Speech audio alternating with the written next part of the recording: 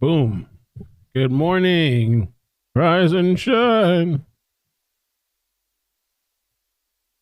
Oh, let me open up the chat. All right, all right. They haven't started yet. Happy Valentine's Day. Let's see. Go spend your money. Heffa say what got me this shirt. I think like 2 weeks ago she sent it to me. And so I figured might as well wear it today. Valentine's Day. I got a text her too to tell her thank you because I never told her thank you. I don't think not personally anyway. Um, oh God, I made an Instagram post twice. Uh,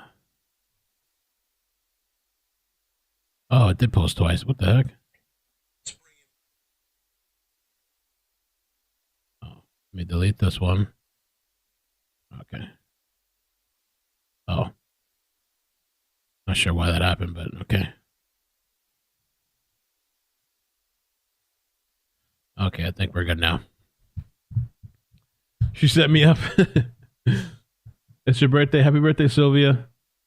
Happy birthday. How old are you now? I'm just kidding.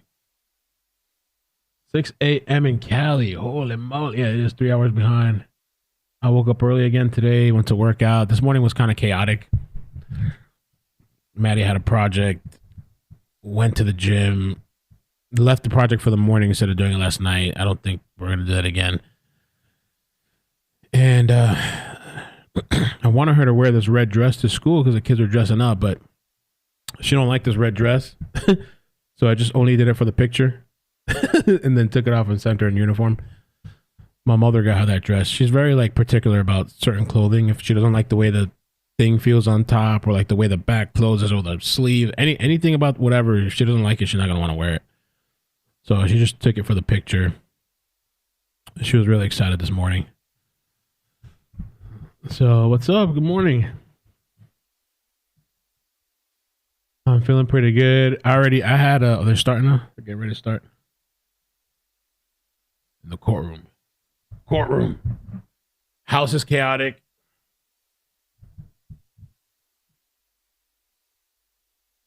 But made it anyway. And we made it on time today. Yesterday we got late to school. Today we made it on time. Somebody got pulled over by the school too. Cops pulled them over. I don't know what's going on with this. It just feels like sideways.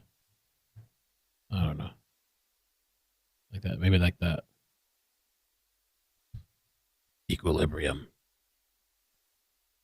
I don't know. Whatever. There's no audio in the courtroom, by the way, if you're wondering. And I think today we're continuing with that. Well, let me just pull up the name. I think the name is still saved here. Swango. I don't know if they finished Swango yesterday. Might be continuing with Swango. I'm thinking that the trial is going to be drag a little bit while the part of cops come up. There's still a lot of civilian witnesses. I like so far that they're at least mixing it up. Yesterday's testimony of Kayla's mother was interesting. Plus, Bodero. Bodero was interesting too. I'm just like with every trial, sometimes the cop parts will get mundane, but at the same time, sometimes that's when they drop phone calls or interrogations and whatever. The good thing so far, what I'll say is that they're moving pretty fast, even with the cop parts. The parts that were the longest part was Kayla, which I expected. Kayla testifying. Happy Valentine's Day. Yo, I went to Target last night, right? And the only reason I was there because of this project thing for Maddie. That's the only reason. And I'm last minute. Even with Christmas, I'm like the Christmas Eve type of person, or maybe the day before Christmas Eve. I remember one time years ago, I was shopping at the mall. This was years and years ago, and I ran into a pharmacist that I work with. And it was so funny because we were two guys and we looked at each other. We recognized each other. We were kind of smiling, but then we also realized that we're both lost in this world. Like we both knew we didn't belong. We're both doing this last minute shopping. We just stared at each other and like gave each other like this look. It was so funny. And it was like this last minute thing. I forgot. Oh yeah, hit a Target last night. Bruh. Look at that. These people go crazy. I'm spending rent on Valentine's. Candy and toys and flowers or whatever. Empty. As if it was like the toilet paper crisis during COVID. You remember that? Empty. As if there's like a food shortage. Whew. Some people go all out. Maybe it's just for the kids. I don't know. Maybe that's what it is all the kid shopping. Target was crazy, right? I knew I probably shouldn't have gone to Target. I knew it was like a fatal mistake. I knew I shouldn't have walked in there, but I mean, luckily it wasn't too bad. There was still the back shelf and there was a front shelf where people were able to get the scraps of what was left. The end caps. So I agree. 89. It is. I feel like it is overrated a bit. Even holidays, because I honestly, I get Maddie stuff all the time throughout the year, or like my family and stuff. So like, when it's that one time we're like, oh, what did you get? I don't really obsess over the one day. It just doesn't have to be like, but whatever. It's I think it's all marketing and gimmick crap or whatever. We go to dinner all the time, but the Valentine's you got to go to dinner. We go to dinner on every other weekend, sometimes with family, or like me and my girl would go out to eat all the time. So like, oh. Okay, it's Valentine's Day. It's like, I love you. Oh, I love you too. I'm gonna prove it.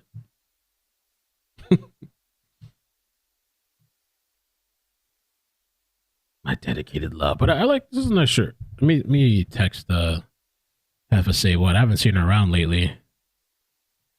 Heffa say what?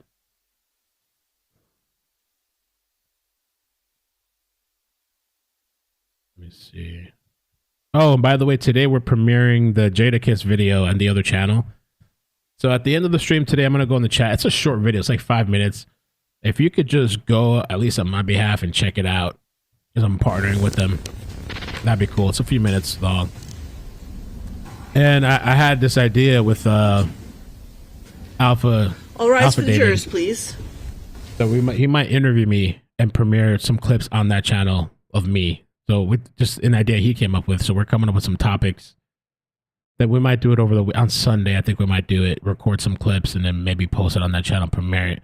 Thought that might make it more interesting. A link on Discord.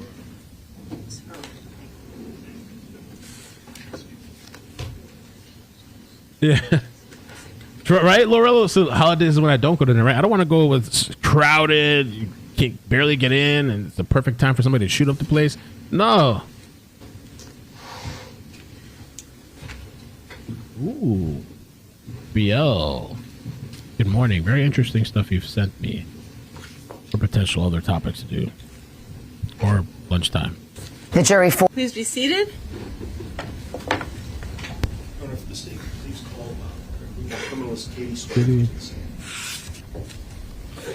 Oh, this is the proffer agreement. Thank you. Yeah, we'll check this out too. Actually, today is early release, so when they take lunch, I actually have to step out and pick up the baby. Maddie was smiling. Really? Yes.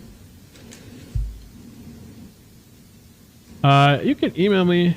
ickedmel@gmail.com. You can email me. Sometimes people send me a friend request on Discord and DM me on there too.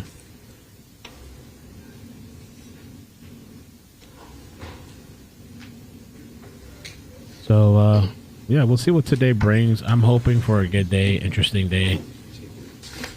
Good morning, Bear. How's Remington? Remington is my Valentine. Cutest Valentine I ever had. How old is Remington? How many months now? Yeah, so we're back to Swango. Just remind you that Even though Above you the did volume. take your oath yesterday, you are still under oath today. Do you understand that? I do. All right, thank you. When we left off yesterday afternoon, at the end of the day, we had been speaking about the DNA profile that you were able to see on specifically the state's exhibit, the pink toothbrush. Do you recall those questions? I do. All right. And I believe you had given us a statistic recently about a 1 in 100 sextillion. That sounds correct. Okay. And so if you could just clarify one more time for the jury to understand, what does that 1 in 100 sextillion mean in terms of the profile and comparing the profile that was seen on that toothbrush to the known profiles you were able to generate from Adam Montgomery and Crystal Sorey? So that's 100 sextillion times the more likely that toothbrush came from a child from those two particular people than from other random people. And specifically a female child from those two people, correct? Correct. It was a female profile. All right. And so in that profile, and one thing, if you could please explain for the jurors, in terms of some of the things when you're looking certainly for differences between males and females when you have an X versus a Y chromosome, if you could explain that to the jurors, what the difference there is. For the gender? Yes, please. Right. So males have an X and a Y, so that everyone is going to get an X from their mother because females only have two X's to give. So when an egg is formed, it's going to have an X regardless. There's no choices. When sperm are formed, half of them are going to get X's and half are going to get Y's from the father. So when they join, you're either going to have an XX and produce a female, or you're going to have an X and a Y and produce a male. And so with regards to the profile on the toothbrush, because it was identified as being one of a gender female, there was no Y that you saw on that profile. Is that correct? That's correct, yes. It's separate from the toothbrush and being able to come up with that profile and see it there. Separate from that, did you also test a number of different swabs or cuttings as part of your work? I'm sorry, I did, yes. Okay. And with regards to those, I'd like to ask you about a couple of specific ones, and by the initials that they came to you under. Specifically, I'd like to ask you about swabs that you received that were labeled JMT 1, 2, 3, and 4. Okay. Do you recall being asked to test those? They sound correct. I do believe one of my reports had those numbers. I don't If you had a have them chance to look at memorized. that report, would that help? That would be lovely. I know you Thank said yesterday, I believe you said you write over 60 of these per year. Is that correct? Correct. Okay.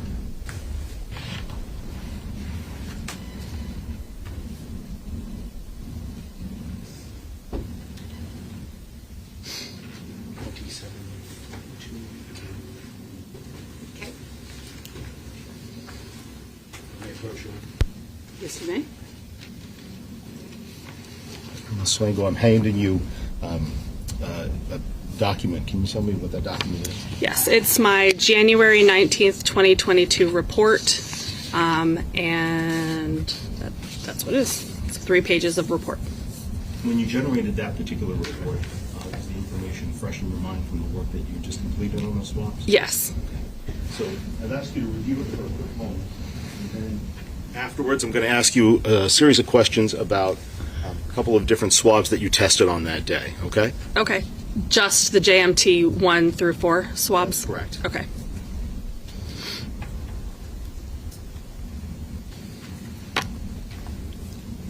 And I see you're looking up, so does that help refresh your recollection on your testing on those 4? That does. I wondered if you could talk to us a little bit about the results that you got from those particular swabs. And I'd like to start with swabs JMT 1, 2, and 3. Did you get any results from looking at those swabs? Right. So 1, 2, and 3, I did get results. They were from more than one person, but there was so little DNA that they were insufficient to be able to make any comparisons. Remember yesterday I talked about when you have a profile, it has to be good enough quality to be able to compare it, and if it doesn't reach a particular threshold, then we can't do any comparisons. That's what happened with those 3 swabs. And is that the same for all 3 of those swabs? There was just insufficient DNA in all 3 of them? Yes. Okay. When you do have a situation like that where it just is insufficient, Does that mean that you can draw any sort of conclusions from it one way or another, that it's definitely one individual or definitely not, or that it compares to an unknown person versus a known? Can there be any conclusions drawn? So we can, usually we can tell, at least if it looks like there was one person or more than one person, which in this case for those, all three of those, I said they were more than one person. And sometimes we can tell if there's an X or an X and a Y, and we can tell if at least one of those people is male or female. But in this particular instance, there wasn't enough information to even tell the gender. Okay. And let's stick with those three swabs if we can for a minute, JMT 1, 2, and 3. For those swabs, when you did your testing on this, that was testing for DNA analysis, not for general serology. Is that correct? Correct. So you don't know, or let me ask you, did you know what sort of substance might be on these swabs or might have been swabbed here? So I was, when I get the file, I do have information, some cases, some I don't. For these, I did by then know that they were believed to have blood on them. And with regards to, are you aware of whether or not they went through serological testing at the lab? So those swabs did not. They did not? No. Okay. And I believe you yourself, you've done serology at the lab a couple of different times, correct? Correct. All right. And with regards to that, what's the name of the test that the lab does for testing for the presence of blood? Castle-Mayer. I'd like to move now to JMT4, that last swab. Did you get a different result on JMT4 as compared to 1, 2, and 3? I did. And what did you see on JMT4? I got a profile from one person, and it was a male. It was from male? Male, yes. Not female? No.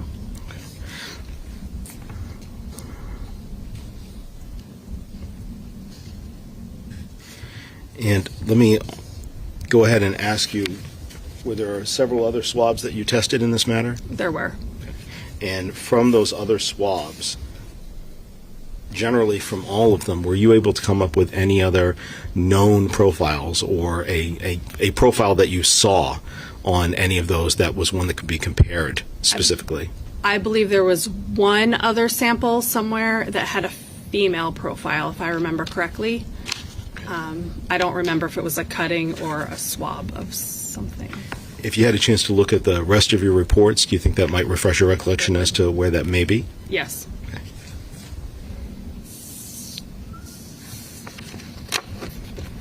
Everything should be smooth. Connection is 100%, so it shouldn't be cutting out. Maybe if you have that, maybe back out or come back in, but everything should be buttery. Let me hand those to you from this over. The toothbrush is important because of DNA, I believe. Harmony's DNA. The report that you were reviewing a moment ago. Thank you, Trizzy. Such romantic. No. Do you recognize three documents that give you there? Yes. And what are they? My February 1st, 2022 report, my February 20, oh, sorry, they're out of order, a June 29th, 2022, and a February 21st, 2023 report. Would looking at those reports possibly help refresh your recollection as to the other profile that you were able to see? Yes, yes. Feel free for a moment to review and then let me know.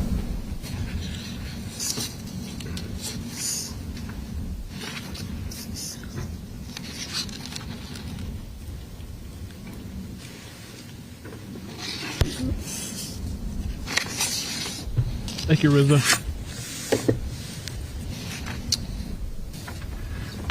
Oh, you turned off your Wi-Fi. Amazing.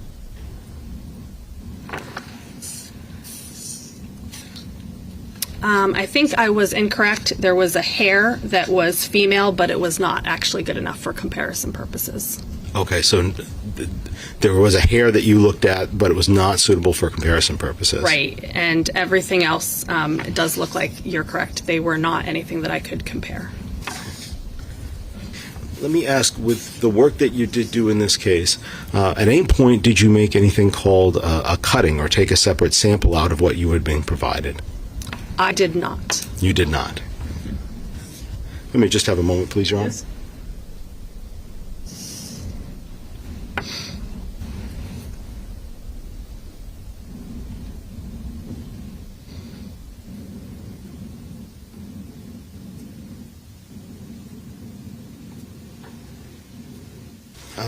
Ms. Weingold, one more quick series of questions. With regards to the known profiles you were able to develop, not only the one for Adam Montgomery, but also the one for Crystal Sorey, and then with this profile that you were able to see on the toothbrush, the 1 in 100 sextillion.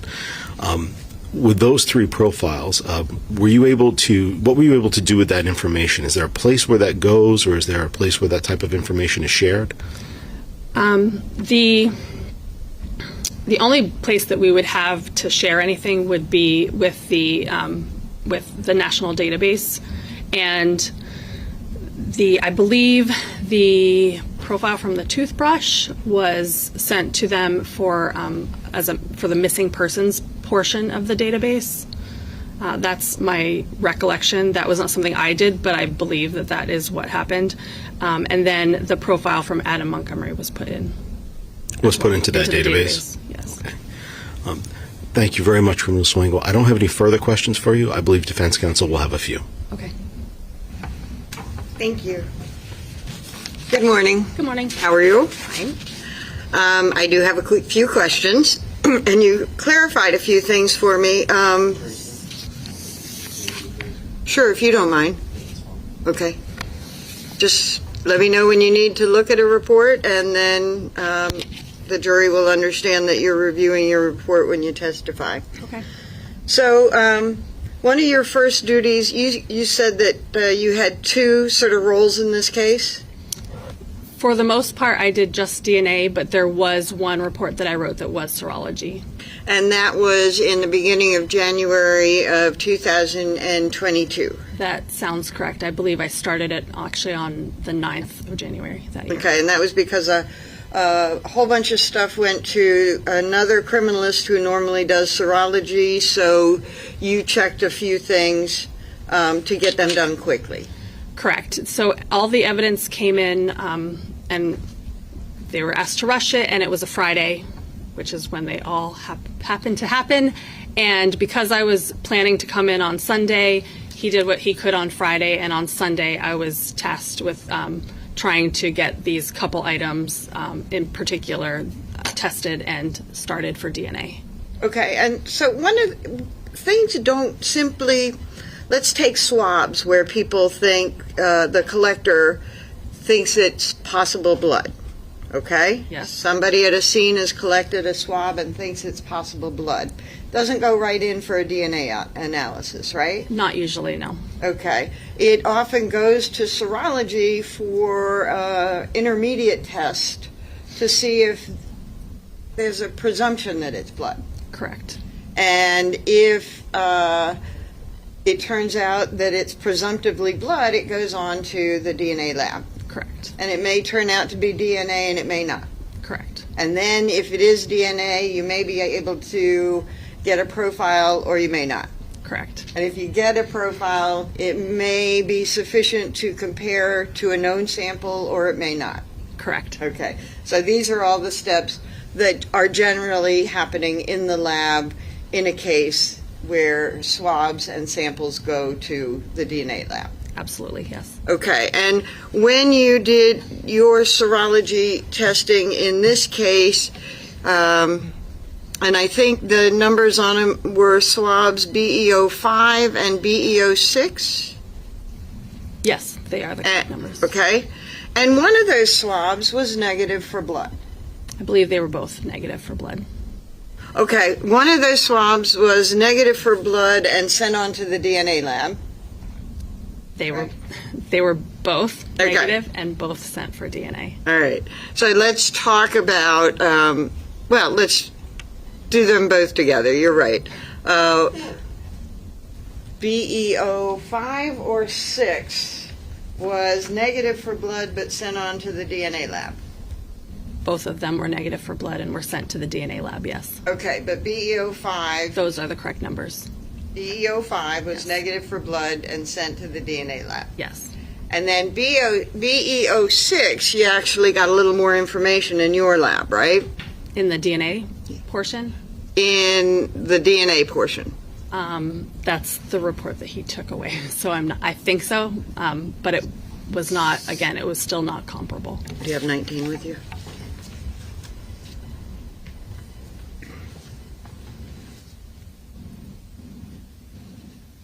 Okay, so I have messed this up, and I don't mean to repeat, but I'm going to back up so that we have it. BEO 5 and 6 were both negative for blood, but sent to the DNA lab. Correct. Okay.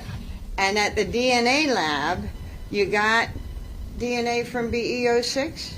I got nothing at all from 6. Okay. BEO6. So correct. here's something that was sent to the lab, found not to be blood, but still sent on to DNA in BEO6, right? Yes, And then in BEO6, there's no DNA. correct.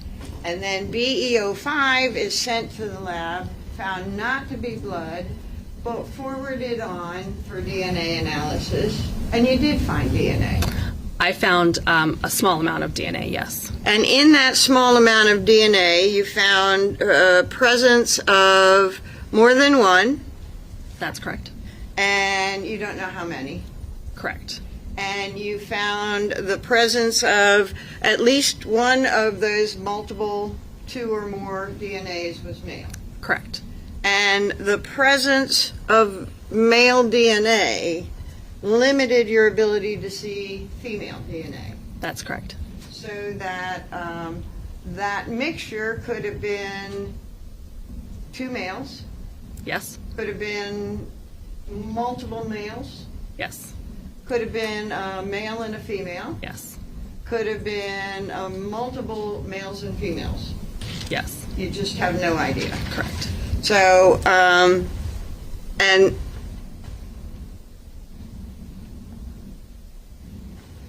I want to talk about some of the reasons that might lead to that insufficiency determination. Okay.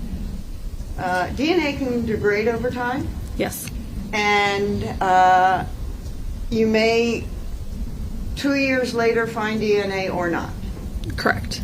And in this case, when you were talking about JMT 1 through 4, were you aware of where those swabs were obtained from? I don't remember if I did know that at the time when I first started them. I'm not positive if I knew or not. Okay, the jury has heard some testimony about the collection of those items from a trunk of a Sebring. Does that sound right? I know that there were definitely samples from the trunk of a car tested, so that would make sense, yes. Okay. Now, if DNA is out in an, what do you call the environment that you hold the swab in? Not quarantined. Room temperature? Okay. What are you, When I'm you not store sure. it so it won't degrade. Right, so they're just stored usually in envelopes. Okay. And are they put in refrigerators or any kind of special environment? No. Okay. So when you store it, the DNA can degrade? It can, but if it's just at room temperature, usually it doesn't. Okay. But if DNA is out in temperature that goes could go from very, very hot for a while to very, very cold for a while, it can be subject to degrading. Correct. And but at the same time, it can be subject to those swings in temperatures for years and not fully degrade, right? That's true. So sometimes some DNA exposed to those extremes in temperatures, you may end up with nothing, or you may end up with something. That's true. Because DNA can actually stay around for a long time. It can. And it is why even after years have passed, you test for DNA and or blood. Yes. Okay.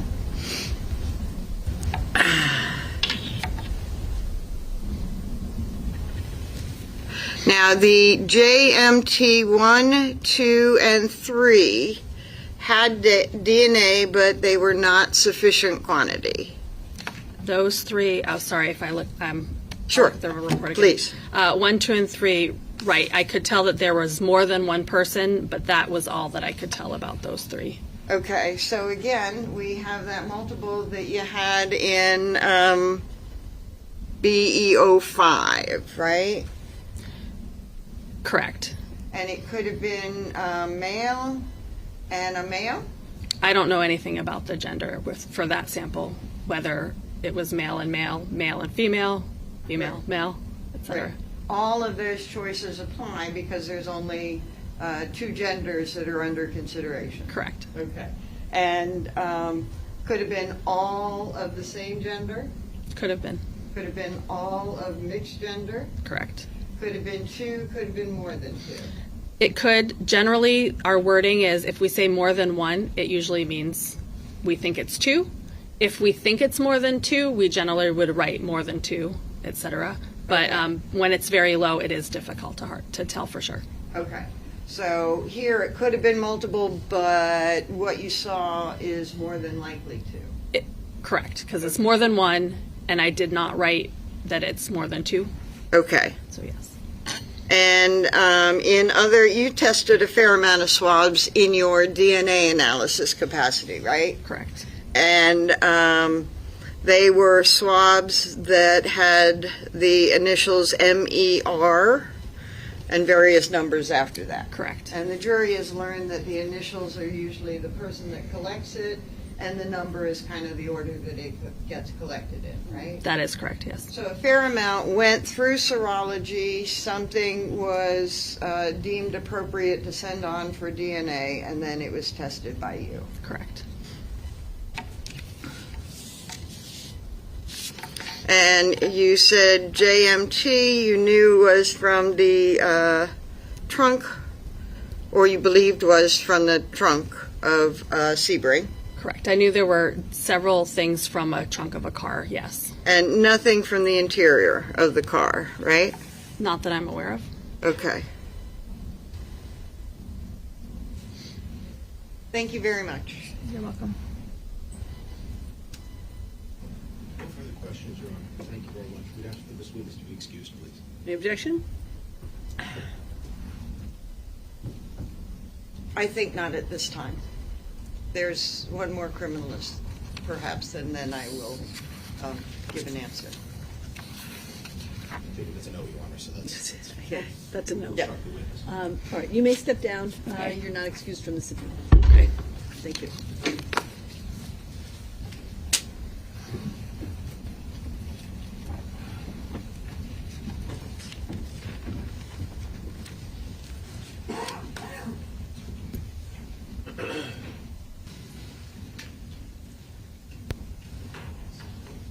Your Honor, this thing calls Scott Riley. Stay. Let me just step out to instruct the last witness. Thank you.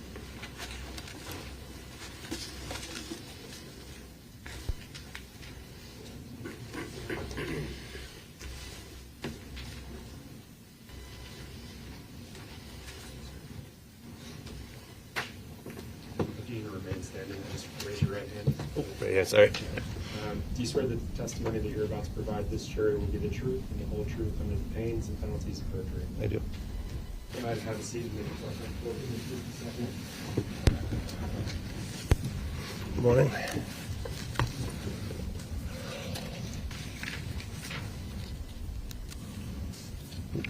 To push that. Yes. Be careful.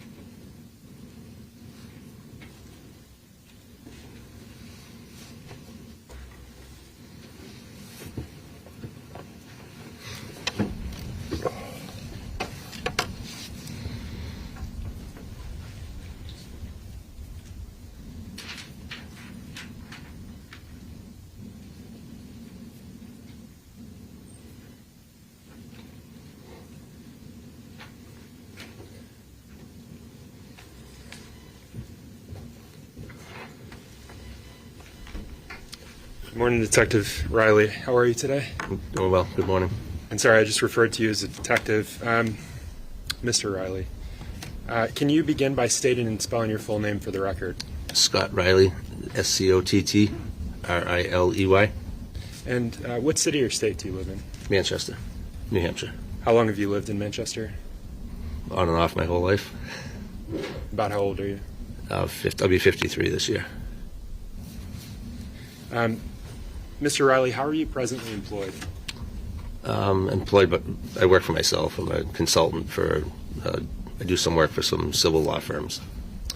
Is that, what kind of work is that? Interviewing. Investigations? No investigations, just interviews. I just do like a forensic type interview. Do you do anything else currently? I still work at the police department part-time. And let's talk about that. When you say you still work at the police department part-time, what police department is that? Manchester. And can you just walk the jurors through your experience working at the Manchester Police Department? So you want me to start with my first police department and then move into Manchester, or just Manchester? Manchester. So Manchester, I went there in 2007, and I spent, I think, maybe 7.5 years in Manchester in patrol, doing all kinds of different assignments, bike patrol, motorcycles, stuff like that. And then I went into the juvenile division as a school resource officer for a couple of years, and then I spent the remaining almost 8 years as a juvenile detective.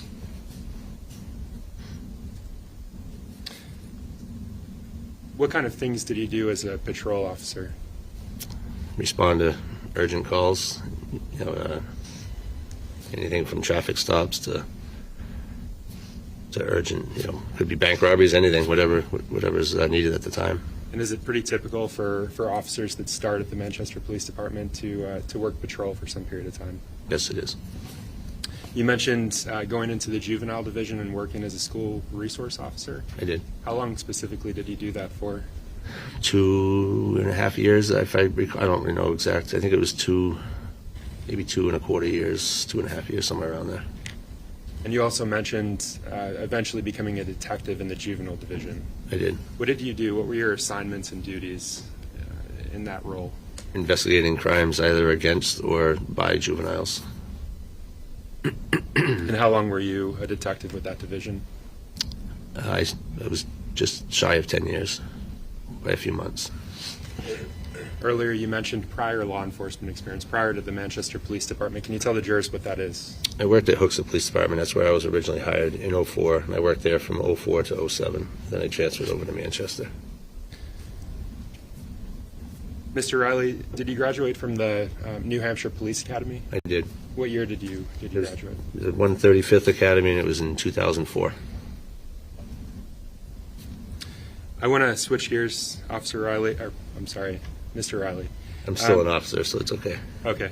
Can you, were you assigned duties in your capacity as a law enforcement officer in the investigation of a missing child, Harmony Montgomery? I was.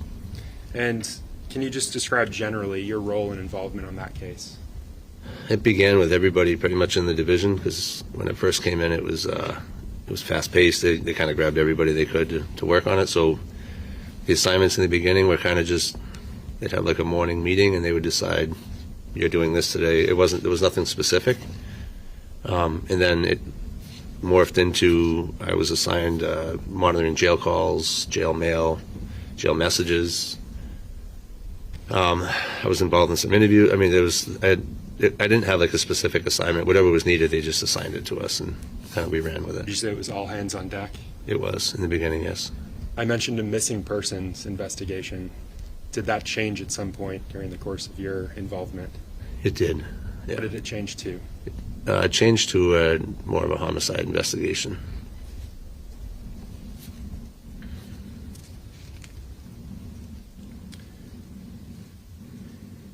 Do you recall when your involvement began on the Harmony Montgomery case? I believe it was the 2 days after Christmas, so it would have been the 12/27 of 2021, if I recall correctly. At some point in the investigation, did you and the officers with the Manchester Police Department receive information pertaining to the Families in Transition Shelter, FIT shelter here in town? We did. And what led you? What information did you receive that led you to that shelter? I wasn't part of the there was an interview that was conducted and information was obtained that maybe that the child was placed in that apartment for a period of time. You mentioned an interview being conducted. Was that with Kayla Montgomery? It was. During your time with the Manchester Police Department, were you tasked with processing that room? I was. When did you process that room? I believe that was June 4th of 2022, if I recall correctly. Can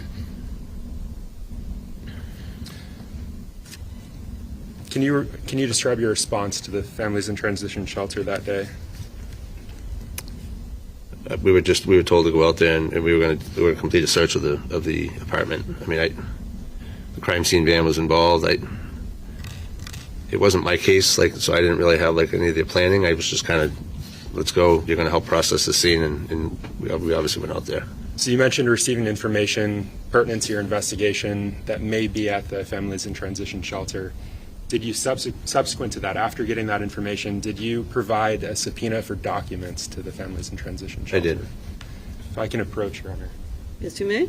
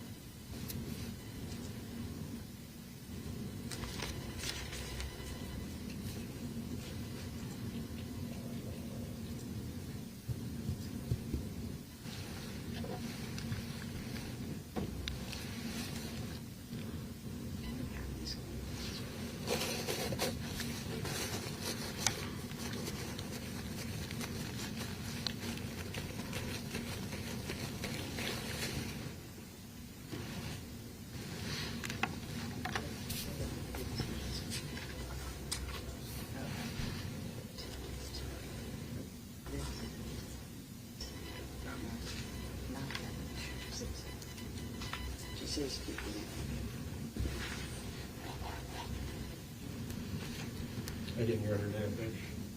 Yes, you may. So, Mr. Riley, I'm handing you what's been marked as State's Exhibit 93 for identification. I'm just going to ask that you review those items.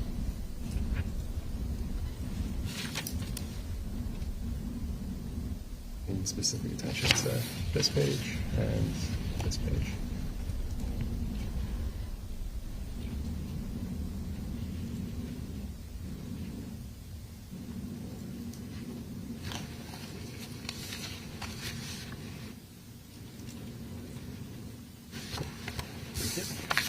Are you aware of what those documents? I am. I've never actually read these, but I am aware of what they are, yes. Okay. Your Honor, the state moves to strike ID of State's Exhibit 93 and mark as vote. You just do the Just the two. Okay. So not you're holding this, so I No, no, share so- the grid. Please.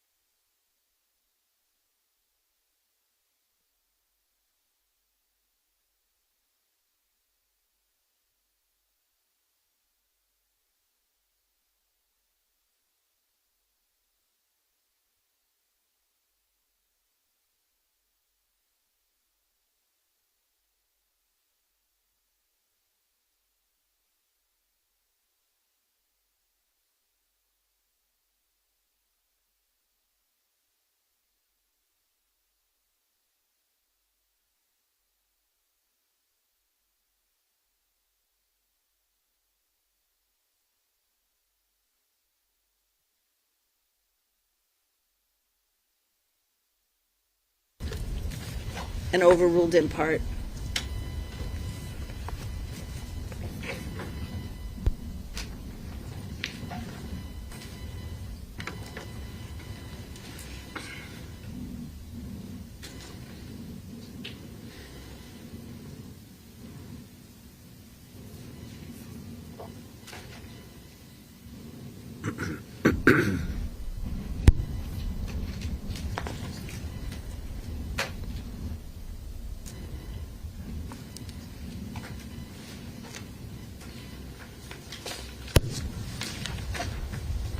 Your Honor, at this point, I move to publish State's Exhibit 93. No objection.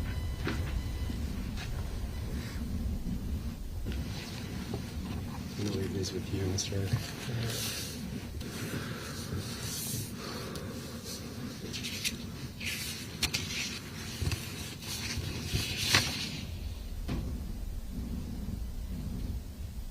And I'd just like to walk through what those documents are with the jury. If you could start with the first page, the room information.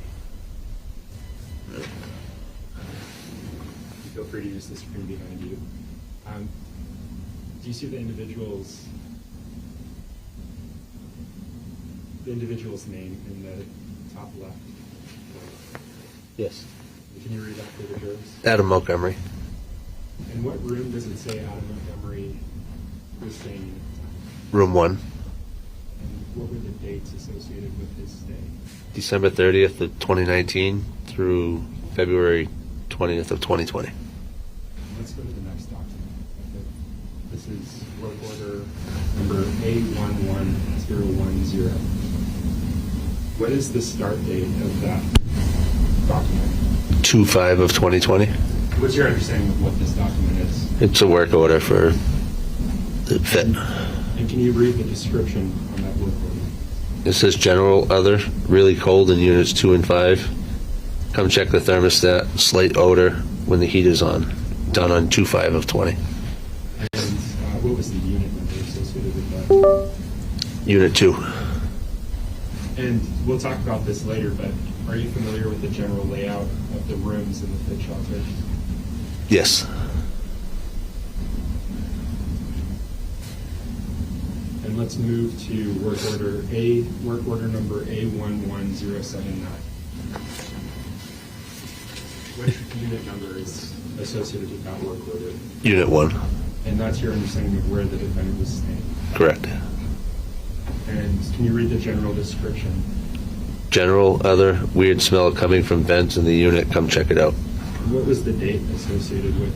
February 21st of 2020. Okay. And you mentioned earlier that the defendant left that room on February 20th? Correct. So this is the day after he left? Correct. If I may approach, Your Honor.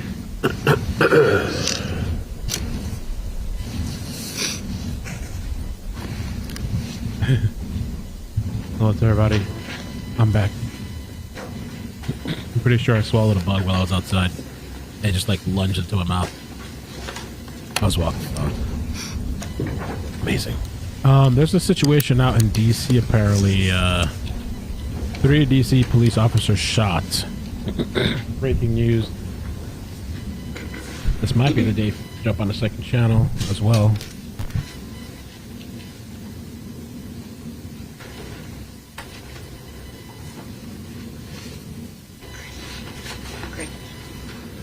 Detective Riley, I'm handing you what's been marked and previously published as State's Exhibits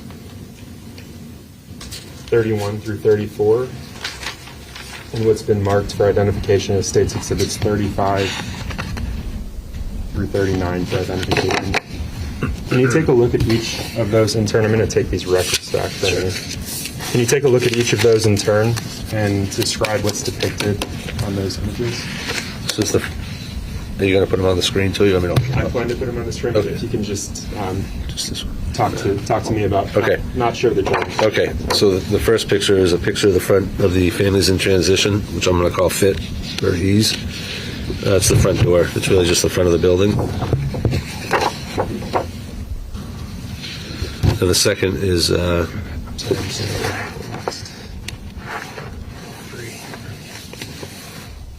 second picture is Hold on. Attorney Knowles, him saying second picture, I need him to identify what he's looking at by the exhibit number, please. Just review the number that's depicted at the bottom. isn't this number right here? Yep. Okay. So number 30 is the front of the building. Number 31 is inside the building, looking at doors, apartments 1 and 2. Number 32 is looking inside. How many more Unit witnesses 1. left? Oof. This is the Hundreds, picture inside the room. I think. Number 33 is another picture inside the room, specifically of the ceiling. Number 34 is a picture of the vent, our area of interest, one of them. Number 35 is a picture above the ceiling, looking at an area of interest that I'm sure we're going to talk about shortly. I don't. Who's on the stand right now? Some number New Hampshire- 30. I'm not sure exactly who. 6 I'll is try to I find out. had placed a measuring tape to kind of show the size of the area of our interest up there. There's a and then number 37 is a picture of the ceiling was cut and it was on the floor before they wrapped it. How about 38, 39, 38.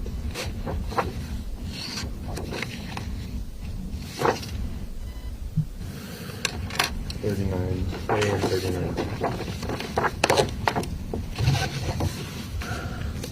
So 38 is another picture of the ceiling when it was on the floor. It was placed on butcher paper. 39A. 39A is a picture after I cut the ceiling, just the hole and picture of the room. And then 39B is another picture of the ceiling where I cut out the ceiling. And do you recognize the items? I do. Are they accurate representations of what you saw that day? They are. At this point, Your Honor, I move to strike the ID from State's exhibits 35 through 39B. Not 30 through 34, just 35 through 39B. 30 through 34 have been previously published. I see, okay. Any objection? All right, the ID is stricken, they're entered as full exhibits. Ooh, no way. Probably says, according to the USDA, the average person eats around a pound of bugs a year per a year. Usually, they're in the fruit or vegetables. Oh, so I guess I'll be okay. I'll be all right. I'm not gonna get some type of weird flesh-eating disease or something, right? I swallowed a bug. Detective Riley, when you arrived at the Families in Transition Shelter, were you accompanied by anyone that day? Yeah. Many people, yes. And you mentioned remembering going there. The image that I've just depicted behind you, identified as State's Exhibit 30. Do you recognize that location? That's the front of the FIT, yes. Oh, thank you, And- Lumpy. Clutch. The individuals that accompanied you that day, do you remember their names? Some of them. Okay. Oh, Detective Stewart Coswick, Ray Hill, Deputy Duffs, William Duffs is his name. Tufts, I'm sorry, Tufts. Detective Dunleavy. There was a couple supervisors there, I think. So the Captain individuals Layton was that you there. just mentioned, the majority of them work for the Manchester Police Department. Yes, all but one, yes. Are you aware of where Deputy Tufts that you mentioned? U.S. Marshals.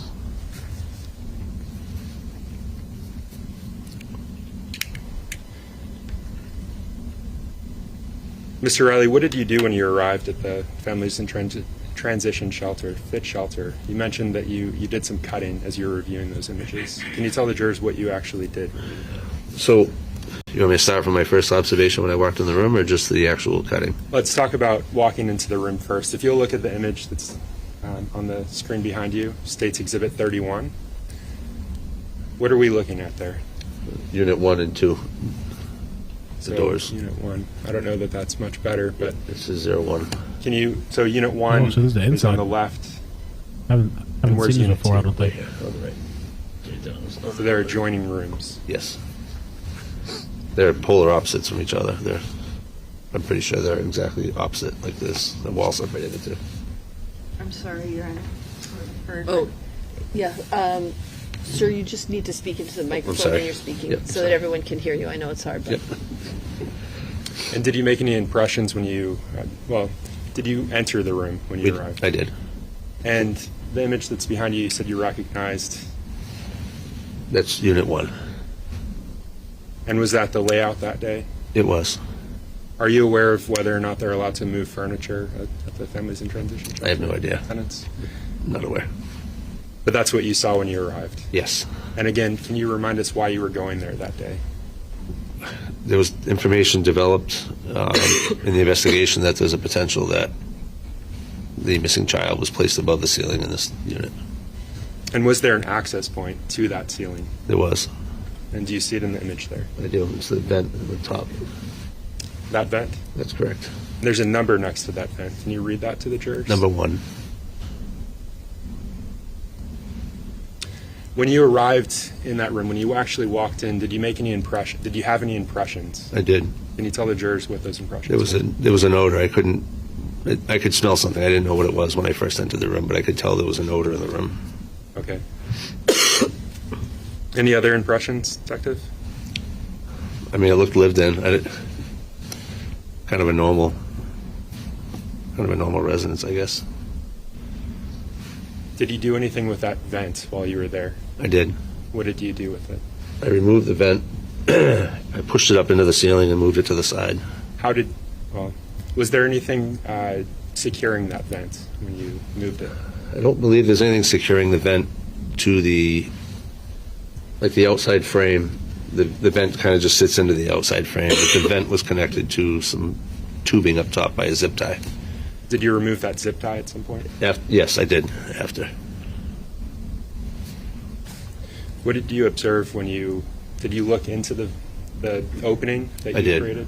I did. You observed when you... As soon as I removed the cover, I knew I could smell what I know is decomposition. I knew I could smell a dead body, what I believed to be a dead body at the time, or it smelled like decomposition is the best way to describe it. What is decomposition?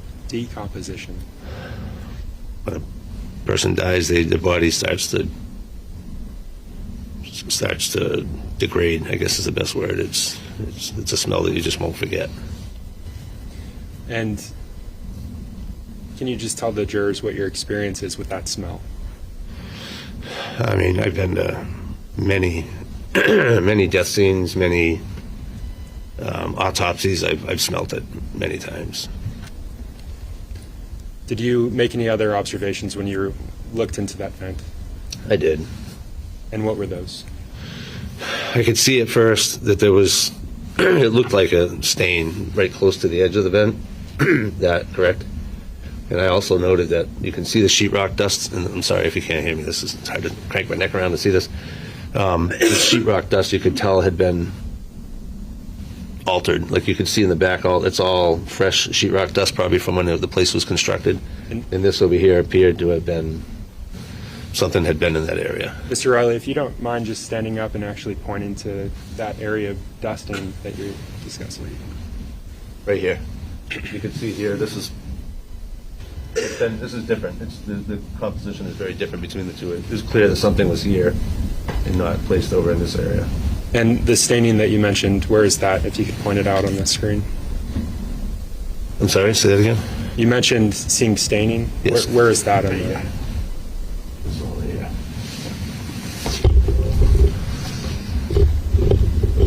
At some point, did you attempt to measure what you were observing in that picture? To the best, yes, I did. And is that it? It is. About 16 inches across? Approximately. It varied in size. Let's talk about what you did next after you observed this area of interest. What did you do? As a team, we obviously decided that we needed to take this, so we cut it. We used just an old school sheetrock serrated knife, and I cut the sheetrock until I got to the metal studs, and then we had to use a reciprocating saw to cut the metal studs you can see in the picture. Did you take any precautions while you were working on the ceiling? When I was up in there, I had gloves on, but I didn't go up into the ceiling. You couldn't because it would collapse. So I didn't really have, other twhen measuring there, I didn't really have any direct involvement with like the stain. When I started cutting, we changed gloves every time we changed, like when we took the vent down, we changed gloves. When we started cutting, I changed gloves. But I was below the ceiling at this point. I was cutting from below. I wasn't up in the ceiling with it. Were you wearing a hazmat suit that day, or I was not. How about a mask? I was not. What were your working conditions like while you were doing this? It was hot. It was hot. It was hot. Yeah, it was very hot. Sweating? I was. How long did it take? You said you removed a portion of the ceiling. How long did that take?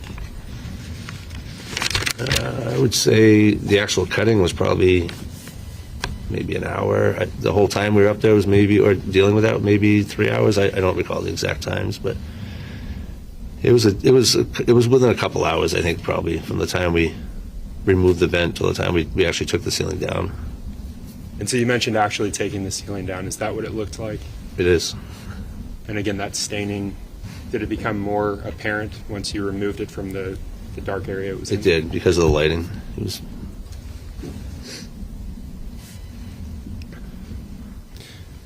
Do you recall whether that item was given an evidence number? I know it was. It wasn't tagged by me. My primary focus was just getting it down, and then it was handed off to the team that packaged it and tagged it. And I am helping assisting packaging later, but initially they put it and covered it in butcher paper. Do you recall having it labeled MER 3D? It sounds right. Yes. MER, those are initials this jury heard. Do you know whose initials those are? Yeah, Detective Rayhill. That's Max Rayhill. Correct. You mentioned butcher paper. Yes. Do you see that in this image? Yes, you can see it through the hole. It's sitting on top of butcher paper. At what point during your processing did you actually place that butcher paper down? I didn't place it down. The team that was there did. I was standing on. I had the ceiling. I'm not very tall, so I had to stand on a platform to cut. So once we got to the point that I could cut the last metal, we had to have other team members hold it, and then once it was detached from the ceiling, I got out of the way and it was put down on a piece of paper. Do you know what the purpose was of putting it on paper? Preserve any evidence that's on it or in it. Would that be including the items that fell during the cutting? Correct.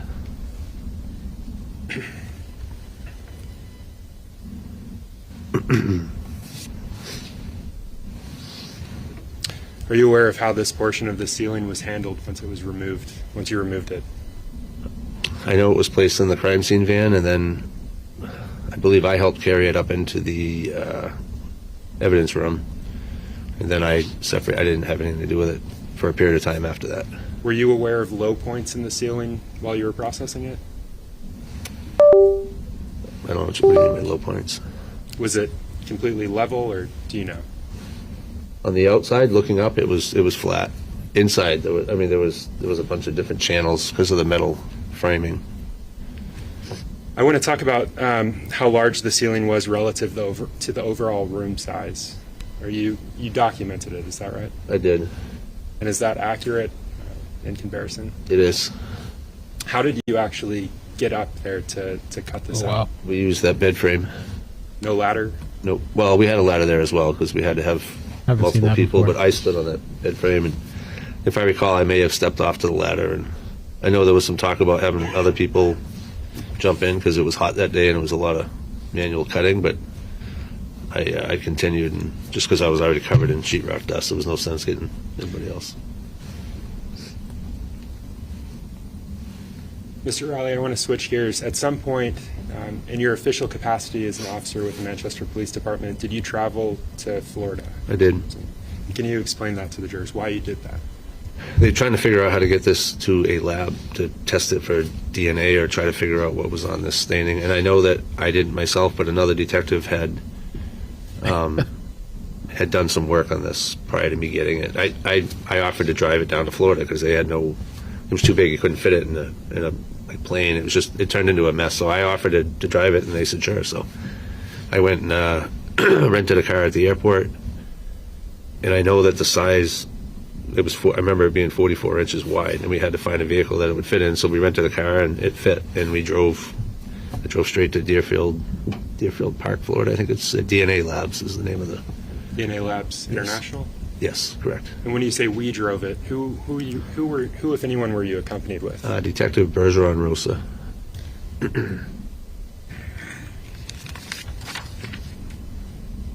And so you drove it from Manchester to Florida. We did. And do you recall the date of that? I believe that was July 20th of 2022, if I recall correctly.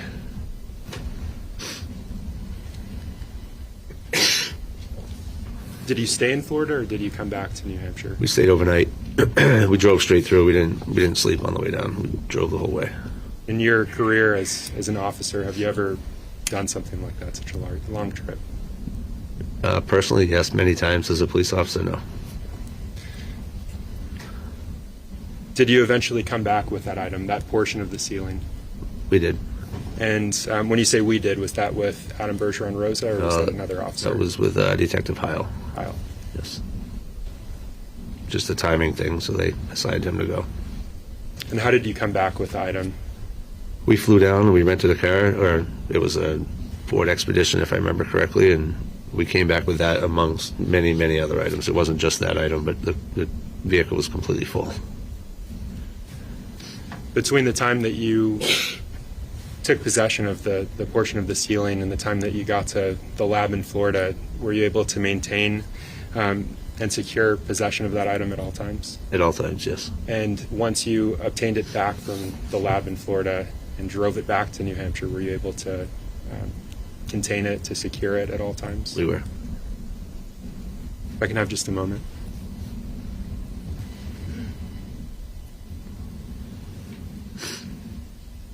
No further questions. Thank you. Just a few, but I think I have. Oh. That's what I'll be able to use this now. It was just hard to turn around. Right.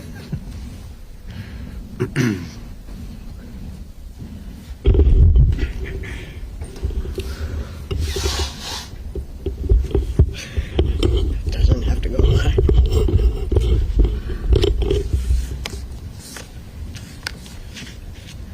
Good morning. Good morning. I'm Elaine. Caroline Smith, and I do not have very many questions, but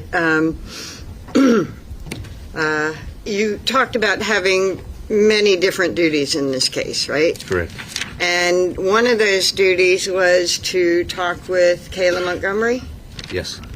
And do you recall when you were speaking with Kayla Montgomery? I would say either the 30th of December or the I think 12/30 of 2021 is. I may be wrong, but that's kind of in my head. Okay. Was that at a fit shelter or a recorded interview? Both. So I talked to her 2 different times, so that may be off by a day. The first time I believe I talked to her, we were at Fit, outside of Fit. And the second time? Was at the station. Okay. And that was a recorded interview? Correct. And that was prior to her arrest? Correct. Okay. Did you advise her that she could have an attorney? Yes. And did you tell her that she didn't have to speak? You wanted to talk to her about missing Harmony? Yes. I don't know if I did or Detective Dunleavy, but she was advised that it was a voluntary interview, yes. Okay. And you talked for a while? Yeah. Yes, it was And pretty then at lengthy. some point, I think you all gave her a chance to be alone and write down maybe her thoughts. Correct. In case she didn't want to tell you all directly, maybe she wanted to write it down and pull her thoughts together. That is correct. Right? Yes. And the essence is that and you gave her a fair amount of time, right? Yes. And when you came back and looked at the note, it essentially ended the interview. It did. Okay. Now, another random duty, I don't mean to call it random, you just were was. jumping here, there, and everywhere, Very right? random. And Okay. one of the things that you did was, to collect something from the House of Correction that Kayla wrote. Correct.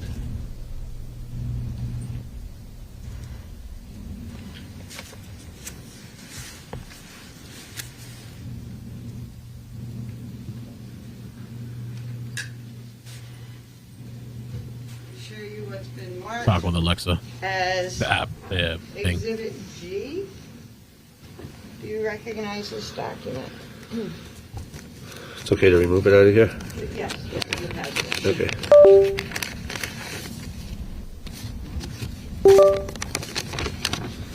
I do recognize it.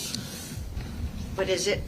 It's a note that she had, that was, I think they were doing a cell search, if I recall correctly, and they found this in her room, Okay. in her cell, sorry. Okay, and so essentially, the police department, someone discovered that this note had been seized, Yes, and you were assigned to go and take the note. correct.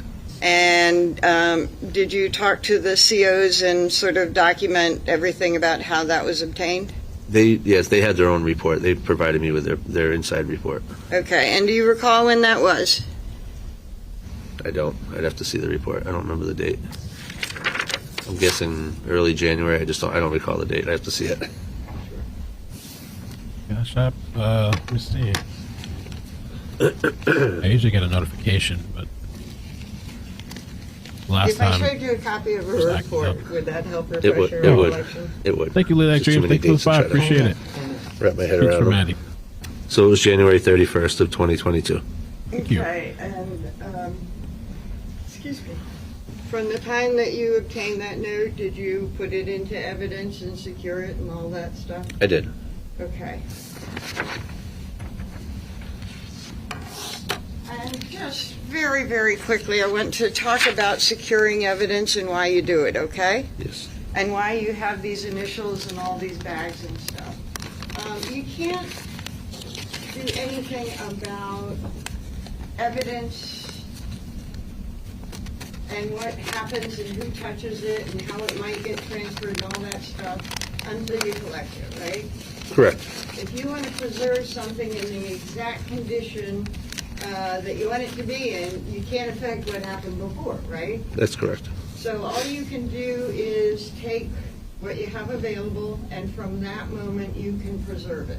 Correct. Any changes an item might have gone through, any transfer of evidence back and forth, you can't affect that.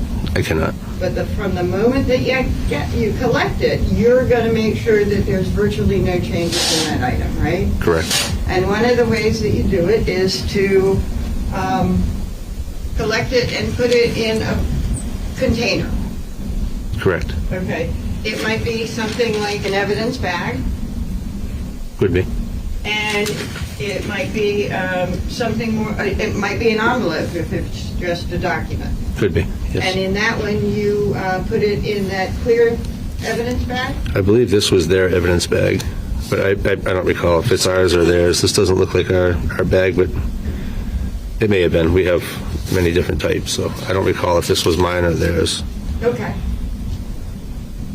It probably was ours because I believe I took copies of this, so I believe this would be our bag. I may Okay. be mistaken. And that's a plastic bag. It is. So you try and collect it and preserve it in the container appropriate for that evidence. Sure.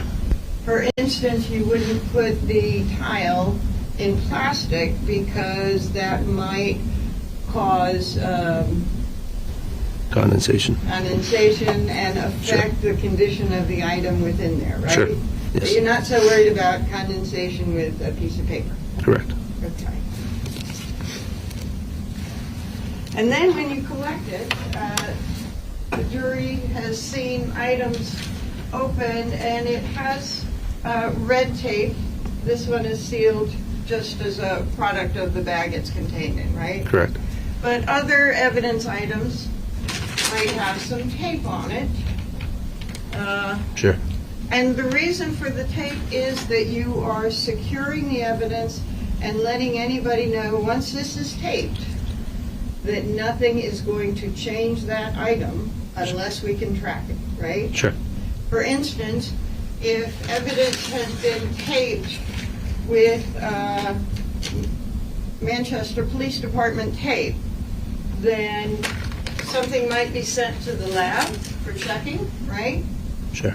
And the lab would have to open an item to test an item, right? Correct.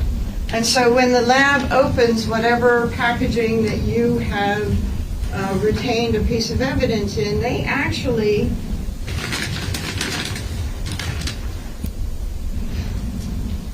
don't open from the top, right? I don't do that. I have no idea how they open it. Foundation. Sustained. Okay, so one of the purposes of the different color tapes is to be able to track when an item of evidence has been opened from its packaging. I use whatever color tape is available. It's not. I don't use it for tracking. I use it to seal the item. That's the only reason I do it.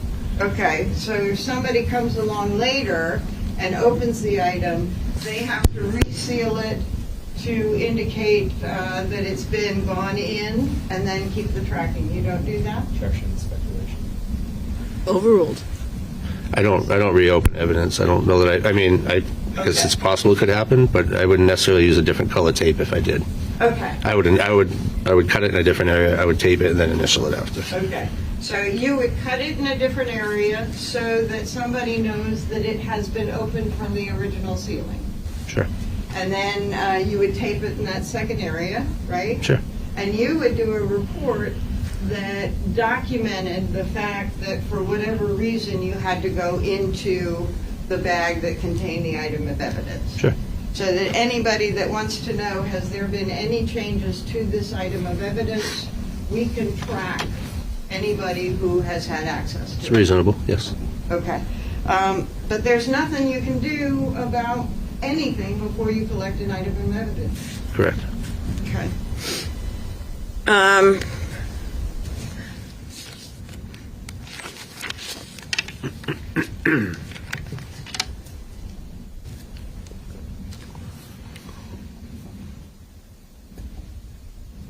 Thank you, Officer. Yes, officer. Thank you.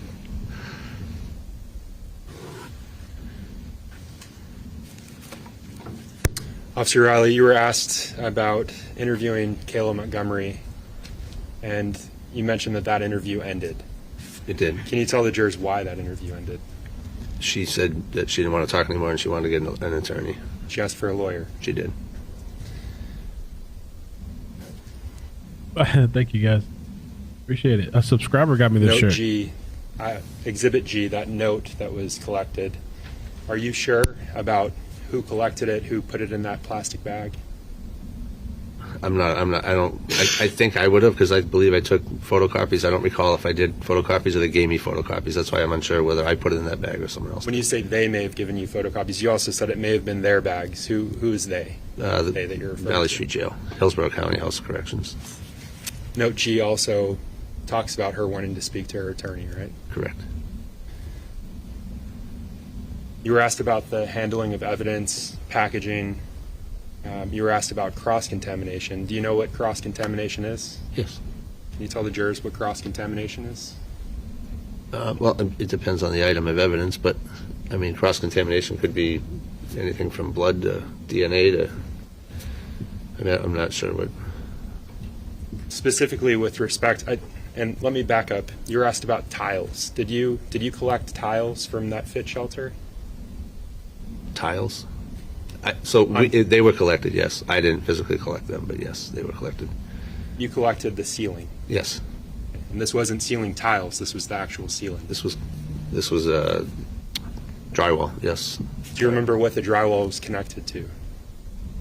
It was connected to metal studs, metal framing. Metal framing. Yes.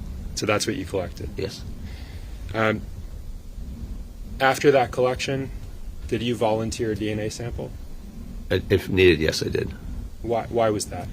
Because we were sweating so much, it was nearly impossible to try to measure and take pictures of that stain.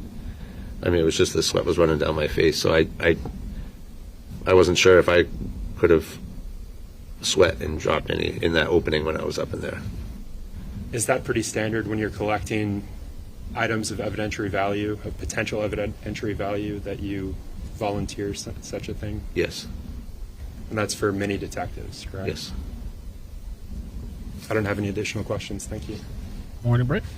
I want to show, for the people that don't know Elaine, I got to show you the clip from Johnny Depp if I can find it. Sorry. The prosecutor asked about how the December I found 31, 2021 interview Yes. ended I found it. So on the break, I'll And show the people that don't know. with that note. And you said that Kayla asked for an attorney? Is that the recorded interview? Yeah. Yes. Yes, she said it. She wrote in the note that she wanted an attorney. Yes. Okay, but the note contained a lot more than I want an attorney. The note contained what she said Yeah. the story was. Yes. That Adam had driven off with Harmony and she, Approach. Pet Awareness Day, huh? Theft Awareness Day. Strap up, pimp. Strap up. I was thinking about today. I kind of miss when I used to.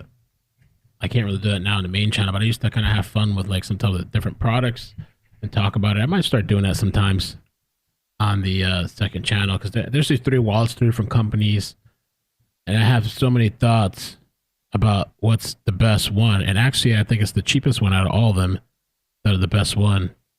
So for the guys that are into wallets and for the ladies looking for a wallet for your man, I like this type of wallets too because you can just, I'm not sponsored by these people, by the way. You just boop, pop it out. Gangster. Well, you know, you do that. Boop. What? You got the back stuff too. I love this one. It's like that shiny, sleek, metallic feeling. I love that. That's the one that's actually a cheaper one. But then they got the Ridge one, which to me doesn't have that shine metallic. Doesn't have the pop-out cards, but they have like this little slit that you have to push it through and then it kind of slides out the other side and you have to like fiddle and mess around with it. Kind of annoying. And then this one is not bad. Oops. The escrow wallet has a pop-out too, but I think the other one holds more, the escrow wallet. But this one here is my favorite. Gangster. Super nice. Thin, sleek. You can put cash on one side. You can hold your extra credit cards and stuff on the other side. I love it. Not Ridge, man. I'm done with Ridge. I've bought, I think, 2 of their wallets now. They're like over $100, like 120, 115. I don't recommend. I think this is a waste of money. Unless you like, some people might like this. I just, you can't, I'll have to make a video where I show you, but you have to squeeze your cards and then you just push it through the other side and then they all come on the other end and they're all like stuck together and you have to like fight with it. Who has time for that? I like that you can just whoop, pop that shit out. Pop a molly. Boop. And if you're somebody that's into like cards and you like to have like pretty cards, put the pretty cards to the front. You know what I'm saying? Line them up. I really like this one. This one's called Code 118, and it's cheaper than all the other ones. I kept getting advertisements on Instagram for it, and I decided to finally get it, and I was like, I'm really happy with this one. Like that it pops, and it actually matches for today. Look at that. And the watch, and the shirt.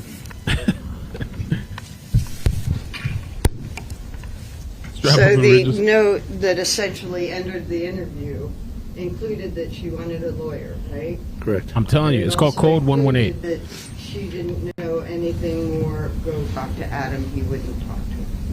Yes.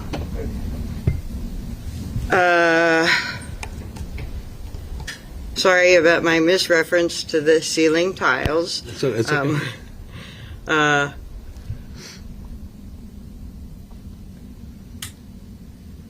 And again, that volunteer of the DNA sample is a lot of stuff can affect an item, and you want to make sure if there's an item of evidence that is revealing information that nobody understands, that they can check your DNA, compare, and see maybe it's that versus something else. Correct. If there's a question about perhaps DNA being found. Correct. Okay.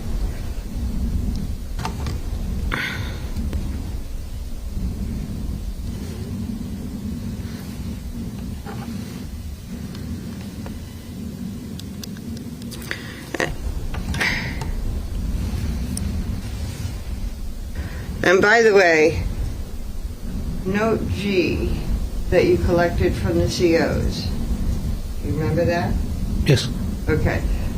That was not the note we're talking about in the interview. That was the note where Kayla had listed her desires in talking to the APs. Correct. Okay. Thank you. You may step down.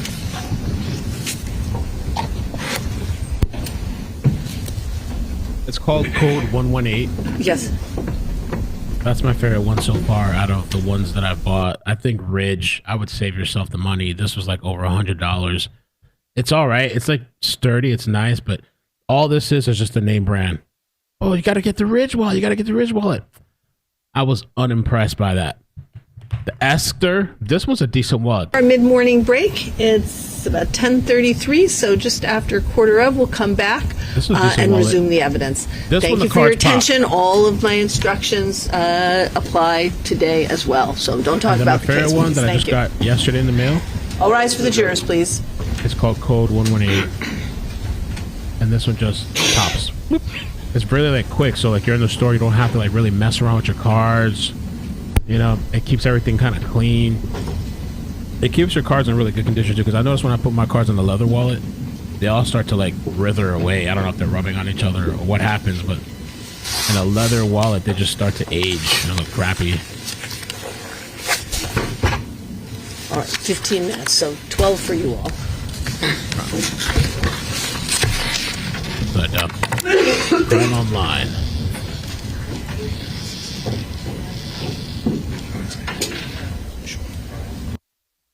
I keep the cards that I don't use often or rarely on the extra strap. I also keep this little, this one is tiles. If I lose my wallet, this thing is so handy, man. If I lose my wallet, I bought this thing. This brand is called Tiles. I bought a Eufy one too. Tile. And so if I don't know where my wallet's at, I have the Bluetooth thing on my phone or whatever it is, and my wallet will start beeping. It'd be really gangster to get the AirTag. Actually, probably one that if you lose it, the AirTag, probably the location. But yeah, I keep the cards. I don't use that often on the extra slot.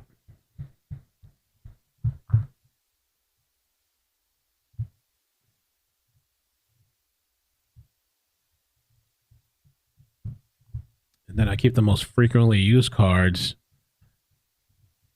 in the little pop-out area. Frequently used or just because it looks pretty. And I want to stunt with the pretty cards. Which I don't know if these are the prettiest ones right now, but it's like super, very convenient. Whoop. Yeah, I got this yesterday. And the thing, actually, the reason I thought about it is because somebody was DMing me, not DMing me, but tweeting me about like how many headphones do I have, and we were like talking on Twitter about like different headphones. And sometimes it's honestly, it's not the name brand thing or the most expensive thing. You'd be surprised. These are okay, XM5s. The Apple, what do I call this, AirPod Max, whatever. These are okay too. I wasn't that impressed. These are good. I don't think they're worth the price. There's some new ones coming out too. And if you plan to use this for the voice talk, if you're going to be on the phone and use these are horrible. Horrible. It's not meant for the phone use, but it has the mic. Don't even think about using this for the phone to talk to people on the phone. The only other problem with this is that it's only Bluetooth. So if the battery runs out, you can't use it. It's useless. You have to wait to charge it. That's why I can't, like a lot of times with the computer, I have to be wired. I can't like play around with, oh, I got to charge the battery. Oh, the Bluetooth dropped connection. I have to be directly hardwired. So we were talking about that, and I just thought about, well, it's too like the more expensive one is not even the one that I actually like. It's actually the cheaper one. I forgot how much I paid. This was like, I don't know if this was like 50, 40, 50 maybe. And there's discount codes on. If you just go look it up yourself, I bought it on Instagram. Code 118 is the name of the wallet. There's a bunch of discount codes. You just get it like 20% off. I like it a lot, and it looks good, and it's clean. It's not dirty. You don't have all that shit hanging out. Oh, the Elaine clip. Let's do it. So the people that don't know who Elaine is, right? because we're calling this lady right now. I gotta get. By the way, I need to get a picture of this attorney.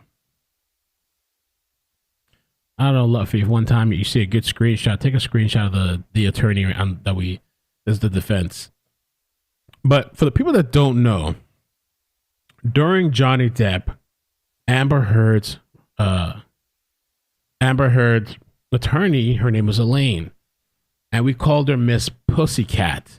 This is the reason why we call her Miss Pussycat. Hold on, I gotta take myself off the screen, unmute it. This is Miss Pussycat.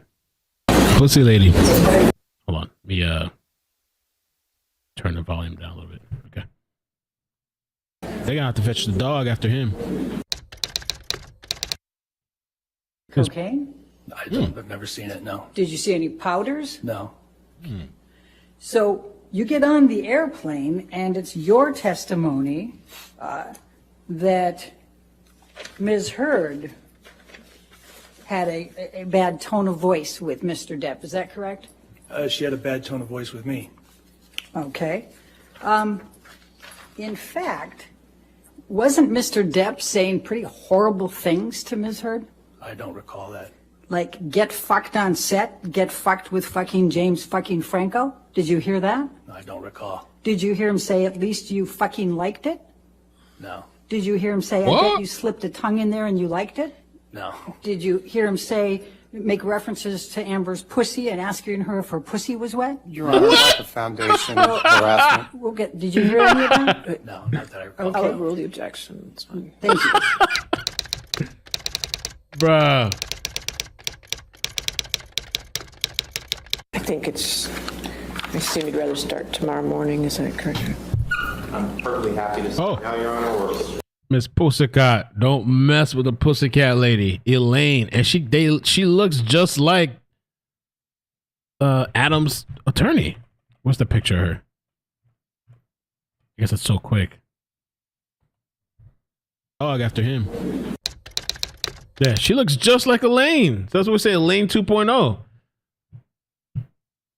Bruh.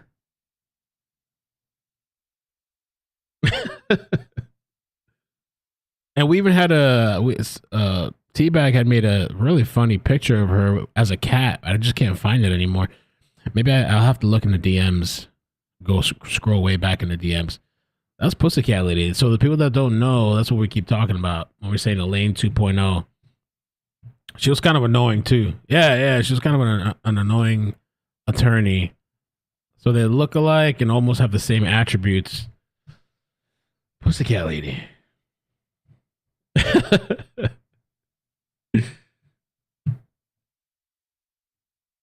Yeah, that trial was crazy. I don't know if we'll ever get another trial like that again. That was like a once in a lifetime type of thing, man. That was like one of those things you had to be there, and it's not the same if you weren't there. You're just watching it. You know, it's like you had to be there for that. Elaine.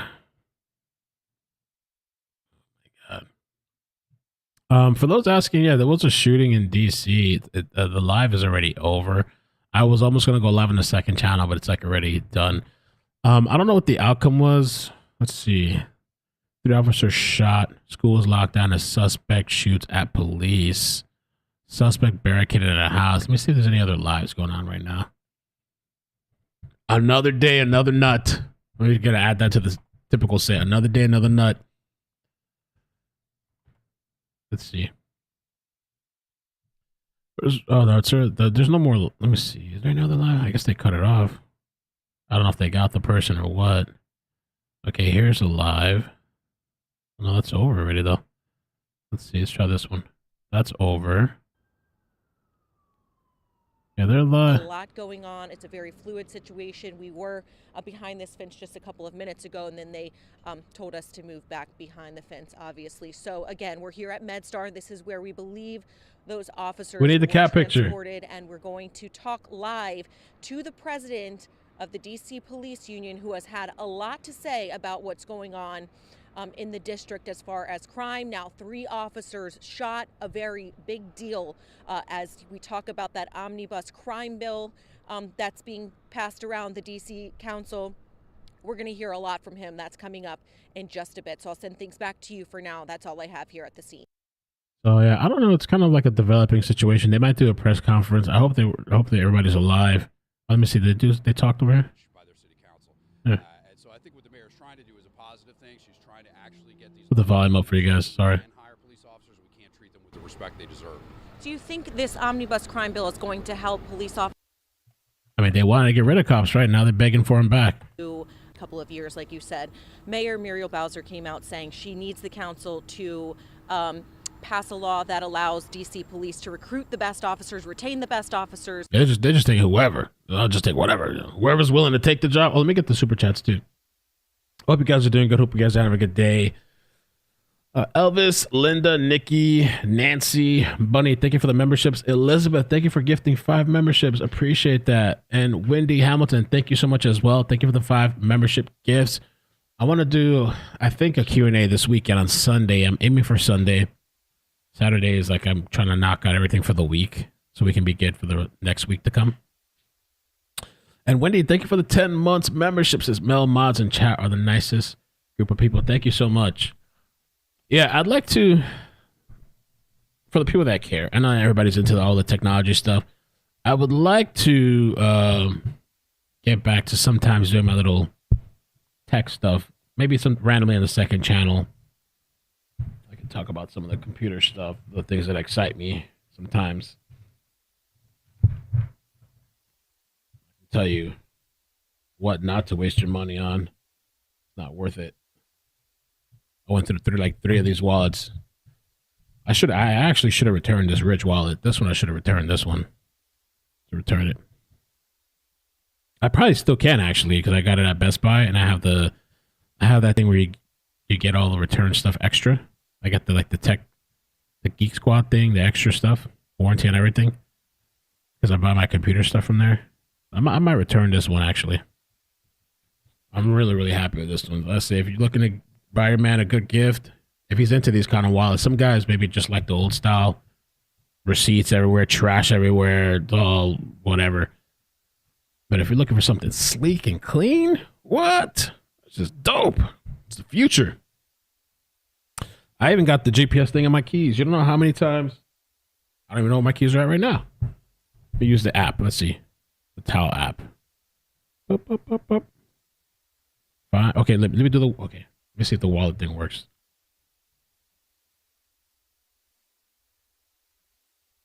And I don't, there it is. See? It'll tell you from a close vicinity, like in your house. You can't leave your wallet in the car and be inside your house and it's going to work. Unless you get the AirTag one. The AirTag ones are actually pretty dope. Let me see, keys.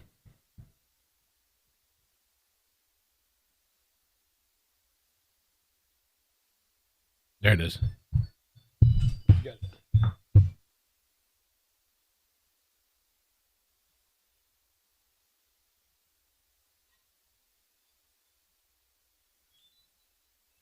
we go. All right. Everything is decked out because I'm all over the place with my ADD. I'm a mess. I just need one for my glasses. If I had one for my glasses, that'd be. They made one for glasses. That the game would be over. No, you don't have to charge the wallet. That'd be crazy. Imagine that. No. If I had a thing for my glasses, that'd be dope. I lost my blue glasses. I have no idea where it's at. I don't ever use keys. I have pushed button to start. I do too. But you have to have your keys in the car to push to start. Don't you? I'm a mess. My keys, my keys are in one place. The wallet's in another room, or in a pocket of mine in the laundry, or in the bathroom. I'm a mess with all my. It's everywhere. This thing has been like a lifesaver. You know, especially if you're trying to like rush out somewhere and get out the house, and the last thing you need is just your keys or your wallet, and you're stuck. Oh, it's like frustrating, man. Yeah, yo, if you got a guy like that losing everything, get him an AirTag. Or they have the wallets now that have the AirTag stuff. The AirTags or the whatever for your keys. Yo, lifesaver. that you could probably calculate all the minutes and whatever into hours of your life that you've wasted just searching for your keys. I'd say it's worth it. Yeah. So I'm really happy with this wallet. Back. Let's be seated. A Merce. You may be seated. A man purse. I might need one. Fanny pack? A hip fanny pack? By the way, this the testimony from this officer, most of the pictures I've seen, but they've shown some I haven't seen. And this is where they had harmony in the ceiling.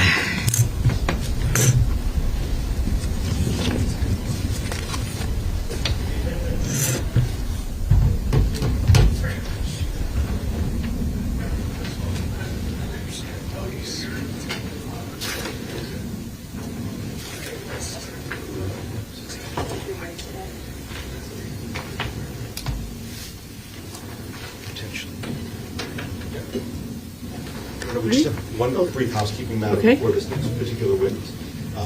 With regards to the next witness, the state's going to intend to call Detective Raymond Lammy from the Manchester Police Department. This will involve some handling of the different pieces of evidence, especially some of the larger. Yeah, Tracy said it's on sale, $30 on the website. I'm telling you, these other wallets, it's over $100. Over $100. I think this one here is way better. If you're gonna get a wallet, save yourself the money. There's a bunch of sales and discount codes. I'd get the code 118. So, because we will be talking about some of the largest items that we have. Any objection to that? I don't think so, no. Okay, and can he stay during cross and Absolutely. do the same thing? I need to get a sponsorship for these people. Code 118. So if you want him, if you don't, I'll leave Yeah, that to you, got a Trey 40% Smith, off but sale. he'll be That's available to actually help really manage the larger pieces of evidence if you want that. Okay. All right, that's fine. Maybe just That's the one I got. introduce him. You know, he's not testifying, but I think it might be useful for them to know who he is. Okay. Very good. All right. Ready to bring in the jurors? Everybody ready? Yes, Your Honor, sorry. I don't know what that is.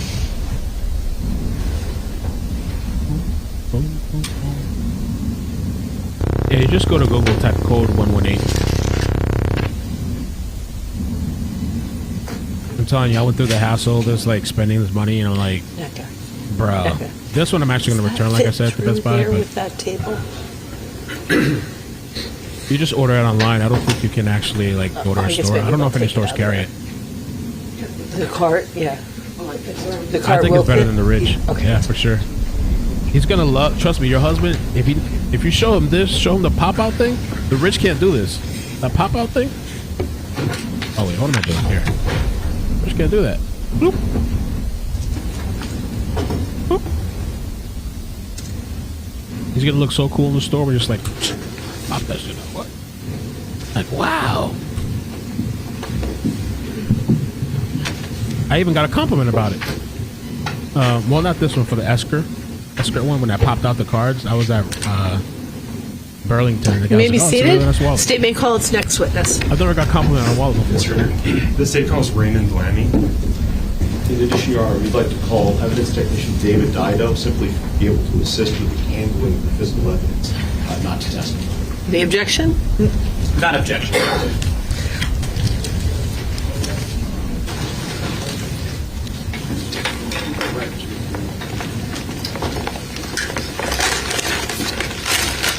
Same guy coming back. The back plate comes separately. You don't have to get the back plate. I kind of like the back plate because your cards fit there. Like firmer. It holds it more firm in place. But you don't have to get a back plate.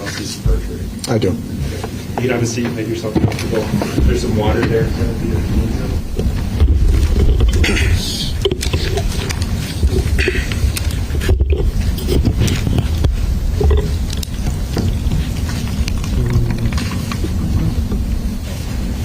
And Detective Lammy, if you can get started by just stating and spelling your full name for the record. Ray Lammy, L-A-M-Y. And Detective Lammy, how are you presently employed? I'm currently employed as a detective with the Manchester Police Department. How long have you worked as a detective? I've been a detective a little over 5.5 years. And what's your current assignment? My primary function is fraud investigation, and I also am a lead in crime scene processing. What are your current duties and responsibilities, Detective Lemmy? General investigations of any financial crime from start to finish. When it comes to any major crimes in the city, violent crimes, then we all lend a hand and process those and work on those together. Have you ever had any other roles at the Manchester Police Department? I was a patrol officer for just about 5 years. And prior to that, any law enforcement experience? 2 years in Litchfield as a police officer. Did you graduate from the New Hampshire Police Academy? I did, class 163, approximately February, March of 2014. Detective Lemmy, do you participate in regular training as a function of your role with the Manchester Police Department? I do. What types of training have you completed? Notwithstanding a litany of financial crime investigations, I've done forensic identification of skeletal remains, blood stain pattern analysis, crime scene processing, death investigations, FARO certified, and crime scene photography. You mentioned the FARO just now. Can you tell the jurors just generally what that is? A FARO is a 3D device that can map out an area, which is useful for documenting measurements and recreating a scene for the jury, such as yourself. I want to switch gears, Detective Lemmy. Were you working in your official capacity as a detective, rather? Were you assigned to a particular case involving a missing child, Harmony Montgomery? Yes. And can you just generally describe your role and participation in that case? The majority of my role was helping coordinate evidence processing, liaison between the state lab and private labs, processing of several vehicles for evidence, and also some other various items that were processed. Did you coordinate with a lab in Florida during your participation? I did. And when did your involvement begin in this matter? The beginning of January, we had some initial tips that were phoned in that we went and investigated in Haverhill, Mass. And then a vehicle was processed middle to the end of January. You mentioned the beginning of January. Do you remember what year that was? 2022. You mentioned tips, and I want to discuss that. Are you aware of a tip line related to the disappearance of Harmony Montgomery? Yes, I am. Had you worked in your career as a law enforcement officer, as a detective, had you worked on a case involving a tip line before? I've had tips come in for some of my own cases and financial crimes. I guess I'm referring to a specified tip line associated with this case. I did not field the tips or the calls. I was just asked to follow up on them. You were directed to follow up on them? Correct. And you said one of those was in, did you say Haverhill, Mass? Yes. You mentioned processing vehicles during your participation in this case. Was one of those vehicles a blue Audi AS4 bearing New Hampshire registration number 4569334? I can tell you that it was an Audi AS4 blue. I can't tell you the exact plate without referencing my notes. Your Honor, if I may, if I may approach. Yes.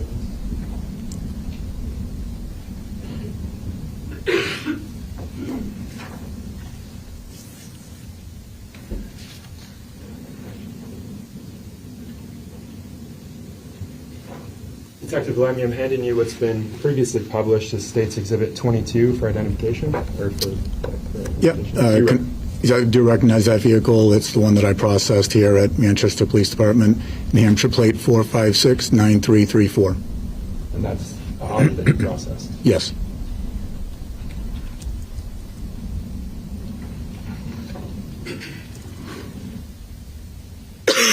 Were you working with other officers or detectives during the processing of that vehicle, Detective Lemmy? I was. And how many days, roughly, did it take for you to process that vehicle?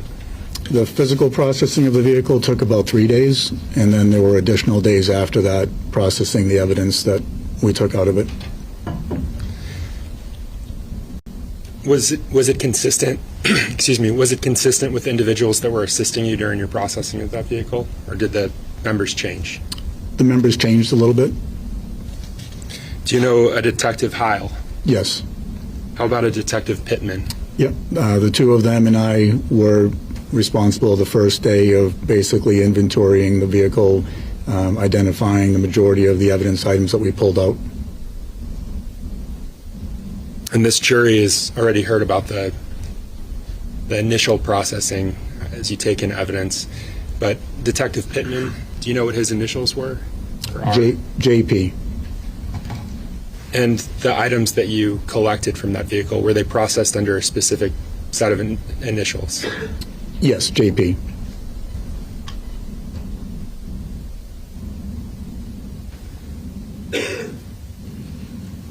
About how many pieces of evidence, potential evidence, were labeled with initials during your time working on that Audi? I would say it's approximately 271. Separate from that, did you use any testing during your processing of that Audi? Yeah. After the first round of testing, or the first round of processing the vehicle, a few items were tested with a method known as a hemistick. And a hemistick basically is a reagent on a strip that, when comes in contact with hemoglobin, will turn a dark green. Did you test all 271 items using a hemistick? No, we did not. Why not? We essentially looked at the items on what appeared to have potential for yielding some type of blood or DNA. Are you aware of false positives occurring with the use of a hemistick? Yes, I am. And can you explain that to the jury, please? The reagent on the hemistick can get false positives, which will trigger it to appear to react as if it came in contact with hemoglobin, which is found in blood. And some of the items that can do that are potato, tomato, iron. They can give you what you would think to be a positive, but it ends up being a false positive.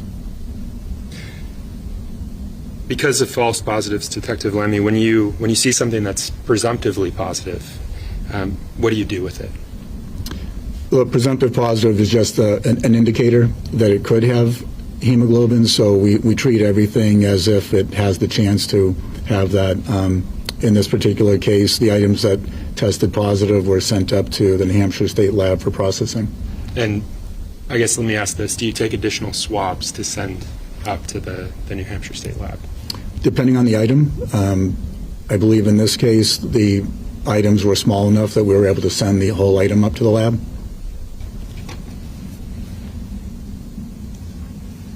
On this particular vehicle, where did you use the hemisticks? In the back seat, there was a car part just randomly sitting on the seat, and it was plastic with car insulation, like sound and deadening insulation on it, and there were a couple of spots on that looked suspicious that I tested. How would you describe, excuse me, how would you describe the condition of the vehicle when you examined it? So the vehicle had what appeared to be, and we didn't test it, but it smelled like it, appeared to have a thick layer of mold all throughout the inside of the passenger compartment. And you previously mentioned working on that vehicle for several days. Did you take any precautions because of that? We wore Tyvek suits, and also not wanting to breathe in mold, we wore a face mask. Of the items that were pulled from that vehicle, did you send any off to the state laboratory? I did. And do you remember which items you submitted? The first three items that we did initially were, I believe, JP 55, which was the car part, JP 120, and JP 122, which were carpeted floor mats. Do you recall submitting item JP 119 153, 195, 224, 251, 216, 225 to the lab as well? So those were sent several days or a week later when we processed outside of the vehicle area, and I actually used a different testing method for that one. What was that testing method? So I transitioned from the Hemistick to Castle-Meyer, which is a similar type of test. It's processing using reagents to also identify hemoglobin. But the Castle-Meyer historically has been known to provide less false positives. So I transitioned to that and processed approximately 37 items that had come out of the car. And out of that, I believe 6 gave me a presumptive positive, and 1 was a false positive. When you say that 1 was a false positive, how did you determine that? So, and not to get too technical, but the way the test works is you drop 3 drops on a swab. So the swab is used to collect the evidence off of the item. Sometimes it's a dry swab, sometimes it's a drop that's been dipped in sterile water. You rub it on the evidence item, then you drop a couple of drops of what's called phenolphthalein onto the swab. If the swab immediately reacts with just those initial drops, that's considered a false positive, because until you add a couple of drops of hydrogen peroxide, 3%, onto the item, it shouldn't react at all. So in one of the cases, it reacted as soon as I dropped the first couple of phenolphthalein drops onto it. Excuse me. You mentioned this green color when you're using Hemisticks. Mm-hmm. Is there a color associated with the Castle-Meyer test? Yes, the Castle-Meyer will turn a bright pink. And is there a different level of pink that you're looking for, or is it something else? It's not so much the level with the Castle-Meyer test as it is the time frame of how long it takes to react. So if it reacts immediately, it's a stronger indicator that it's a true positive. Can you still have false positives with, well, I Okay. think you mentioned that you did in this case. Yeah, you can still have false positives with the Castle-Meyer, so it's just a presumptive test that gives you an indication. Let's look further at this. So, Detective, I want to switch gears. I want to discuss processing of a portion of a ceiling. Are you familiar with what I'm referring to? I am. Okay. And can you just generally tell the jurors what your involvement was with that? Certainly. So I was aware in my conversations with the team that a large section of ceiling had been gathered. I was also aware that that piece of evidence had been sent up to the state lab for processing. They processed it for different items and did not come back with enough evidence to support there being DNA on the item. I was told by members of the team that they sent a couple of these pieces of the ceiling down to the private lab we mentioned earlier, DNA labs in Florida, to have tested, and they came back as testing positive for blood. At this point, Judge, say. Sustained. I'll redirect, Judge. So I don't want you to get into the specific testing of any of the items, but just what you did. You've explained that. Okay. Your Honor, if I may approach. Yes? I'm showing the defense what's been marked for identification. States Exhibit 40 through 51.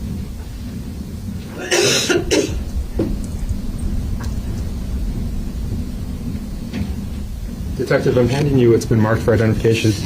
Identification as States Exhibit 40, Exhibits 40 through 51. And I'm just going to ask that you review each in turn and then look up when you're ready. Okay.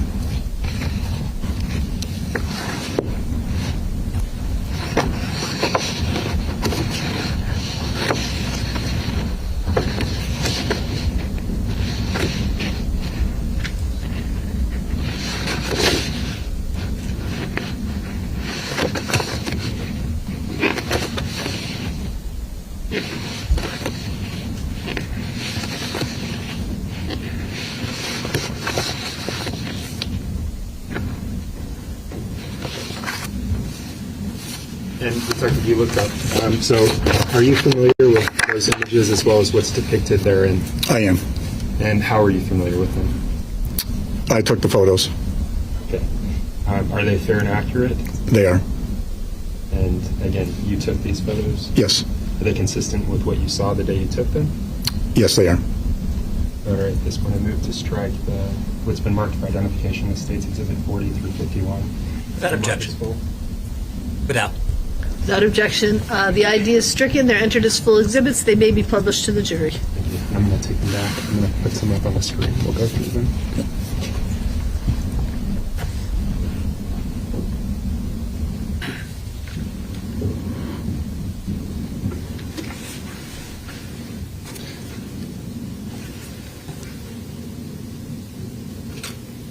So you mentioned being tasked with processing this item. Are you familiar with the item number associated with it? MER 3D,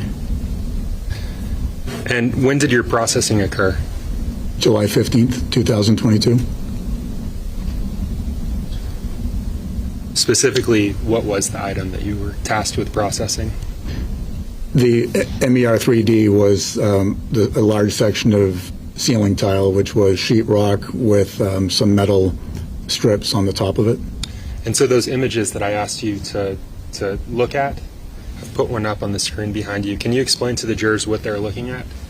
Yeah, this is the whole piece of evidence as I examined it that day. And you're essentially looking at a center opening that I believe is where a vent was, but I wasn't present when they removed this item. And the metal pieces you see are the strips on the top part of the ceiling. You wouldn't see this from underneath it, but that's what the sheetrock would have been mounted up to. And when you say you weren't present for the removal, is that from the location that it was taken from? Correct. The shelter, the fit shelter? Correct. And so what does this image depict?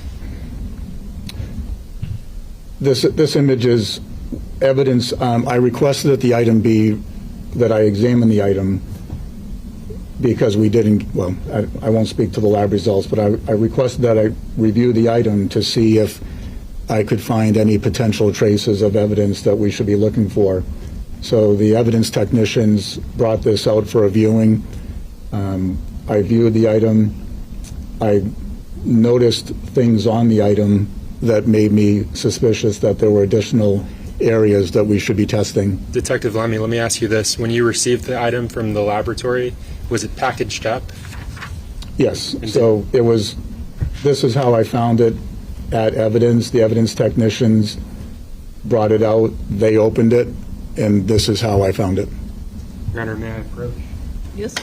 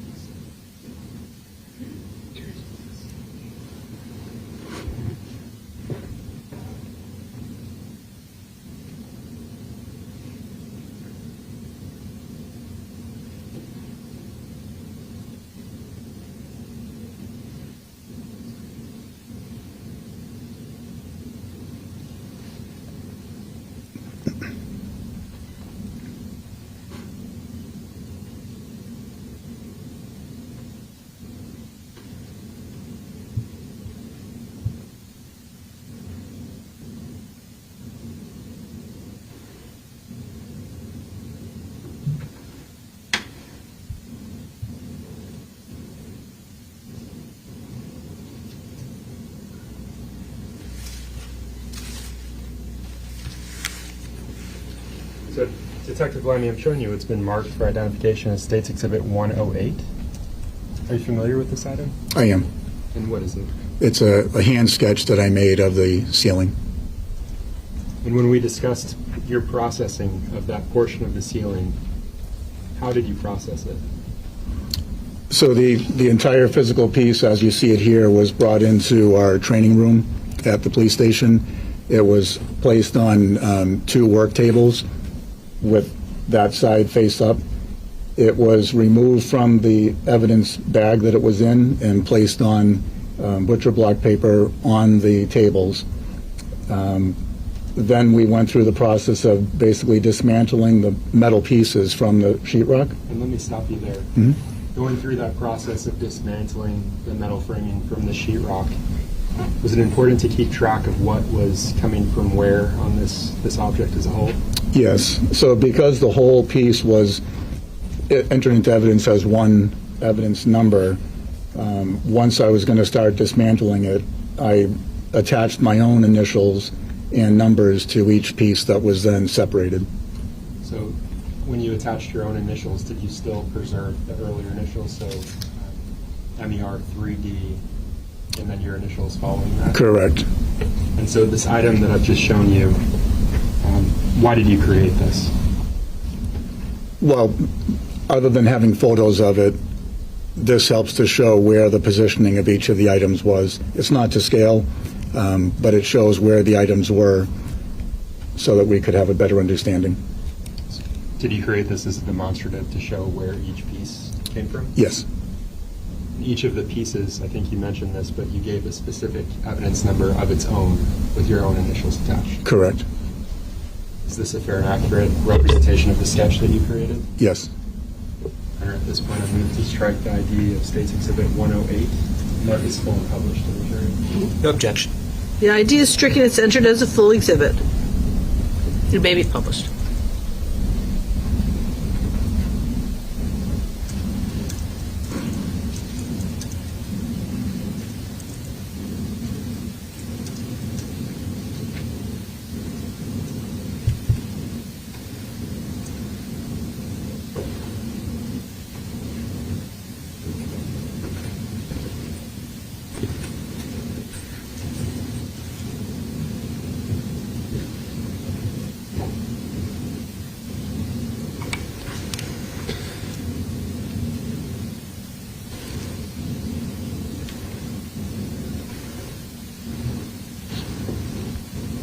And so I've added the image to the screen behind you.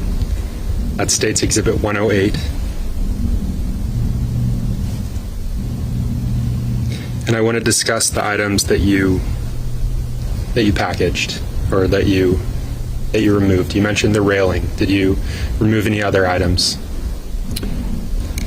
We separated several of the pieces of the sheetrock from the main unit. There was one large piece that I ended up keeping intact, but then we separated off parts that didn't appear to be important as far as any potential evidence items on it. And you mentioned taking the photos.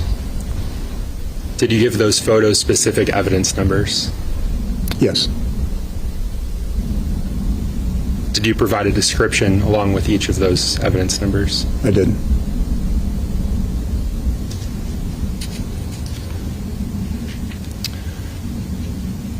And so can you explain to the jury what they're looking at here? So and I'll point up here if you can't see, let me know, but I just put a tape measure on it just to see what the distance was between the metal grids. On here, there's also a couple of handwritten letters written right onto the sheetrock. That was not done by me. I presume that was done by the state lab. And there's what appears to be a dark stain in the center of this piece of sheetrock. And so the letters that you're referring to, if you can just read them for the jurors. Far left is the letter A next to that cutout. B cutout. C and D are in the stain area. And when you received this item back from the state crime lab, or the state forensic laboratory rather, that had already been done. That's not something that you did during your processing. That's correct.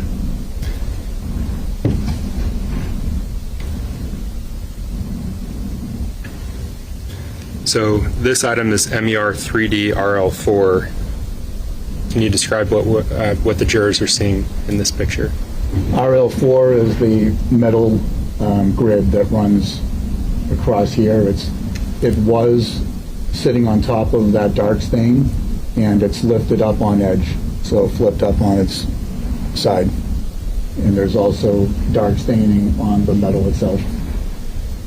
And when you say the dark staining, did that become an area of potential evidentiary value during your processing? Yes, it did.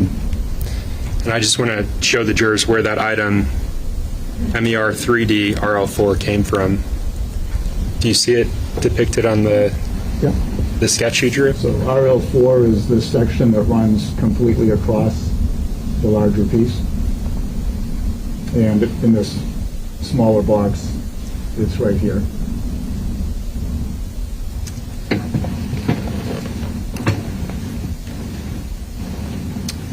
And what's depicted in this image? This is still part of MER 3D RL4. It's the other end of the piece, and it's also showing dark staining running underneath that grid. I want to move on to RL14. What's depicted in this image? RL14 ended up being a piece of the sheetrock that we separated from the main piece. It's separated approximately at where this line is, and this is the dark stain on the sheetrock itself that had been under RL4. And I want to look at where that came from in relation to the portion of the ceiling that you processed. Can you just point that out on your sketch? Yeah. So RL14 is this section right about to here, over to about this line that extends from here.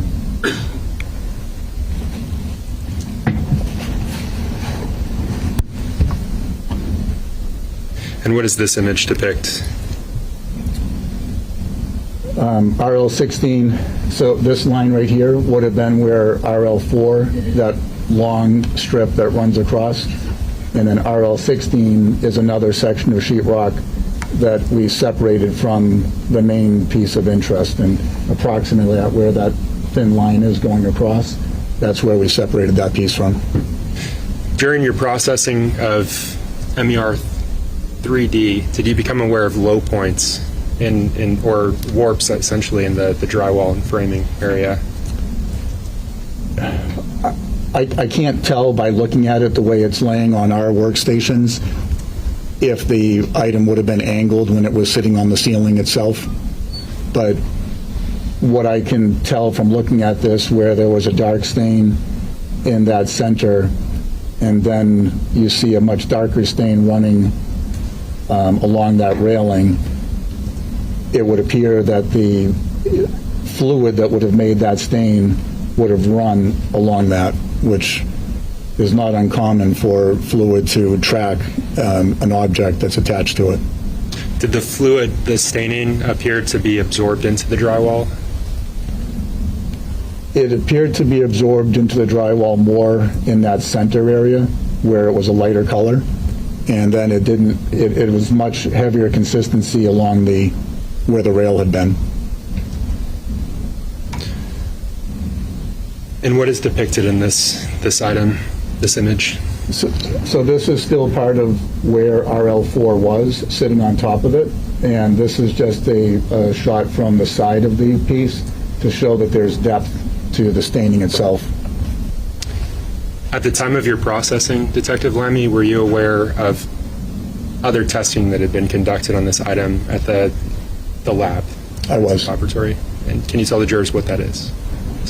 So those two square cutouts that you saw on the sheetrock itself where the paper was missing, those two had been cut out and sent down to the lab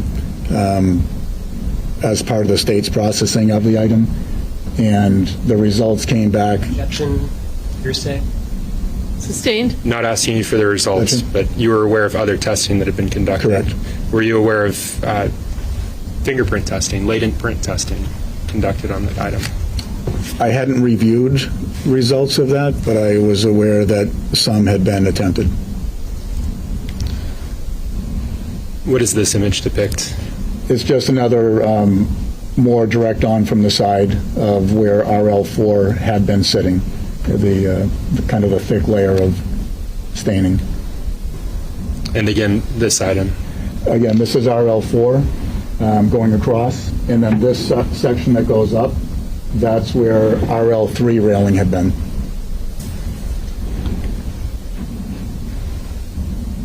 in this image? And this just continues on. This is where RL3 was. RL2 was down in this area. That's where the initial stain had been, and then RL1 would have been up in this area.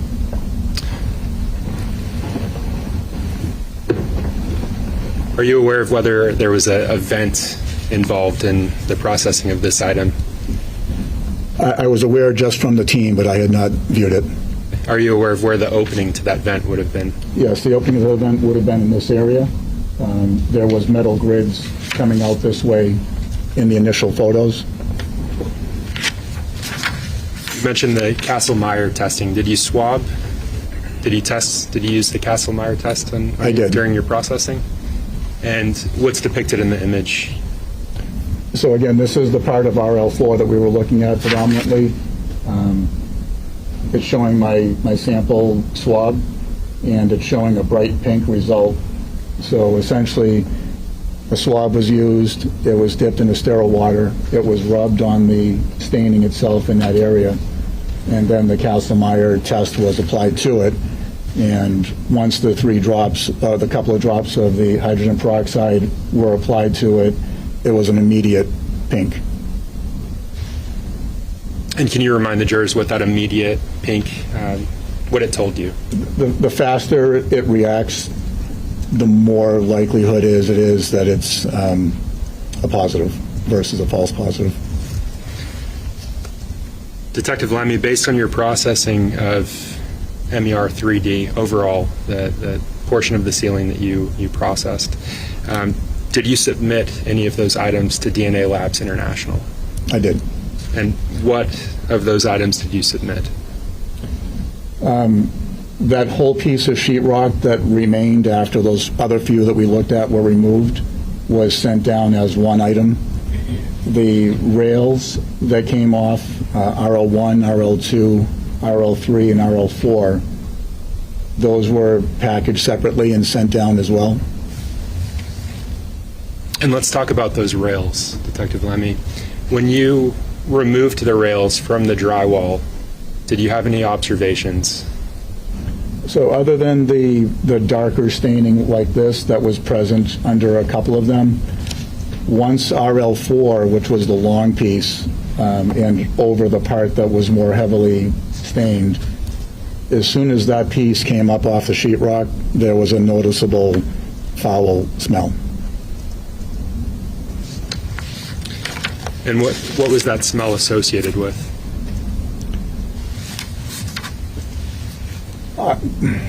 I would speculate that it's from that stain itself. Detective Lemmy, I want to switch gears and I want to talk about the ceiling itself.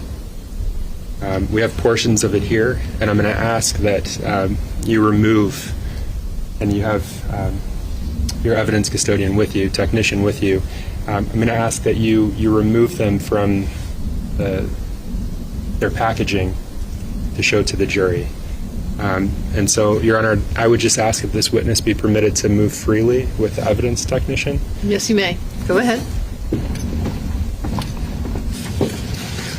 So, Detective Lemmy, I'm just going to ask that you remove certain items, and then I'd like you to identify where that specific item would be in relation to the scale that you Do you want us to maintain individual drugs for each piece, each item, or you want to remove that? Yes, please. Okay.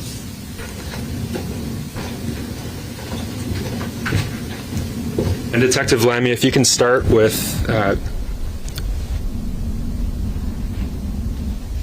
Exhibit 74, identified as MER 3D RL13.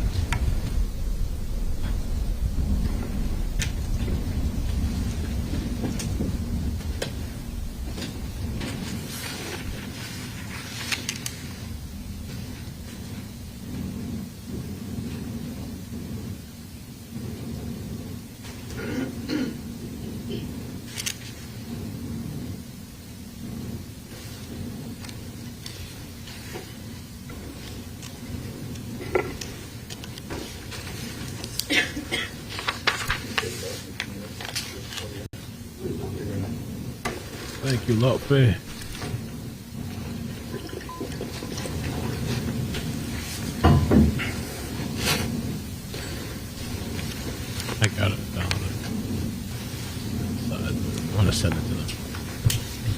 they think.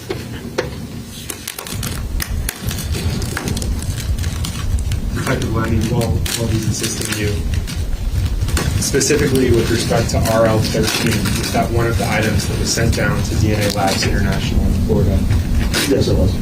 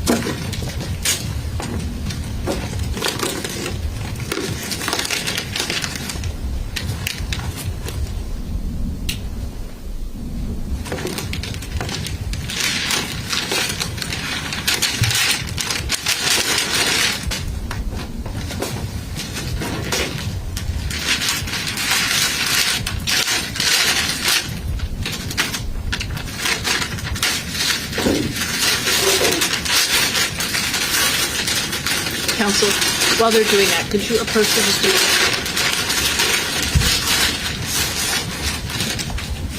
Wallet Wars. Oh, you did? Cool. Just bought your husband one. Thank you. He's the worst to shop for. There's only so many video games I can get. But you know you got to get Grand Theft Auto when it comes out sometime next year. But yeah, this is a good buy. And there's like a, I don't know, at least between 20 and 40% off on the website. Come out like, I don't know, $30, $40. I think it's actually cheaper now online than when I actually bought it. I think I spent, well, maybe with shipping, I spent like 50, I think. But this is like, the quality is good. It's like solid. It's solid. It was like, I don't know, some type of mellow or something. I think it's pretty solid.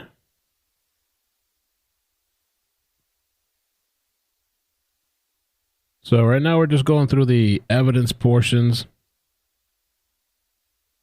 Yeah, I mean, the build is pretty nice. I mean, I have to see. I just got this yesterday, you know, compared to like the Ridge. The only thing with the Ridge too, I feel like their packaging and advertising is a little confusing. A little like on the package box, it makes it look brighter than what it is, and the material look different than what it is. The only thing I'll give Ridge is like it's very, very sturdy, like solid, hard, but it doesn't have the pop-out feature. You have to literally push the cards out with this little space you got. You push the cards out. They come out on the other end, but it doesn't pop, and then they're all like stuck together, and you kind of have to like struggle with it. I mean, I could show you an example. You know, these pop out like this, boop, like that, versus when you put it in this Ridge. I like to be able to pop the cards. I don't have to fight with the cards just to get them out. You push a little ledge there like this. Comes out on the other side like this. Barely comes out. If you can see it, it barely comes out on the other edge. And then you have to like kind of pull it apart and like separate it. It's like a pain. I don't want to show my numbers of the cards, but they have, you know, like it's like a pain in the ass just to pull them apart, separate them, and whatever. It's annoying to fight within the store. It don't make no sense. So I like that the pop out ones. You just slide the cards in. I don't know which way I slide it in. Boom. It's gangster, man. Boom. Almost like a switchblade. You know, switchblade? Just it's like you just like play with the switchblade and just keep like flicking it. Just like a switchblade. Just boop. You know? Boom. Fight and tussle and pick through whatever and all this stuff. And it just keeps everything nice and clean, I think. Man, a lot of my receipts are digital now. You know, Best Buy is digital. Walmart. I think Walmart's digital. I mean, they print you out a receipt, but I get the Walmart card. digital, targets digital. Like I want Ask to that receive you digital now. pick it up. I'm sorry to ask, but pick it up and just show it to the jurors if you can walk them through it. Actually, when you pick it up, I don't think it needs to be. $30. Yeah, so that's a great deal for $30. I'm not married. I've never been married. I have a girlfriend right now, but I've never been married. Thank God. I'm just kidding.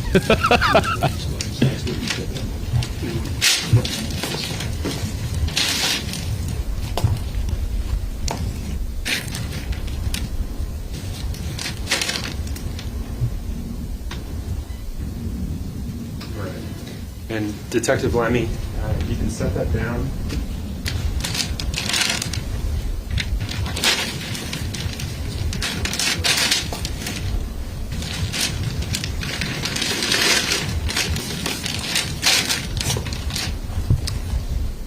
Your Honor, I would move to mark what's been marked for identification as State's Exhibit 74 as full, so strike the ID and publish. I missed doing that prior.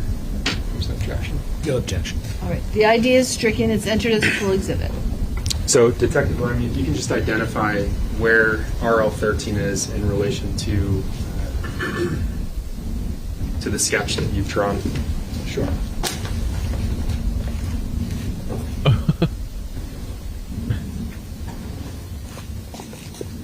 And for the jurors, if it's difficult to see because it's low to the ground and you want to stand, you should feel free to do that, okay? As it was presented to you from that face view, what you saw was the cutoff from here over this way down to about this section. And that's what that bottom dark stain was from here over to the edge. I would just ask if Your Honor would allow if Detective Lemmy can just point that out to the jurors. He can point it out, yes. If he can approach closer to the jurors. So they can see. On the board? With the board. Oh, sure. Yeah. Just the condition of that, I didn't think it made sense to get too close. So what you were seeing down behind the paper was the dark stain emanating this way. RL3 had been here. You saw a small jet out of dark stain, and the darker is in this section. And RL4 was this piece that ran straight across the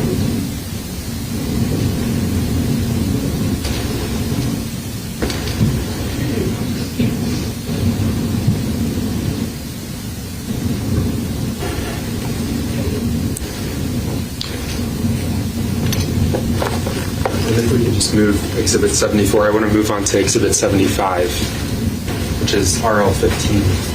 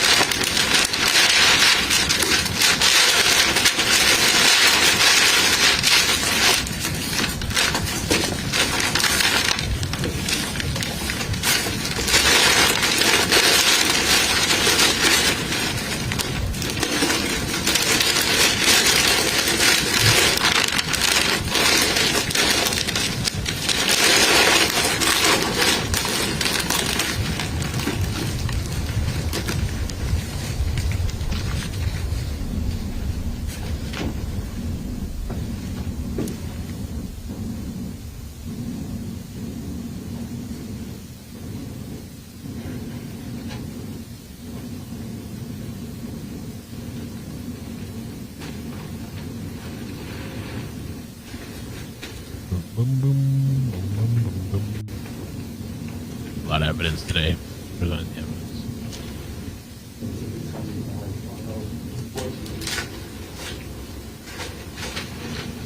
The noise. Yeah, it's really.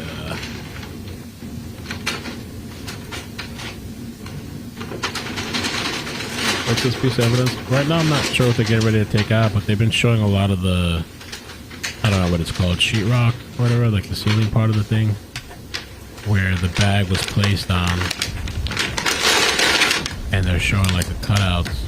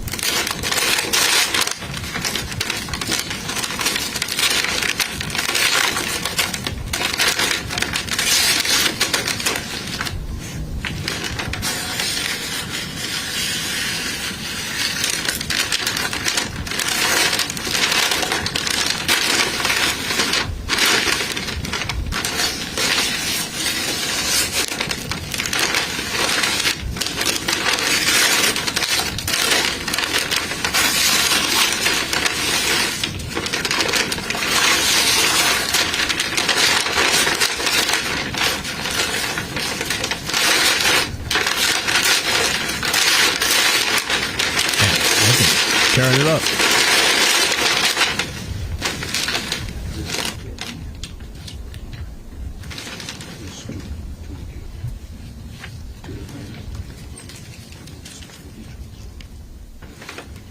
This is the one you chose. Oh.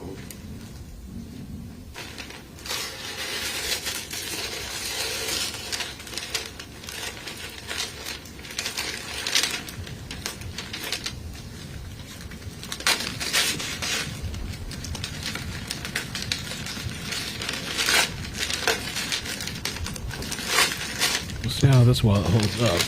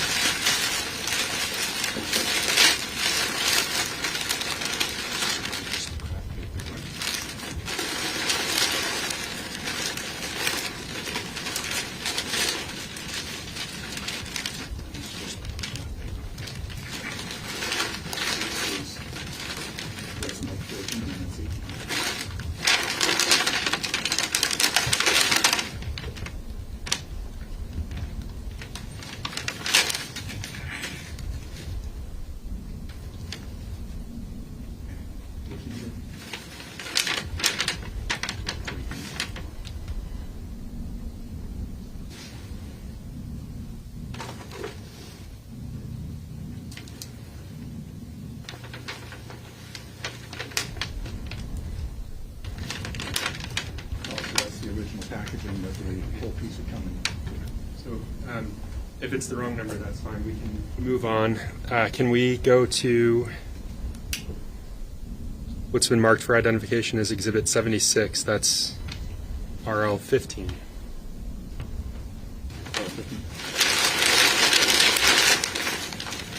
So just to be clear, that item was the original packaging that MER 3D was in. So the butcher paper that we saw in the exhibit, that's what it was set on?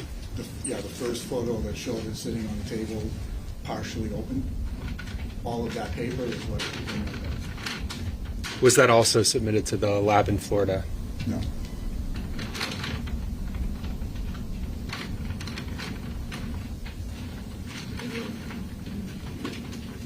That's 875. It is.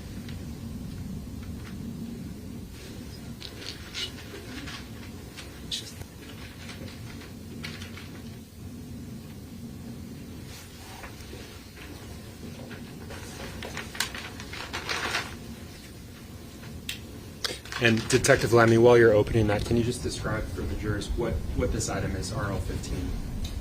So this one is RL 15. The way I showed it to you earlier, RL 4 ran all the way across this way. RL 15 is just a sheet rock. So I'll cut out. So this piece was not submitted to anyone for processing. You know, a lot of the world people apparently hold it DM up me for the on jury to Instagram. I see. didn't see this. January 16. Good damn, Your Honor, remember I a would lot move to of strike ID and mark as full. World States Church. Exhibit 76. I would only be fair to hear from the other ID side is too. Let me stricken, know it's if you'd like entered to as a join full a live. exhibit. Light of the world.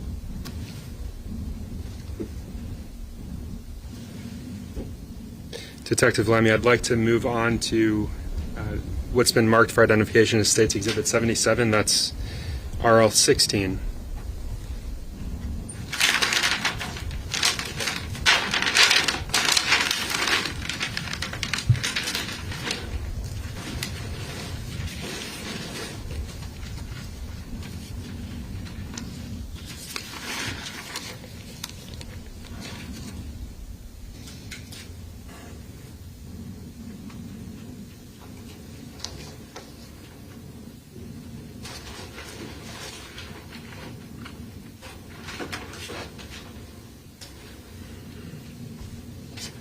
While they're working on that, counsel, do you want to approach?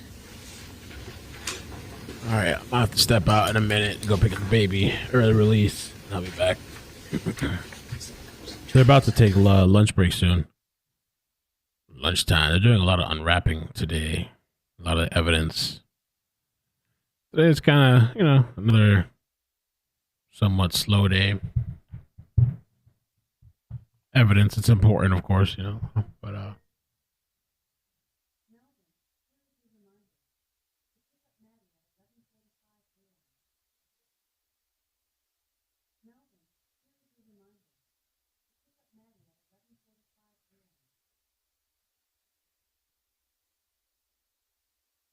all right. Early release. Lucky kids. How the hell did they get that? How'd they pull that off?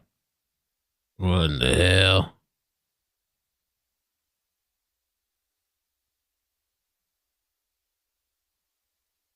This is really cool charging station.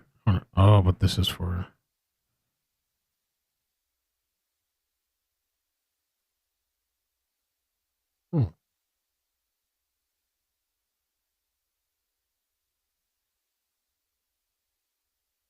Gangster. I want this. And Detective Lemmy, if you can just describe what this item Okay, is okay. and where it came from, according to your sketch. So RL 16, I'll keep it consistent as far as how I was holding it for you. That item is running from here up to the end, approximately down this way over. And RL1 railing has not been touching that particular piece because RL 16 is this area right here. And on your sketch, where's the vent area located? Vents down here. So this would have been a void, essentially. Yes. Let's move to the next item. I'd ask that exhibit be marked full, ID stricken, and published to the jury. The ID is stricken, it's entered as a full exhibit, it can be published to the jury. Detective Lemmy, I would have moved to States Exhibit 78, what's been identified as RL 11.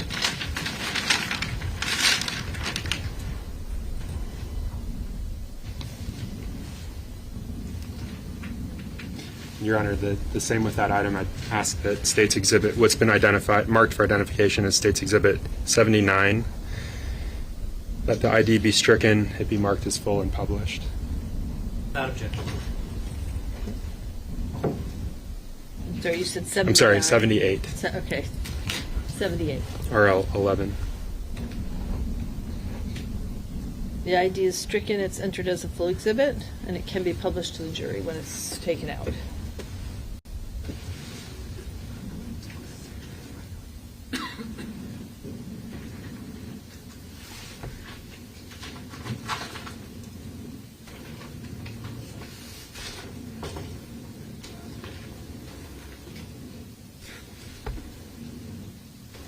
while that's being opened up, Detective Lemmy, can you just tell the jurors what this item is and where its relative location was on that portion of the ceiling according to your scale? So again, same place, the distance, taking where the doorway went,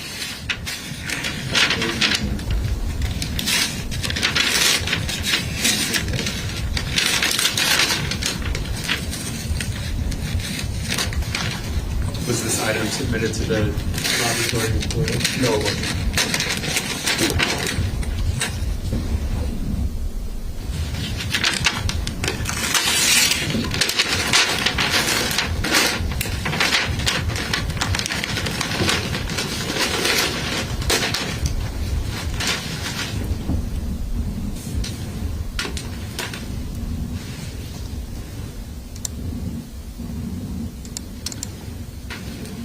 Thank you, Detective.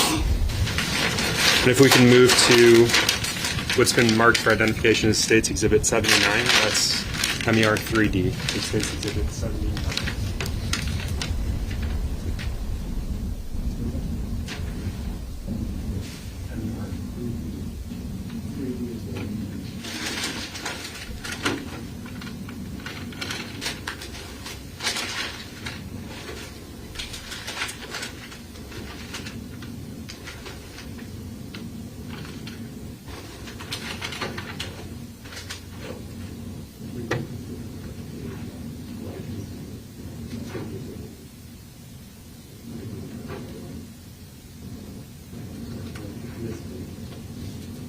State's Exhibit 80 for identification.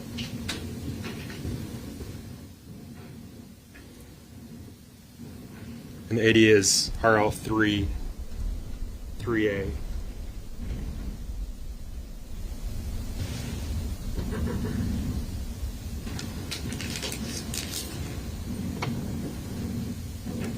So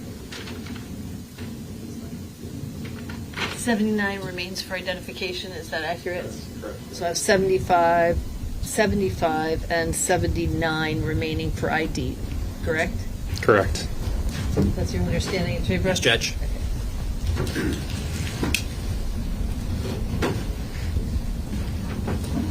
And while that's being opened, Detective Lemmy, if you can just describe where that item was collected from in relation to the sketch of the portion of that ceiling.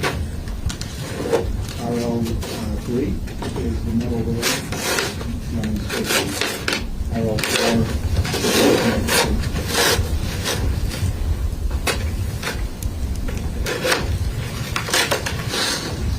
Again, Your Honor, I move to strike ID, mark as full, and publish.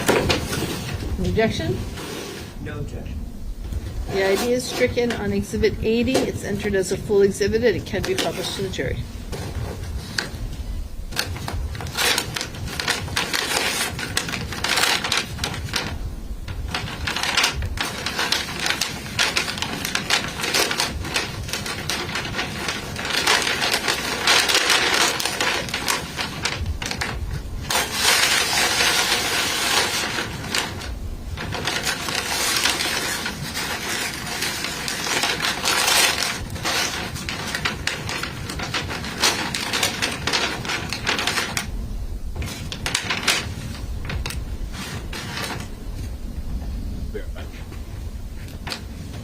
This is the metal rail. This is how the orientation would have been according to holding up to that chart. Running down, RL4 was running across this way. And Detective Lemmy, if you can just show them the underside of that rail. This is the side closest to RL4 that was running across. And was this item submitted to the lab in Florida? Yes, it was.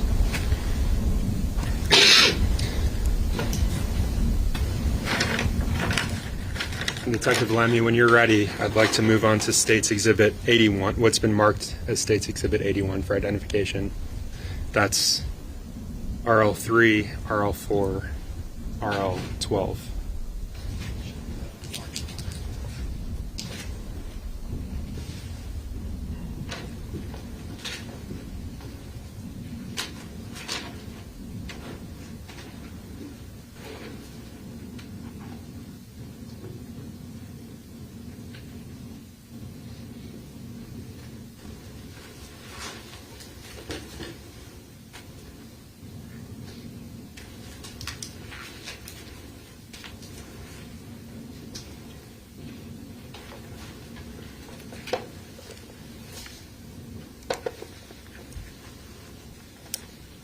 Your Honor, I move to strike ID and Marcus full of State's Exhibit 81 and publish it in the jury. No objection. The ID is stricken. It is entered as a full exhibit. It may be published to the jury once it is opened.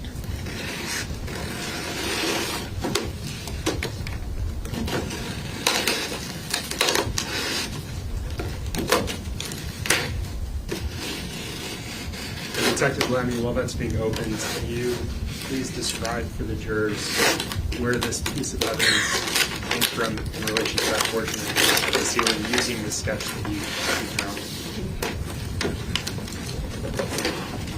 This was actually. I'm sorry, he needs a microphone, please.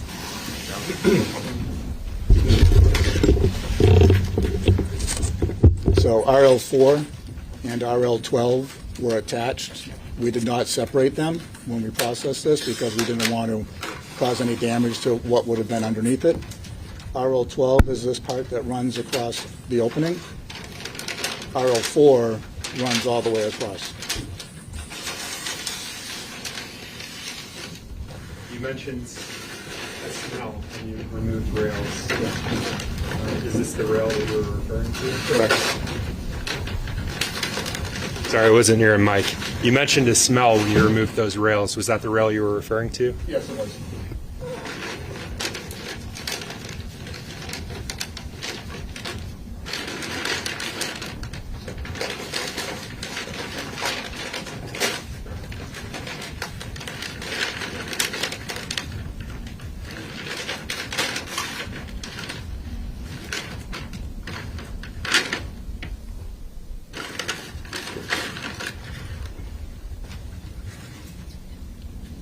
This would be the orientation as we found it.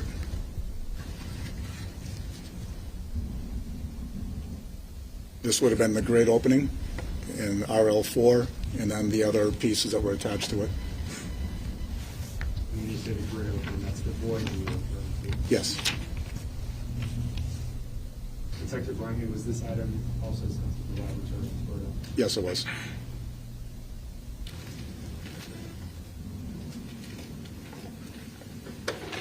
Detective Lemmy, thank you. I have no additional questions. The defense may ask you. Finish. I'll get him back on the stand.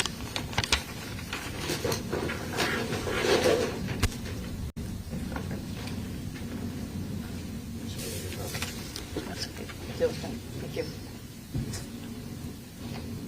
And sir, when you're ready, if you would just retake the stand for cross-examination.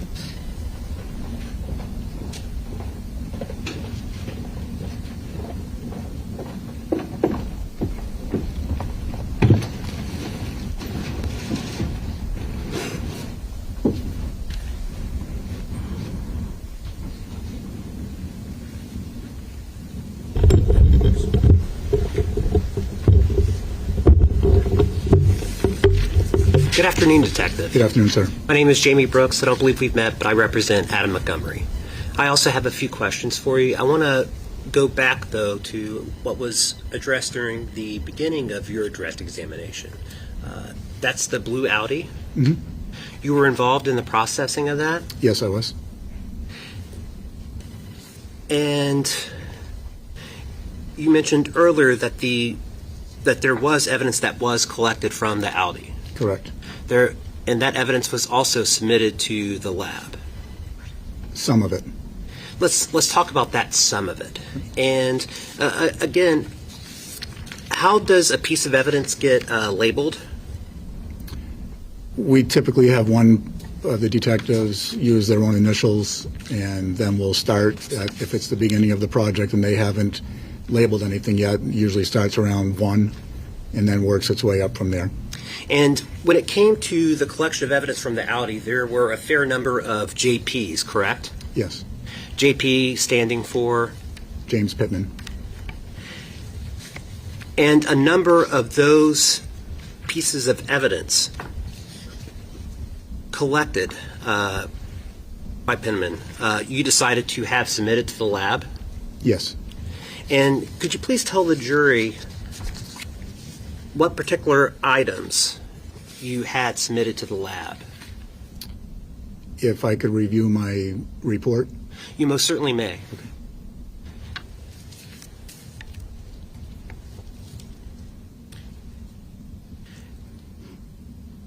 Actually, if I were to, are you familiar with something called a crime scene note? Yes. And what is a crime scene note? Well, a crime scene note is typically an overall write-up of the processing of a scene. I am going to, may I approach, Your Honor? Yes, you may.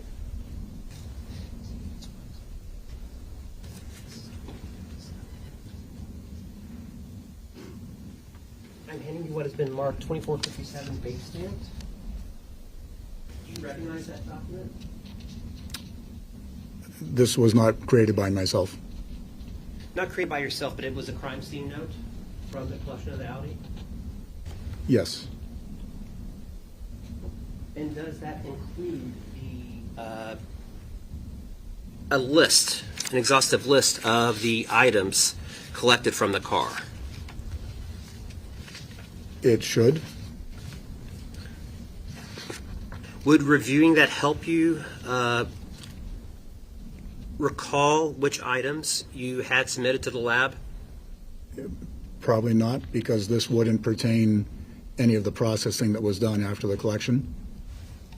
There would be a lab submittal that I probably created, and that would list the items that I sent up.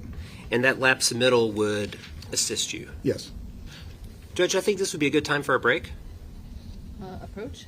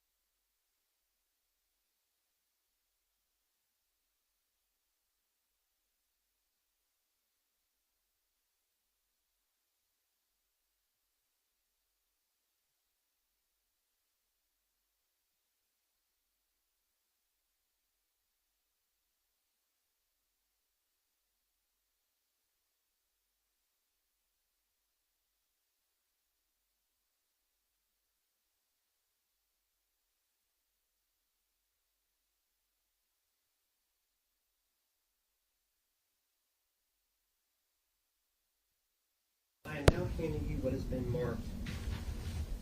It has not been marked, but for bait stamps purposes, it's 3026. Do you recognize this document?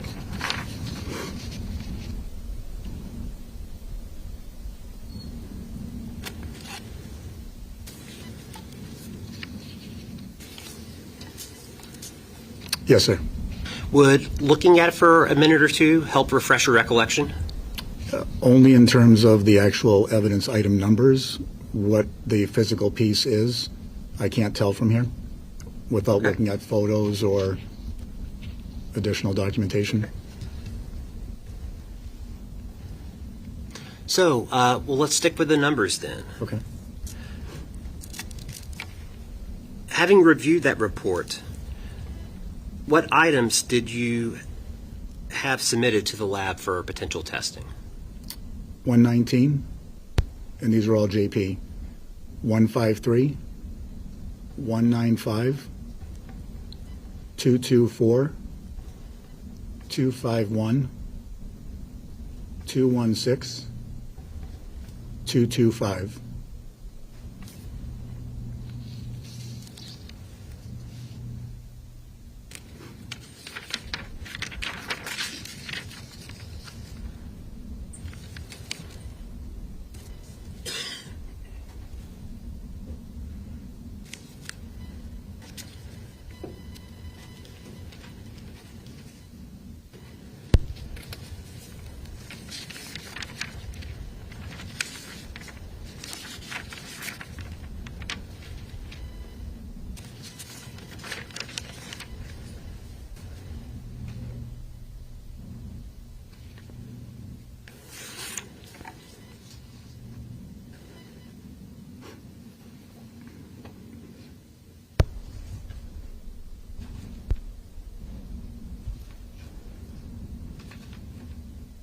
So I understand that you may not be able to recognize, for example, specifically what 119 was or 195, but those samples, the JPs collected from the Audi, did some of those include specimens from the floor mat?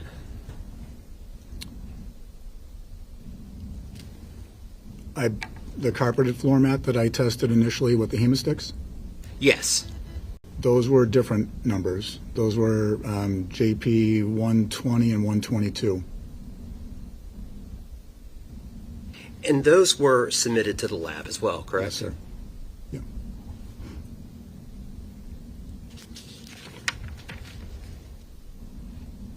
Do you recall a cash register receipt? I do. Could that have been one of the items submitted to the lab for analysis? I believe so. A shoebox? Yes. Blue bath towel? I would have to jog my memory about the bath towel. Detective, do you still have up there the casing note? Yes.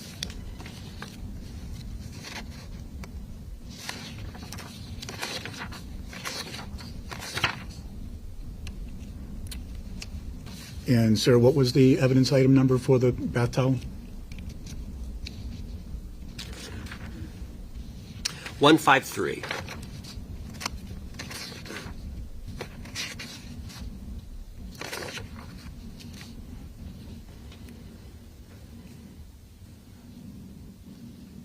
Would you like me to read the listing as far as how Detective Heil listed it? Just wanted to confirm that a blue bath towel was sent to the submitted for analysis. So he identified it as towel with unidentified stains. He did not list the color. Cash register receipt. Do you recall having that submitted? I do. A pink sweater, women's? Yes, sir. A folder with papers? Number on that one, sir? Take a look at 224 and see if that refreshes your recollection.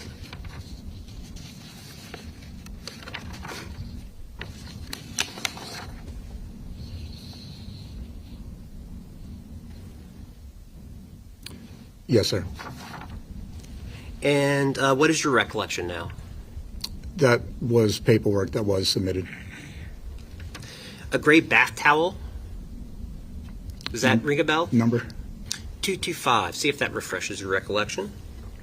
Yes. Towel with unknown stains. He did not reference the color. My photos would show it, though. I apologize. I didn't hear that last response. The photos that I took during the processing would also help if you wanted me to clarify the color.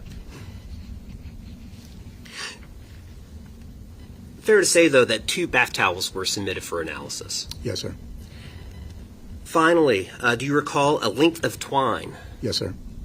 And again, that was collected and submitted to the lab? Correct.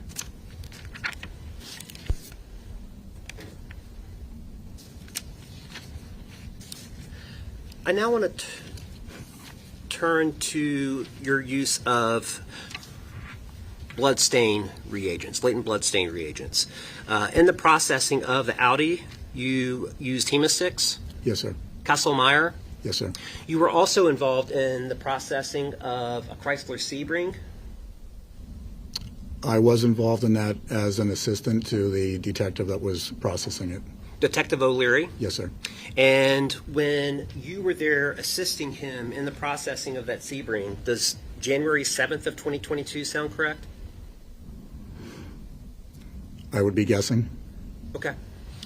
But he was using Blue Star? Yes, sir. I remember that. And that, again, is another latent bloodstain reagent. It is.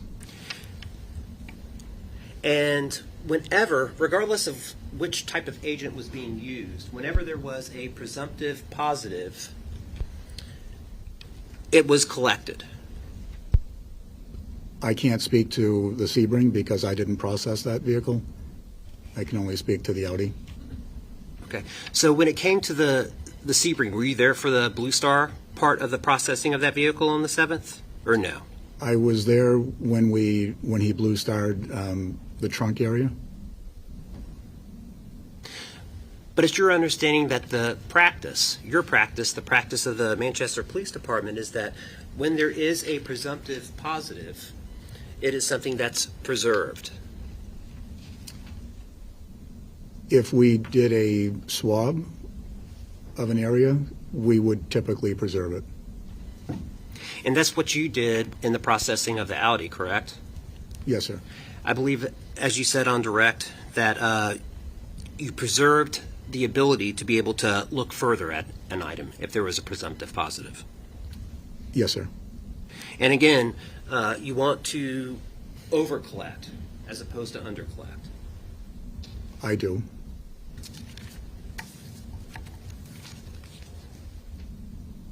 I don't have anything further. Thank you, Detective. You're welcome, sir. Anything further? Just briefly.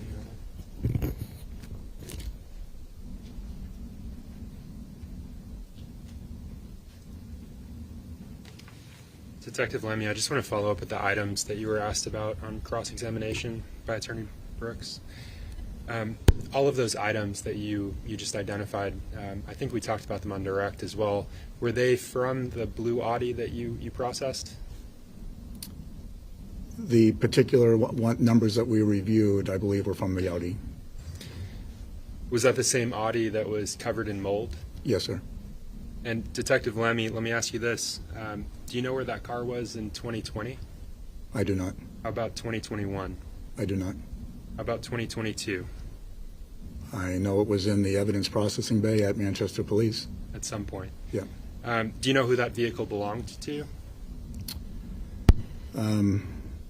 I know that there was consent forms provided, I believe, by two different people. One of them was Donna Demers. I'd have to review my notes to see the other one. And does Anthony Badero stand out to you, that name? It doesn't. Okay. Same questions with the Chrysler Sebring. Do you know where that vehicle was in 2020? I do not. 2021? No. 2022? It had been in the evidence processing bay at Manchester Police.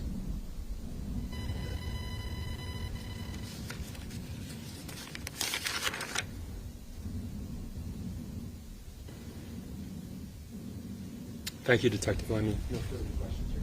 No recross. You may step down. Thank you, ma'am.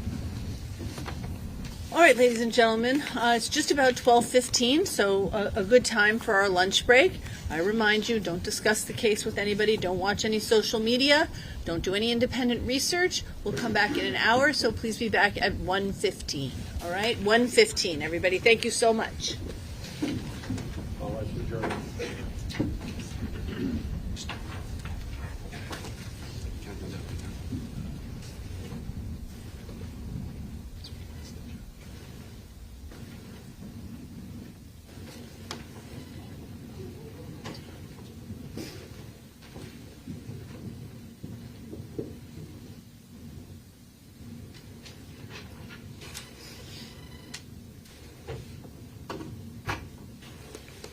Rewrap, or what do you need to do processing wise? I would ask that Mr. Dido be able to repackage the items that were. Okay, one.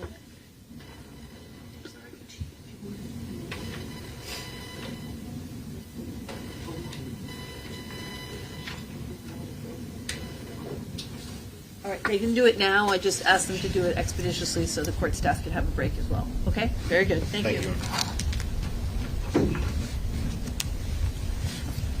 Dave, Ray down. He's done. So many doing Ray down. Jamie, any objection to?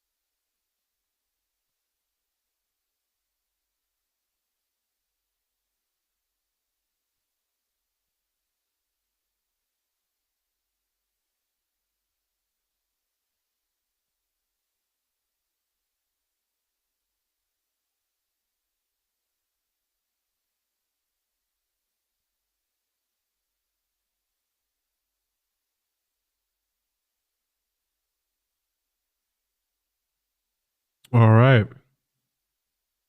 Oh, Lord.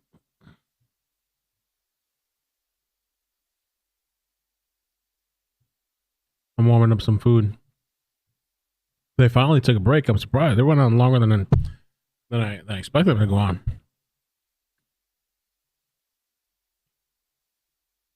Warming up some food, gonna eat. Baby's here, chilling.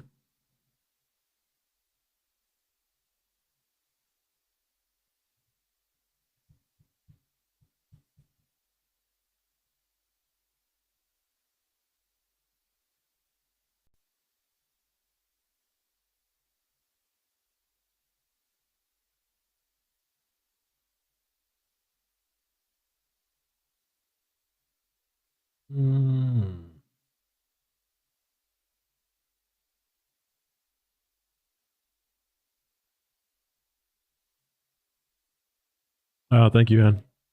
The teacher told me she liked it too. I love your shirt. Or I like your shirt. Yeah, I like your shirt. Thank you. It's beautiful weather outside, man. Really nice weather today. I thought we had a cold front coming. I don't know what's going on with that. Let's see, cold front.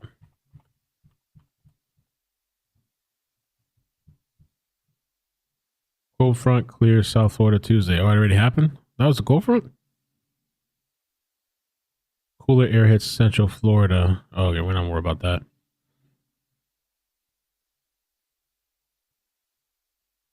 Afternoon highs won't warm much, reaching 70 degrees. Okay.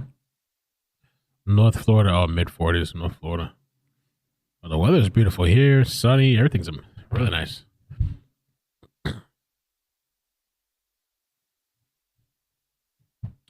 The couch, that's Maddie's on the couch. Little Valentine thing and flowers. I actually got her a card too. I forgot to give her, but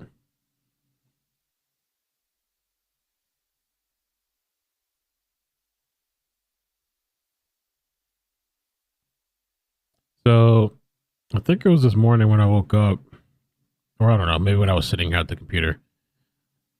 You're not gonna believe the new craze, the new entertainment. Well, maybe you'll believe it, kids these days, right? I could never imagine myself like, yeah, I'm bored, man. I'm gonna just jump off a building. Check this out. This is the problem they're having out in Cali. Now this step aside taggers base jumping. Base jumping. Bro. Daredevils are now flocking to downtown LA's infamous graffiti tower. This guy's called Nix Ozonov. Nix Ozonov. In my country, we do this all the time. This is nothing. Let me type his name. Nix Zonov.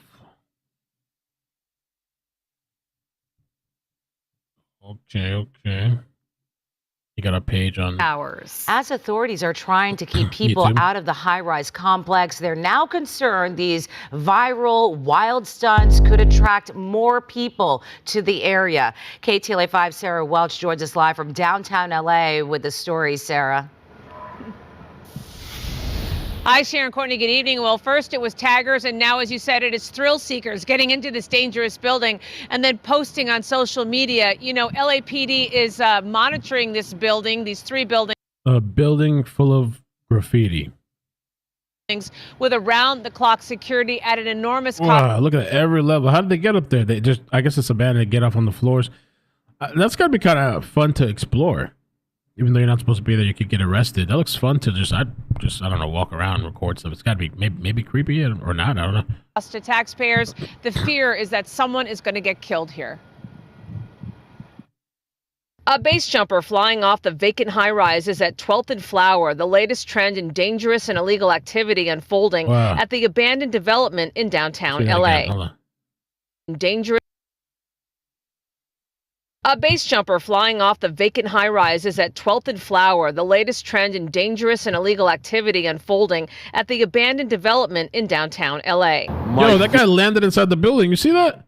He jumped off and Base flies jumper back in. flying off the vacant high-rise There's is one at guy 12th there. and Flower, the latest trend in dangerous and illegal activity at this guy down unfolding here. at the abandoned development in Flies downtown right LA. inside. Oh, no. I thought he flew inside. He flew between buildings, looks like. I'm about to say. Someone is going to fall to their death. City Councilman Kevin DeLeon and others in the city are working to tighten security at the eyesore across from Crypto.com, overrun by taggers and other vandals trespassing and scaling the ledges several stories up. We are pleading for the developer to step up and do what's right. But he isn't counting on that. The Chinese developer is reportedly bankrupt, so the city Chinese developer.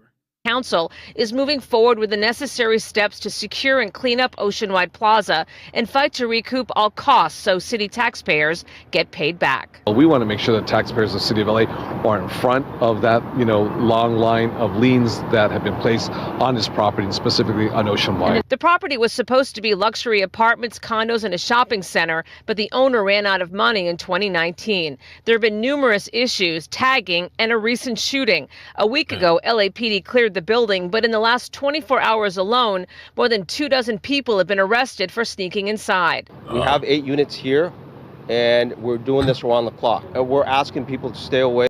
I wonder how much money it costs just to watch this building around the clock. Stay out.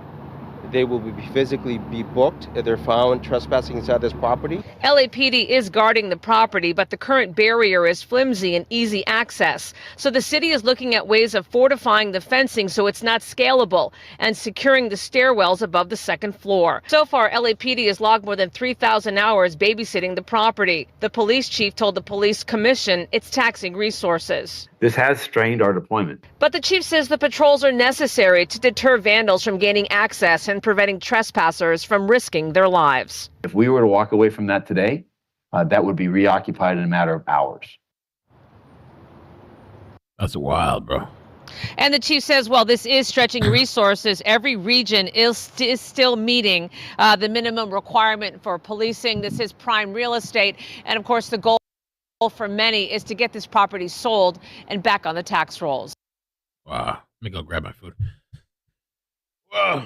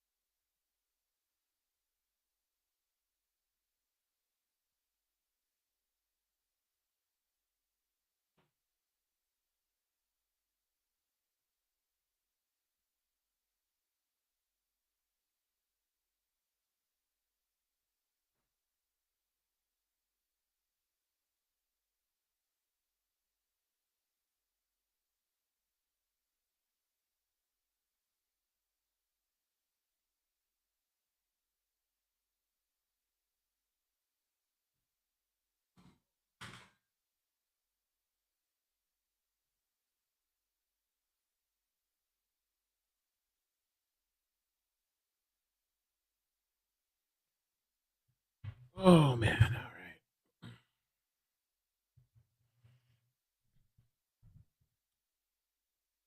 All right. Let's see what else we got going on.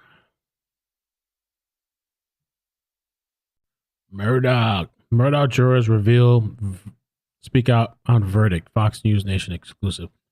Where's the full video? Got a 50-second clip.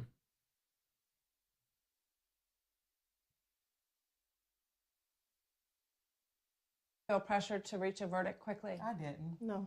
No. No. Not by Becky Hill. No. She made it clear. She said that Judge Newman stated that we had until 10 o'clock to make a verdict. That was the time that we were given. But if we didn't, it was fine. Mm-hmm. She found a hotel. We would have to be sequestered, which made sense. Mm-hmm. We were in deliberations. Mm-hmm. We didn't know we would be deliberating that day, but it made sense. But there was no pressure whatsoever. And the forelady, I mean, she even told us when we were in there alone and the door was locked, she told us, we don't have to do this tonight. Mm-hmm. If you're too tired, you don't have to do this tonight. We don't have to do it. Yep. And even after we came to our verdict, she said, if you don't feel comfortable with your decision, we don't have to go out there. We can stay here or we can come back in the morning until you are comfortable. I don't know, man. Becky paid y'all? I'm just kidding. I wish we could see a full thing.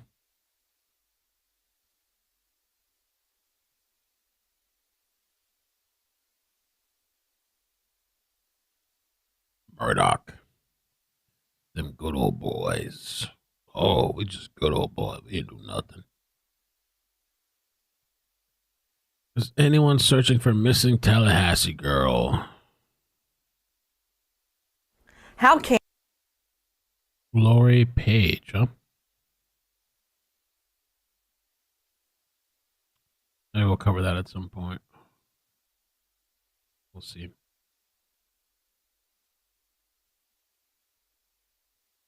Turned out, I guess this guy uploaded the video to his page. I don't know if this is his page.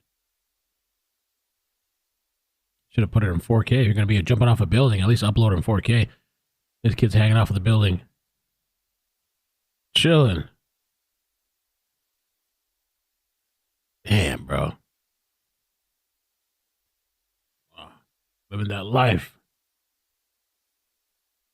Wow.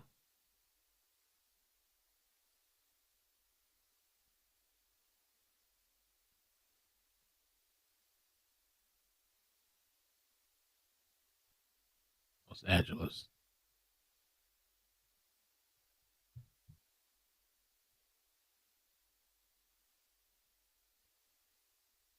For lunch, sweet potato, Brussels sprout, and a burger.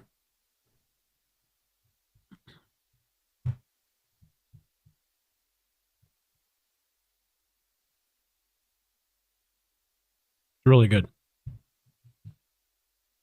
The view is nice, huh?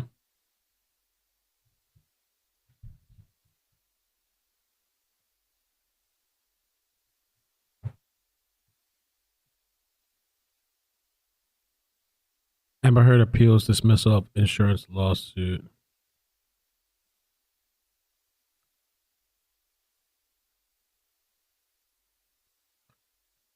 Whoa. Oh.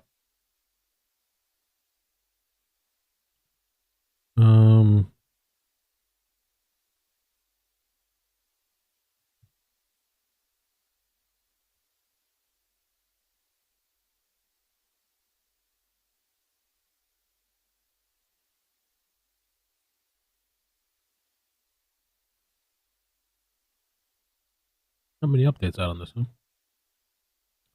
Let's see. Cuomo talked about this missing person again. Did we watch this? This is a new update. Missing in Europe. Florida woman hasn't been seen in 11 days. If this were in the United States or in my jurisdiction, we would have switched over already. I mean, when you see someone spray painting the cameras at a house and that individual is missing for 11 days, yeah, that should be more than a missing persons. But this is in the jurisdiction of the Spanish authorities. And so the FBI, and Jennifer can speak to it, will be working with the Spanish authorities, but it really is in their domain. And unfortunately for us local law enforcement, we don't have any jurisdiction at all.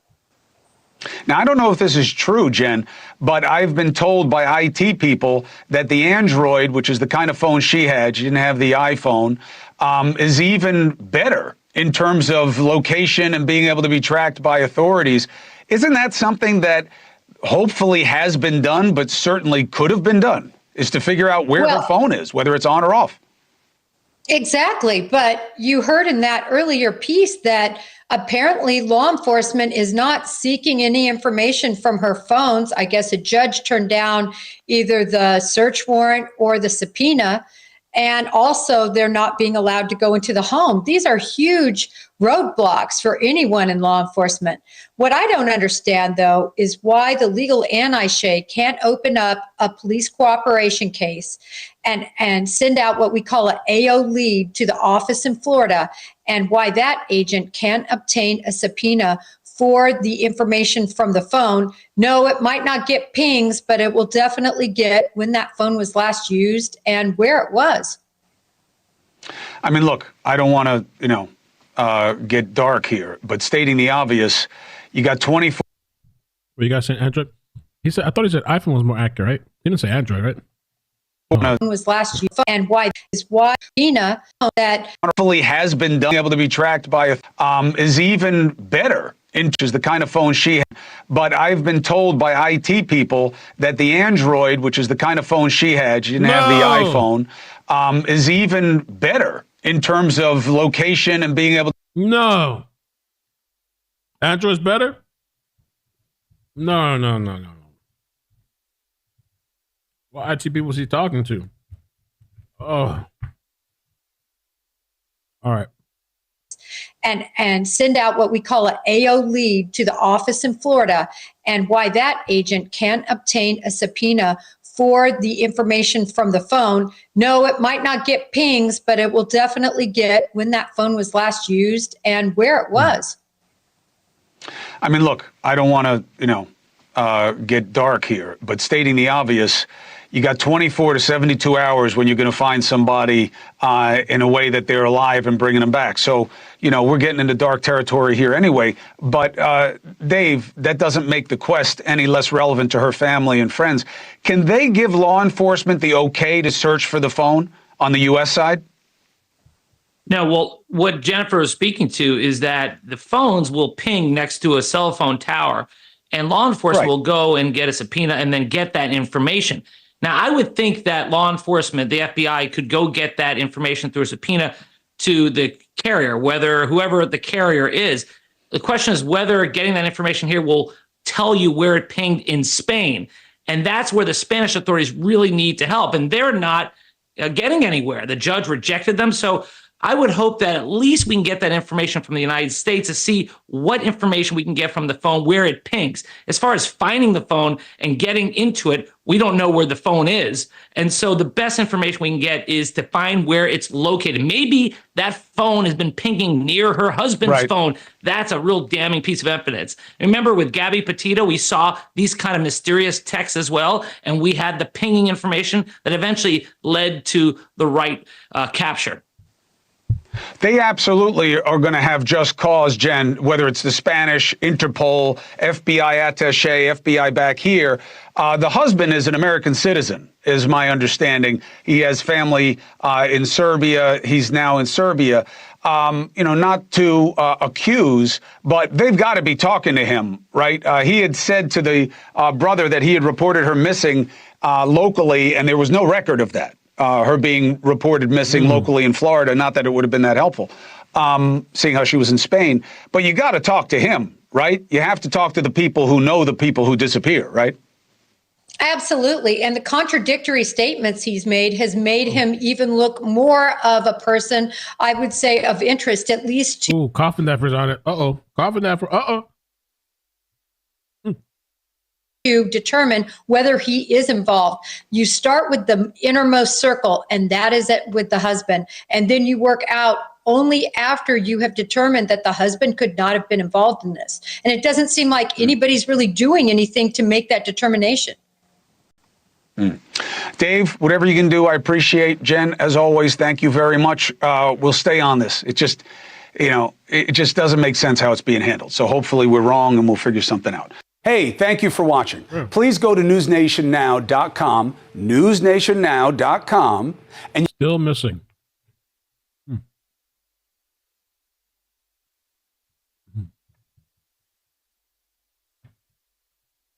You want another poll? The War of the Phones?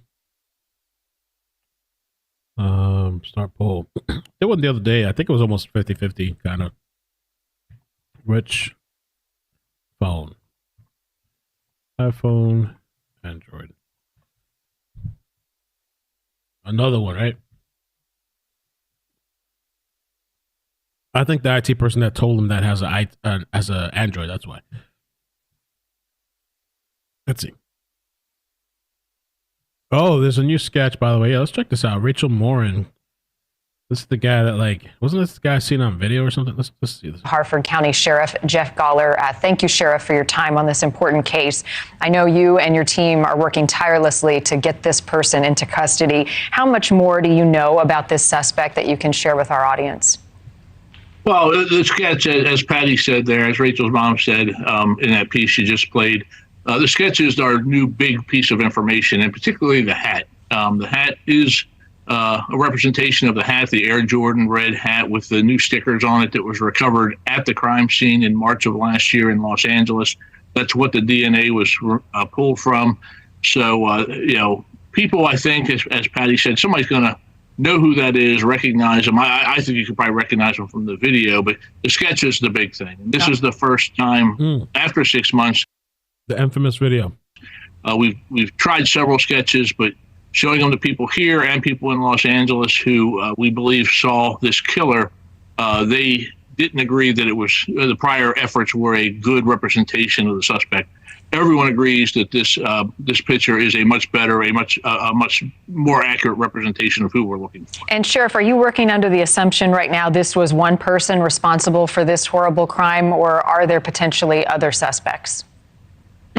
All evidence, everything that has come to my attention so far, we believe he acted alone. But again, these kind of questions are open because we won't know until he's in custody, and we get an opportunity to have a conversation with him, whether other people were involved. But all the evidence is that individual on the video is the individual who took Rachel's life and who we need to identify. We have all the evidence. What we're missing is the name.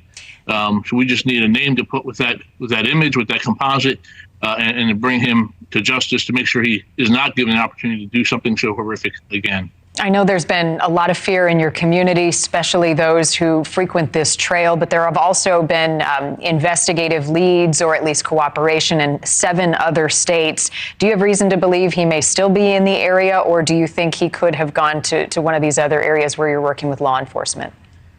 Again, that's one of the open-ended things. Certainly with my 40 years of police experience, and we have great investigators working on this, my inkling would be that he fled the area. But criminals, no one could commit such a crime and be in the right frame of mind. So he could very well be here. He could be back in Los Angeles or anywhere on the globe for that matter. Every community is at risk until he is removed from the street. Tell me more about the development of this sketch, how it came together, and also the link to California and that burglary months prior. Absolutely. We have been working with the Los Angeles Police Department out there. That was the earlier crime. This hat was recovered from a home invasion and the assault that happened there. And one new piece of information that we have said is that there were multiple people in the house, not just the individual or people who were assaulted, but there were multiple people in the house at the time of that home invasion. And we have spoke to all our investigators, along with Los Angeles, have spoke to every one of them. They have shown this composite to them, as well as people here who in the days and the hours leading up to Rachel's homicide saw what they believe was the suspect on the hiking trail, probably staking out, waiting for this opportunity to grab Rachel or just anyone that came down the trail. We don't know, but certainly at this point, we do believe he staked out that portion of the trail and had prepared himself for either her or another woman whoever came along. Otherwise, this is a very safe area in your community. I know there haven't been a lot of problems. You have extra patrols out there. Any cameras along this trail that you all have been able to glean more evidence from, or witnesses who were out there that day? Certainly at the trailheads, there's businesses and a lot of residences. Some in different places have portions of the trail. My own backyard hits a different portion of this mom and pop hiking trail. So investigators have canvassed for all that evidence. But there are no trails. The trail is a Parks and Rec, Hartford County Government Parks and Rec park system property, but there are no cameras along the trail. We made that suggestion in the days following Rachel's murder, and the county is moving in that direction. We kind of hope they'd be up by now, but as you said, this is beyond the abnormal for this trail, for this area. It's so far outside the norm because it is such a safe area. My daughters walked this trail for years, lived on it for 22 years. I don't know, man. Sometimes it's the nice neighborhoods. I joke around all the time that I'm living in the hood. The gate's always broken and stuff. Some weirdo creeps in the area. Sometimes people are always speeding down this road over here. Even in this parking lot, the closed-in parking lot, people speeding all the time. Like it's a regular road. I think that lady that I told to slow down, I think she's the one that reported me for a noise complaint a while back, months ago. And there's been cops out here multiple times. There's been cops out here like 3 times. Cops out like right in front. Well, this is technically the back. 3 times. And the complex had sent some email notification thing that there was somebody apparently trying to steal cars and they got him or something. He was arrested. And this is considered a decent area. It really don't matter where you live, apparently.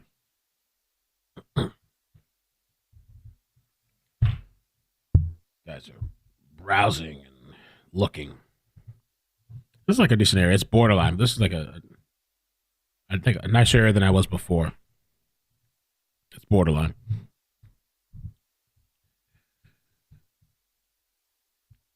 Do you know, are you going to do an update on Savannah? I just did one the other day on the second channel, like 2 days ago. If you're not subscribed, make sure you're subscribed to the Ick and Mel CC channel. We just, we did it the other day. It's right here. We watched the bond hearing, if that's what you're talking about. We watched the whole, it's about 40 minutes long. Especially when we're covering a trial, sometimes I don't have as many notifications on here, so I have to spread them out so we can make sure we have for the next day and breaking stuff. So Ick and Mel CC, we covered that. This guy was pretty smug. I'm sick. We're all sick. You're all sick? Yeah, we're all sick. Oh, it's funny that your wife didn't mention that. Oh, this because she's brave. She don't talk and tell. She don't tell nobody. And my son that allegedly killed somebody and murdered a pregnant 9-month woman? Yeah, no, he has breathing problems. Yeah, he can't breathe. Okay, sir. But hey, whatever we want to say, he still got the bonds got reduced. Right? They got the bonds reduced.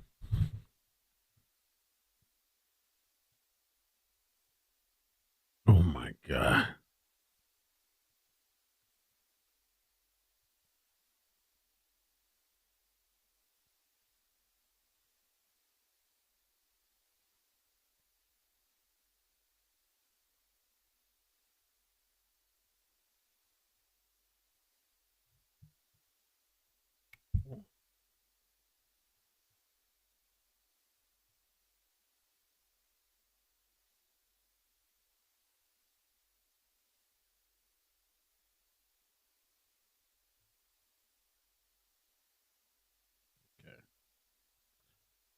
I was texting Amy.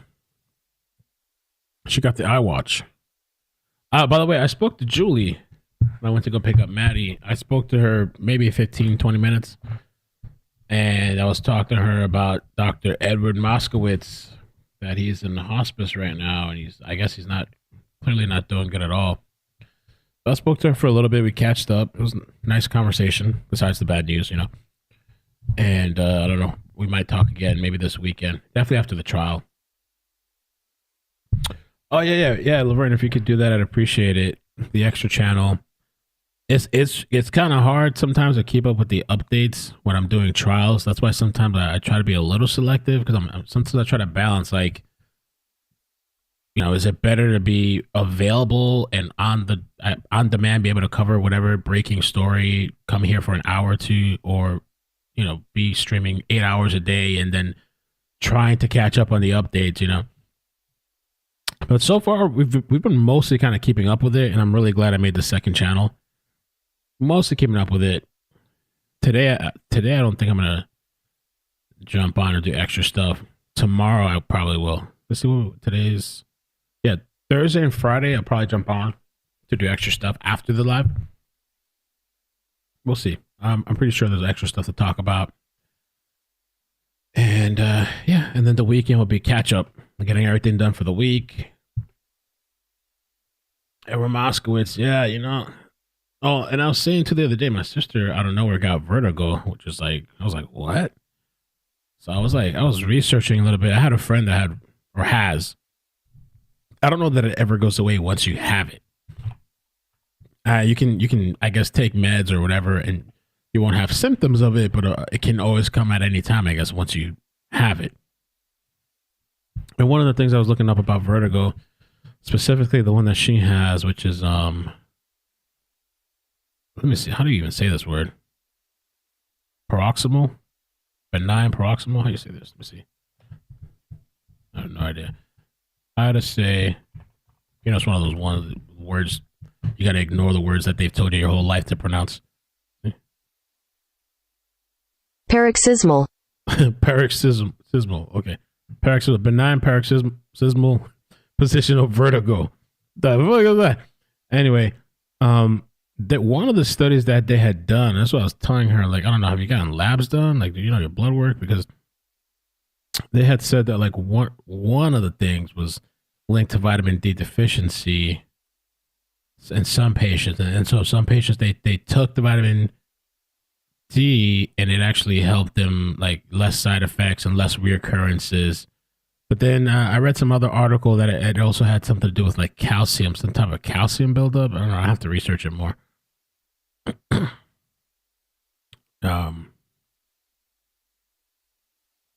I haven't had vertigo except with the ear infection. Was it only ear infection? Does it always stay with you once you get it?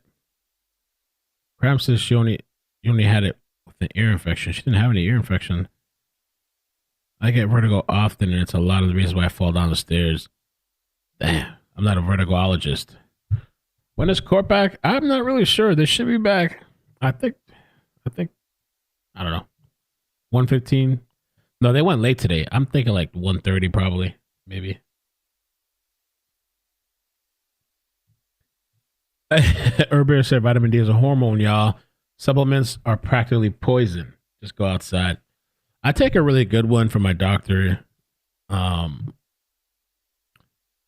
I get one from this place that my doctor recommended to me. A lot of people are deficient in vitamin D.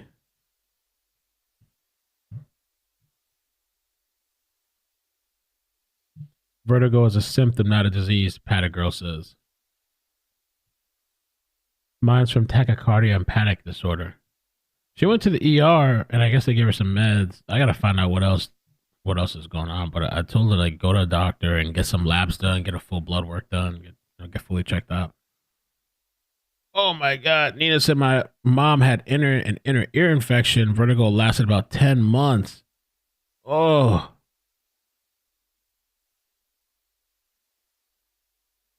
Ashley said I fell downstairs with new glasses. I was so pissed. Magnesium helps with vitamin D processing. I didn't know that, actually. And I'm actually taking magnesium at night. I just started yesterday for the recovery, because now I'm working out more. Recovery and resting and all that stuff. Magnesium is actually really nice. Kind of relaxes you. You get a good night's rest.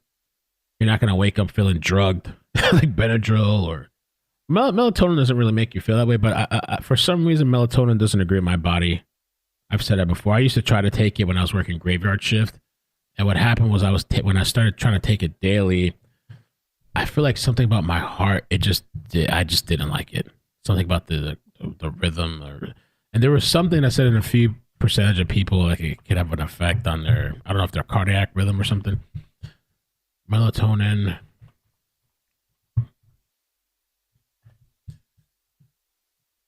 Show the chronic usage of melatonin in hypertensive patients while controlled by nifedipine therapy includes blood pressure increase and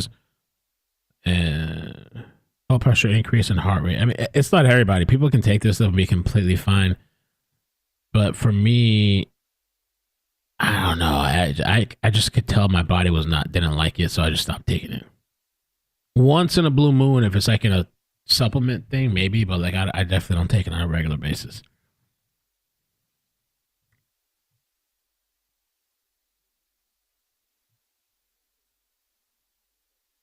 I mean, there's just different articles. I mean, you really have to look it up on yourself. And I guess you could consider this anecdotal unless you find a study.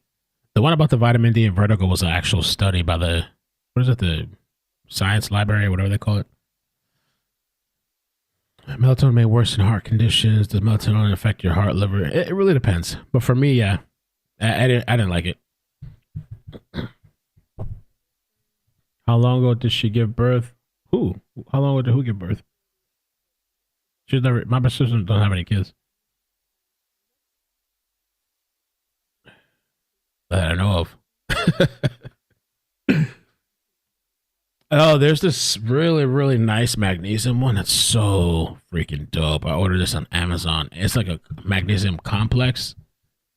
My first time trying it. The person that's helping me with like the exercise and stuff, she recommended me a brand, but I did it on Amazon. This is a different brand, but I did it on Amazon because I just wanted it because I've been like sore the last 2 days, and so let me take a screenshot. This one is actually really nice. You got to get like good quality stuff if you're gonna get a supplement. I personally don't like. I wouldn't get like a Walmart brand thing or something. Oh, that's the wrong shit. Oops.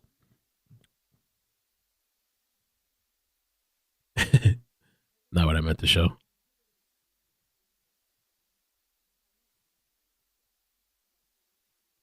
All right. This one here with, I don't even know how to pronounce half of this. The magnesium malate, magnesium oxide, magnesium aspartate, magnesium biglycinate, and then tracks all this stuff. This combination here, 420 milligrams. And then you even got the gangster stuff, right? You didn't have that fake sugar shit. You got the stevia leaf extract, monk fruit extract. Yes. No way, Grumpy. Did Mustard tell you weights first, then cardio? She doesn't really like cardio. She's just like trying to sway me away from it. There is cardio on my little workouts thing, but I stopped doing, like today when I went to go do weights, I didn't do any cardio. I'm actually going to do it later.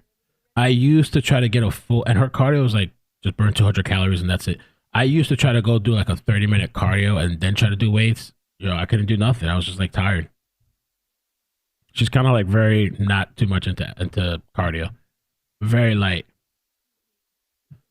Massage guns have been causing vertigo too. It's all over TikTok. And I have a really gangster massage gun.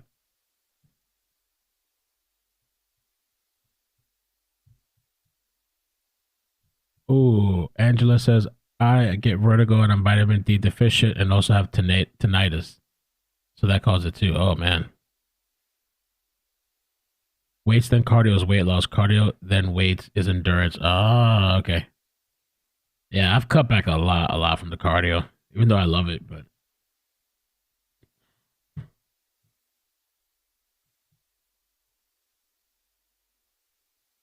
Yeah, I agree, MSK. The supplement brands do matter.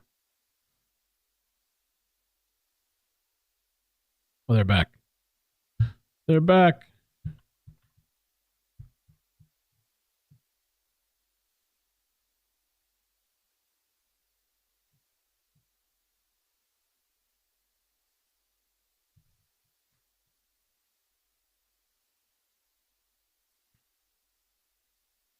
No audio yet. Yeah, this one's called Go Biotics Magnesium Complex. Yeah, I like it a lot. And the flavor is really nice. It's light. It tastes really good. 60 servings per tube also.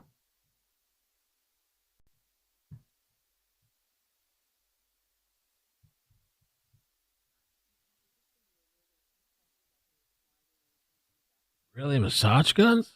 What the heck? I'm shocked. I always do weights then cardio.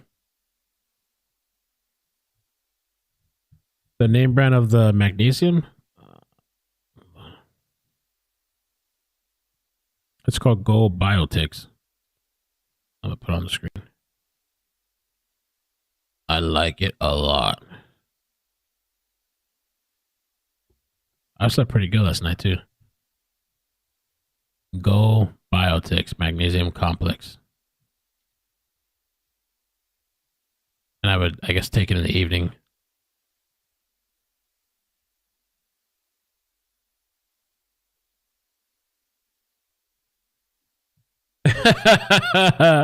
If you want to last longer in bed, lift last.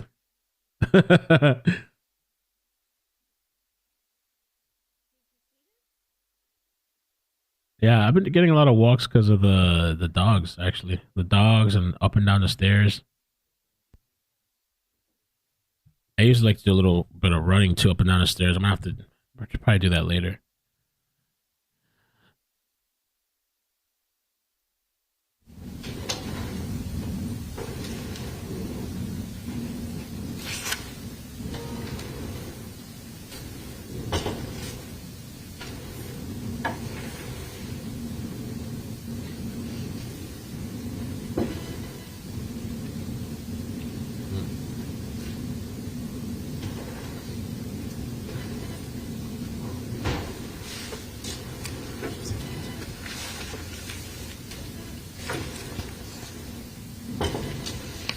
Just measure that.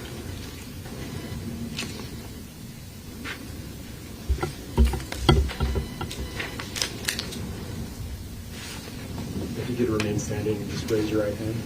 You swear that the testimony that you'll provide this jury will be the truth and nothing but the truth under the pains and penalties of perjury. I do. You can have a seat, Ms. Redwich, and make yourself comfortable. And when you're ready, if you could just start by stating and spelling your full name for the record. My name is Rachel Radwich. First is Rachel, last Radwich. Ms. Radwich, how are you presently employed? What do you do for a living? I work for the Manchester Police Department in the Evidence Division. And how long have you worked with the Manchester Police Department? It'll be 9 years this September. In those 9 years, have you held more than one position with the Manchester Police Department? I have. So I started off as a emergency communications dispatcher, and then after about 2 or 3 years, I began working in evidence as an evidence specialist. And then as of last July, I was promoted to the evidence supervisor. And what are your current duties and responsibilities as an evidence supervisor? So I primarily oversee the 3 evidence specialists that also work in my unit. I oversee the intake and collection of all evidence that comes into the evidence division, as well as maintain control of all of our storage rooms. Ensure that all policies and procedures are being followed, and just keeping up with day-to-day tasks, completing requests, that sort of thing. You mentioned the intake of all evidence.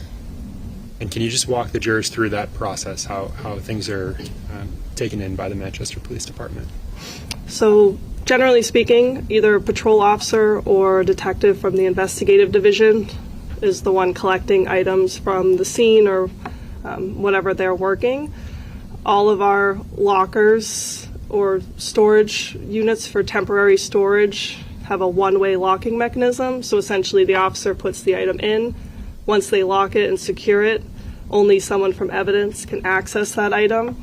From there, we maintain that the packaging used was the proper packaging to maintain integrity of that item.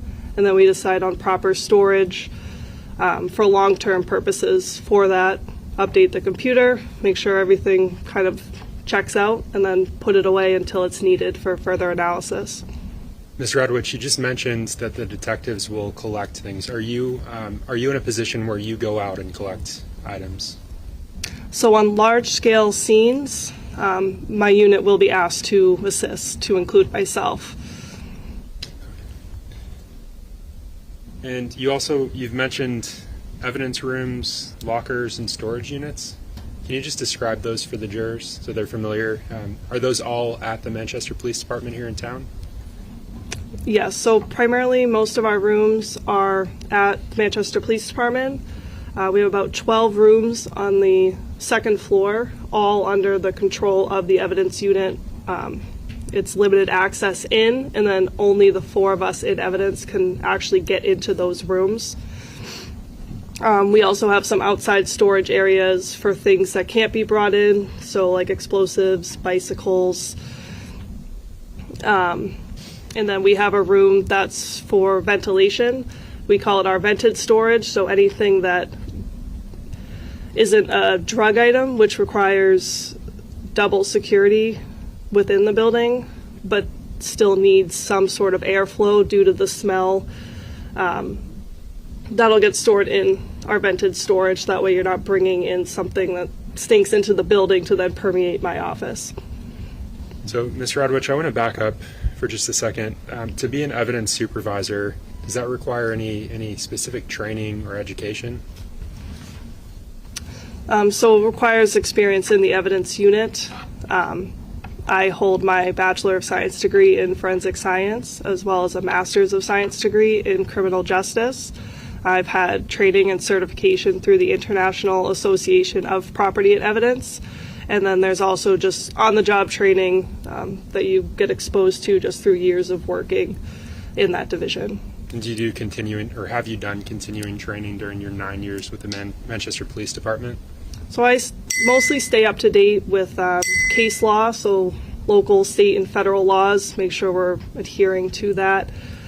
Stay up to date with our CALIA standards, which is accreditation for the police department, make policy changes as necessary to reflect that.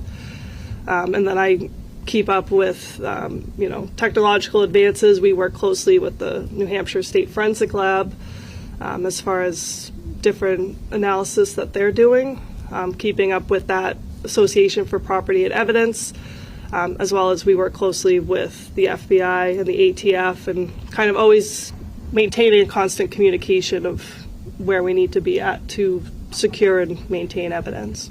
Now, Ms. Radwich, I'd like to switch gears, and I want to talk about the case of a missing child, Harmony Montgomery. What was your role, just generally, your role and involvement on the case of the missing child, Harmony Montgomery? For this case, I was still an evidence specialist, so I hadn't been yet promoted. And I had a few different roles within this, but primarily it was to assist the detective division for those large-scale scenes, just to help maintain and document any evidence that's being brought in, ensure the integrity and packaging of those items. Do you recall when your involvement on this matter began? I want to say it was January 2022, and at that point, it would have just been primarily the intaking and storing of items coming in. At that point, it wasn't a full-scale investigation to what it ended up being. So just, different interview discs, paperwork, that sort of thing we were collecting through those one-way lockers and putting them into storage. And you mentioned earlier that you're in charge of intake of all evidence that's brought into the Manchester Police Department. Are you aware of whether or not evidence has been brought to the Manchester Police Department regarding this case? Yes, there has been a lot of evidence. When you say a lot, what does that mean? About 900 pieces, give or take. Ms. Radwich, during your involvement in this case, did you ship items from the Manchester Police Department to DNA Labs International? Yes, so we would take items being stored at Manchester Police Evidence Office, and I would transport it to a FedEx facility. Generally, we go to the one in Bedford and do standard express overnight delivery of those items directly to DNA Labs International in Florida. And I want to discuss specifically an evidence item bearing the evidence item number MER 3D-RL1 through RL18. Are you familiar with those items? Vaguely. I know MER 3D is the ceiling tile, and then anything with the RL attached would be any of the rails or screws that were removed from that ceiling tile. And can you just describe for the jury how you became familiar with the ceiling portion, the rails that you just mentioned? Okay, so MER 3D is a large piece of drywalled ceiling tile. There's a vent opening with metal rails. I first became familiar with it when, of course, it came into my office and we needed to store it.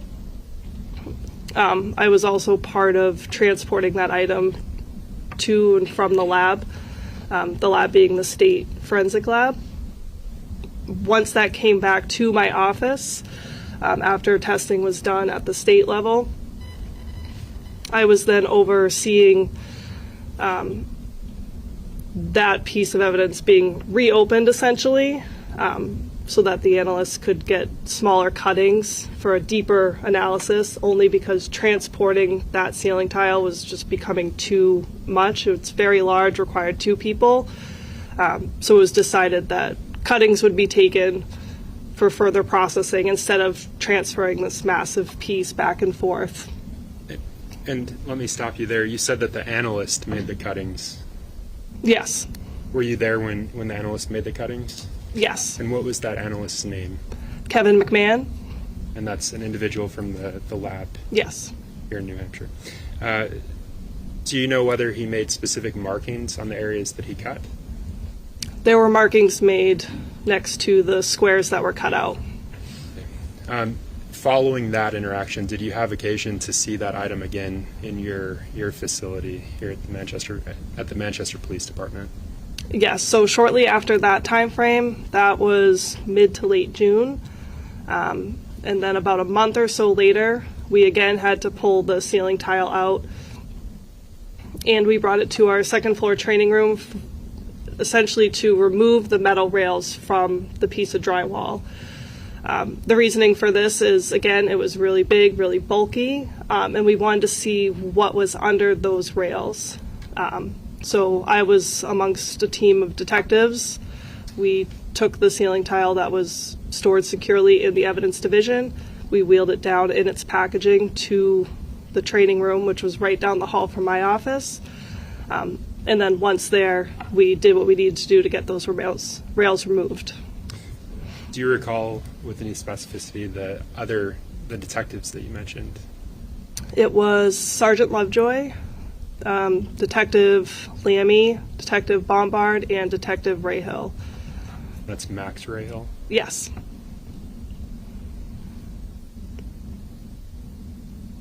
And so did you unpackage the item that day? You mentioned it was in July. Do you recall the specific day? I want to say it was the 18th. Okay. So on July 18th, did you unpackage the item for the detectives? Yes. So once we got it to the training room, we put down a clean piece of craft paper, put this item on top of it, and then just carefully open it up so as to not disturb the contents underneath. Of course, we had to use a knife to cut into it because it was wrapped in cardboard, given that it was drywall, so we didn't want it to bend and then break. Did you have any impressions when the rails came off of that item of MER 3D? Yeah, so first looking at the ceiling tile, you could see some like dark staining on the drywall backing. And then as the rails were being removed, you could see dark red, like crusted staining along the rails as well as slightly underneath. And as the rails were being removed by the detectives, I could smell just a foul odor coming from that piece of drywall as the rail was being lifted. And were you familiar with that foul odor that you smelled? Yes. And can you explain that to the jurors? How are you familiar with it, with the smell?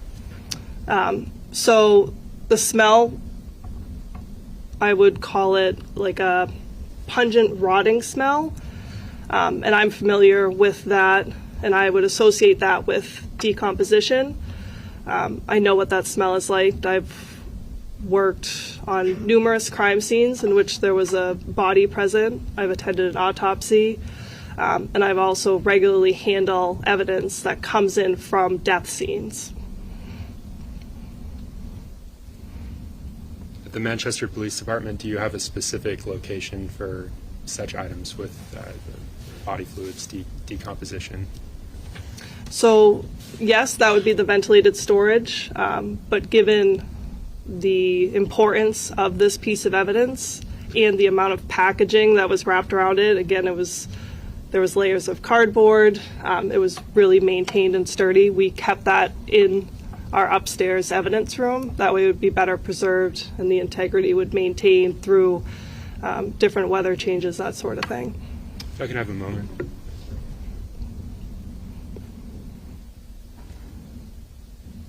Thank you. No further questions. No questions. You may sit down. Okay, thank you.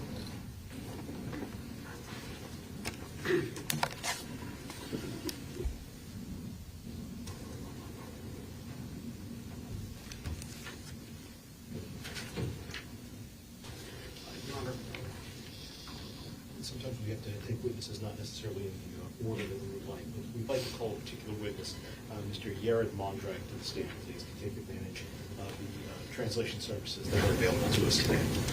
All right. The witness is coming, and then I'll ask the interpreter to please step up as well. Thank you, Your Honor.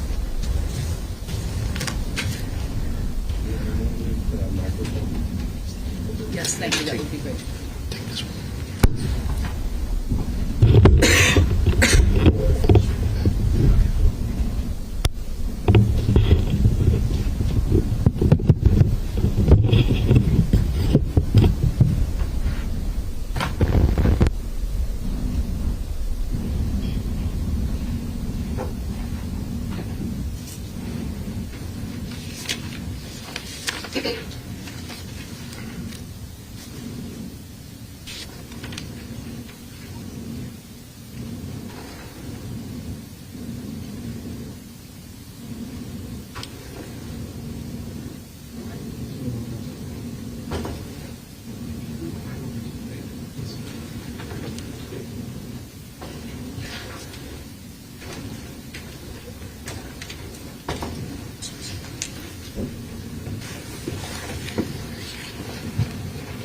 Sir.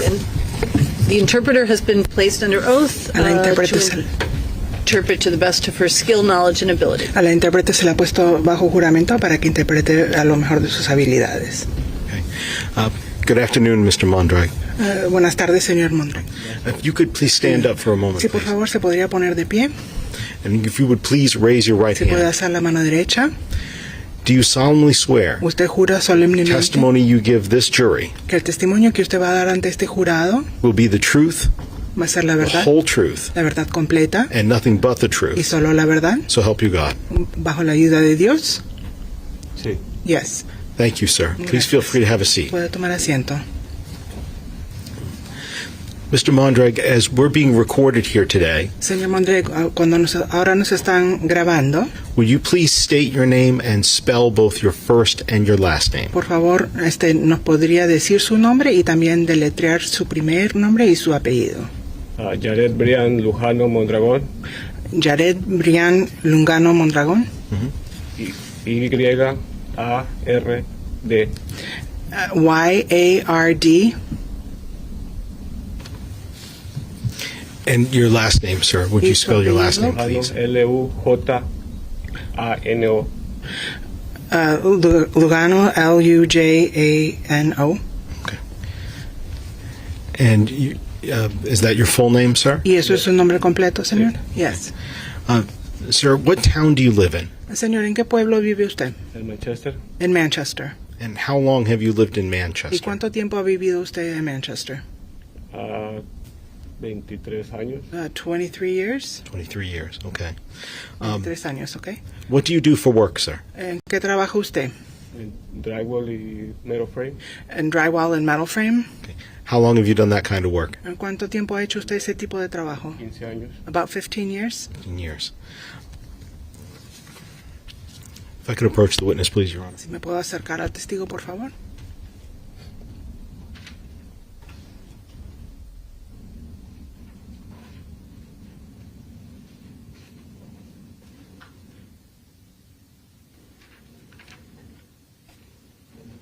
I'm here to show you what's marked State's Exhibit 30. Señor Lugano Mondrag, estoy aquí para mostrarle lo que se llama la prueba número 30. Do you recognize this building? ¿Usted reconoce este edificio? Sí. Yes. Have you ever done work at this building? ¿Usted alguna vez ha trabajado en este edificio? Yes. What kind of work did you do there? ¿Qué tipo de trabajo hizo usted allí? Sheetrocking frame. Sheetrocking, framing.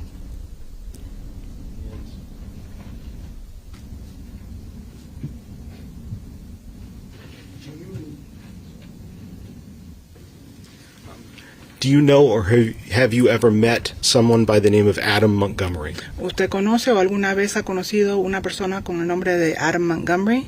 No. No. And do you know or have you met with anyone by the name of Kayla Montgomery? ¿Y usted conoce o ha conocido a alguna persona con el nombre de Kayla Montgomery? No. No.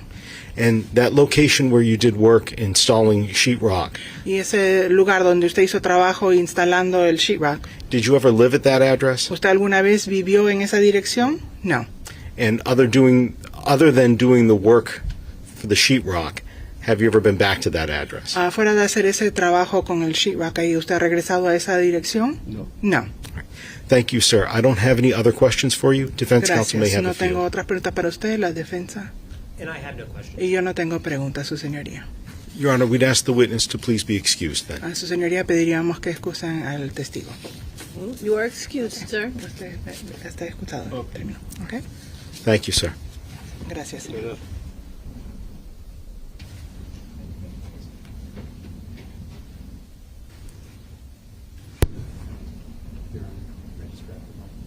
Yes, thank you.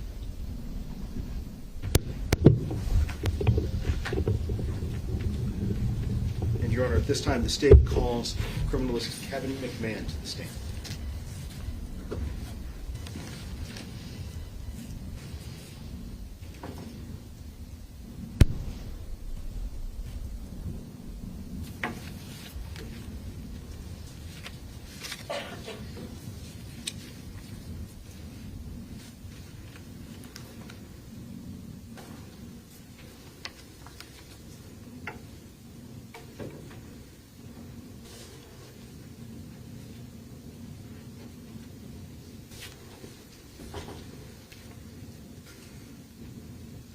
Be careful of the wires, please, sir.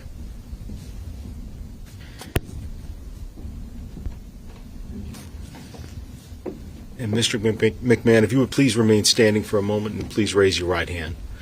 Do you solemnly swear that the testimony you give this jury will be the truth, the whole truth, and nothing but the truth, so help you God?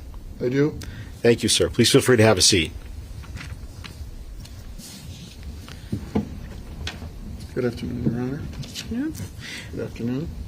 And Mr. McMahon, there's some water up there for you if you need it, or if you need a break at any time, please let us know, okay?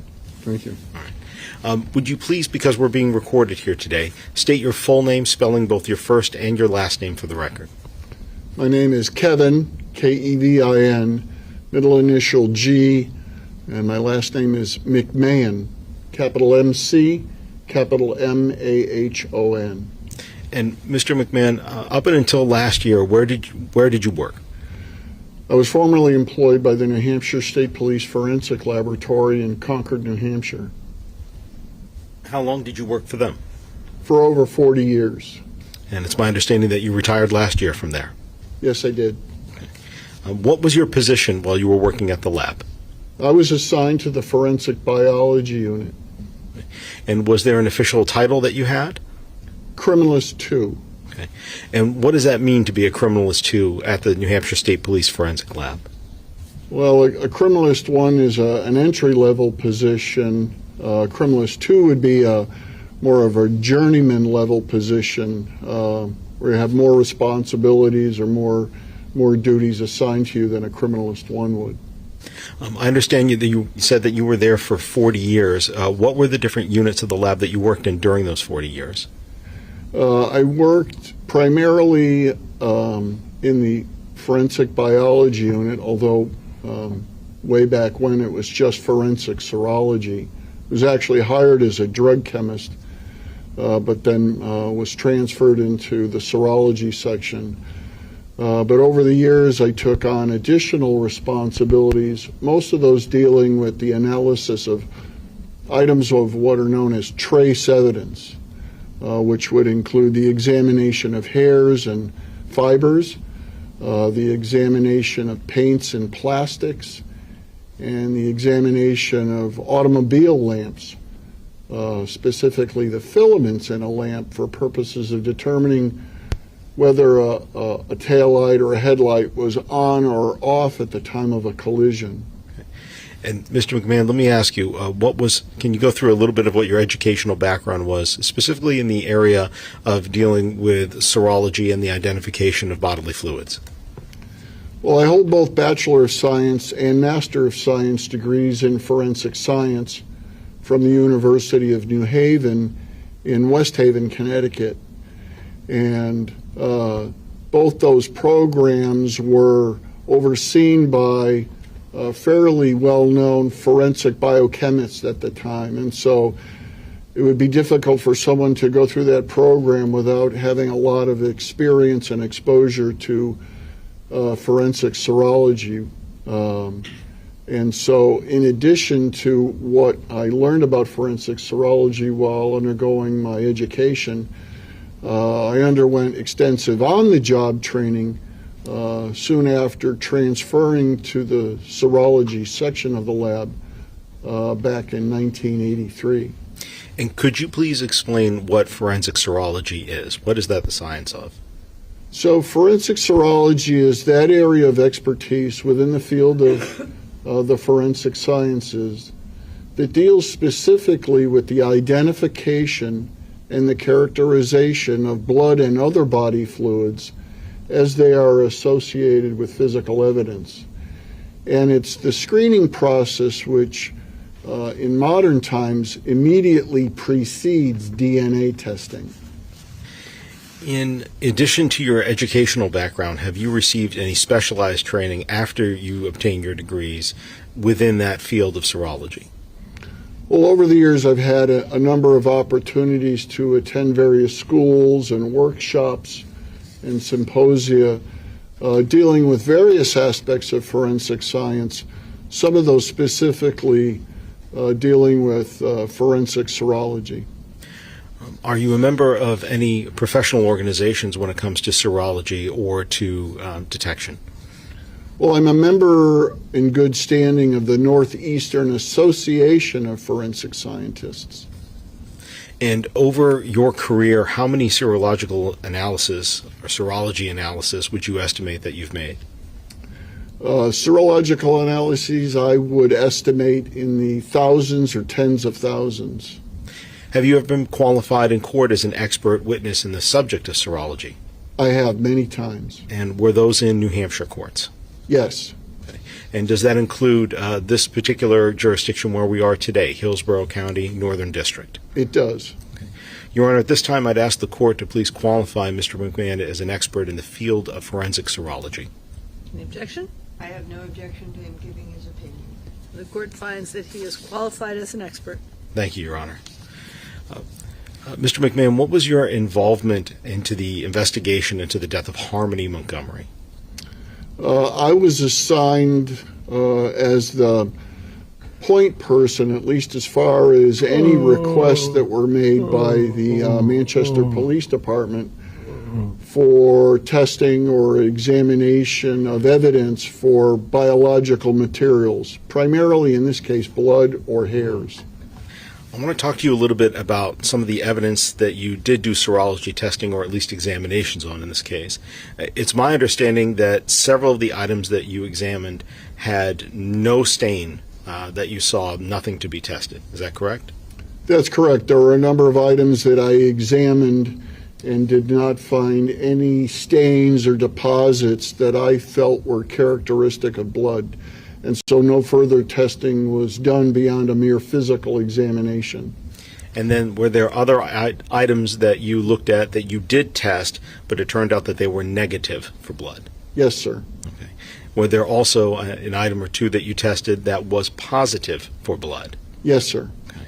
So I'd like to start then, understanding that those are three categories of things that you found. I want to start with some of the evidence that you tested that did not have blood on them, things that were examined and tested, but then did not have blood. Does that make sense? Yes, sir. Okay.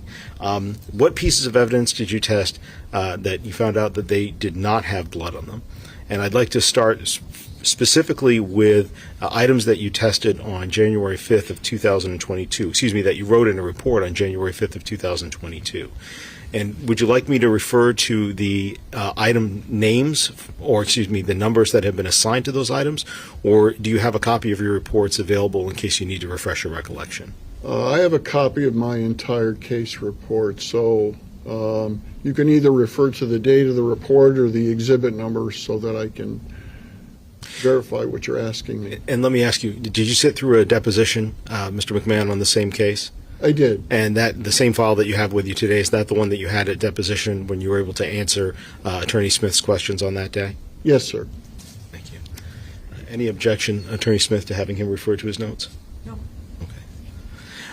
So, Mr. McMahon, let me ask you specifically about a test that you did on an item listed as JMT8. JMT8. And first of all, what was the description that you had for that item? It was a section of automobile carpeting, not from the passenger compartment, but from the trunk of an automobile. And let me ask, we're talking about JMT8. Did you ever meet a detective by the name of Joseph Tucker from the Manchester Police Department? I'm sorry, what did you ask me? Did you ever meet a detective by the name of Joseph Tucker from the Manchester Police Department? I did not. Okay. The testing on JMT8, what were the serological tests that you performed on that, and what was the results? Well, I performed a physical examination of this piece of carpeting by putting some white paper, some bench paper, down on my examination bench, and then taking this section of carpeting out of its original container, laying it out on the bench, and examining it under the normal room lights. And maybe with the assistance of a flashlight, I did not see any staining on there that I thought was suggestive of blood. But knowing that dark-colored substrates, like this carpeting, which was black, I then employed the use of an infrared light source.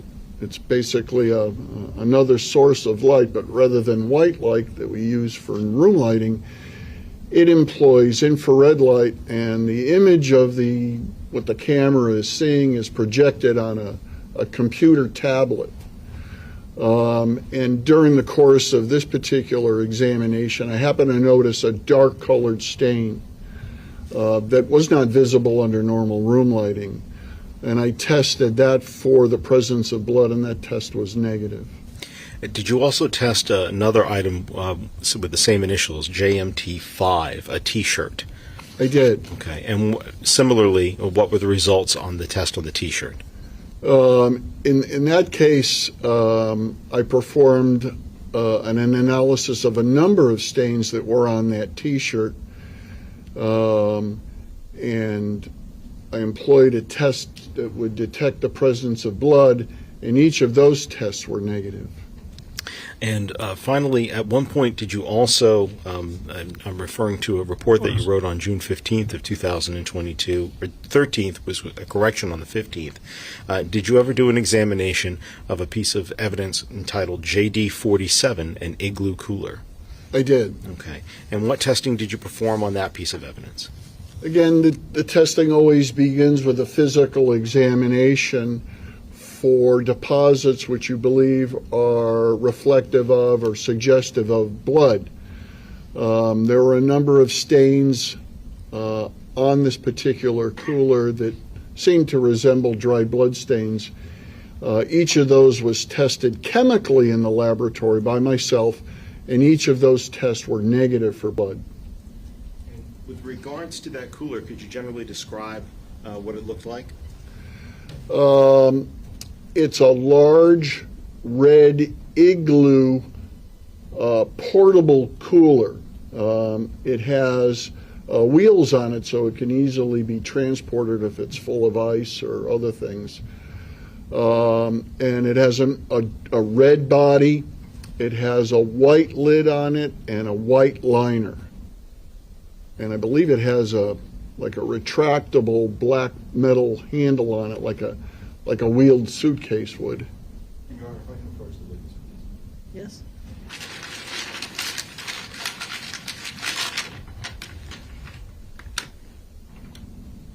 Mr. McMahon, I'm going to put down in front of you, item marked as State's Exhibit 73. I'm going to lift the lid for a moment and just ask you whether or not you recognize the item that is inside.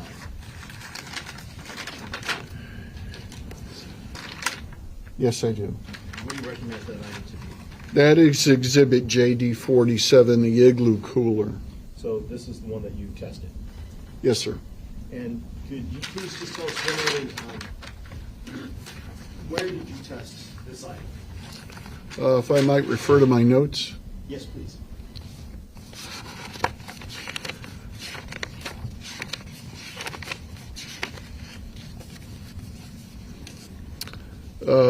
So I tested a number of stained areas, 7 different areas.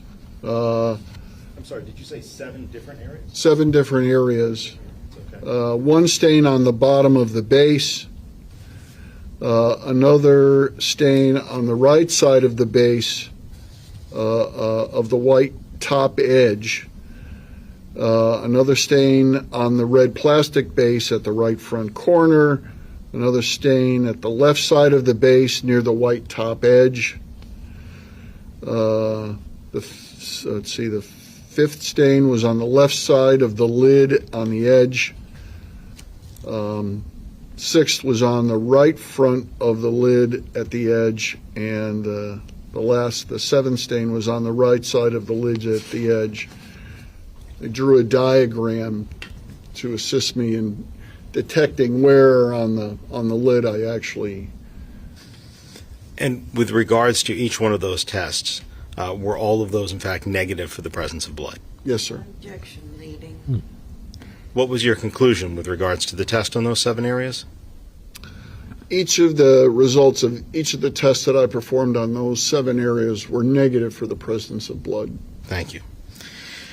In this case, did Manchester Police Department ever inform you that some of the items that had been treated, for example, let's say JMT8, the stain in the trunk, did they ever tell you that some of these had been treated with a product by the name of Blue Star? Yes.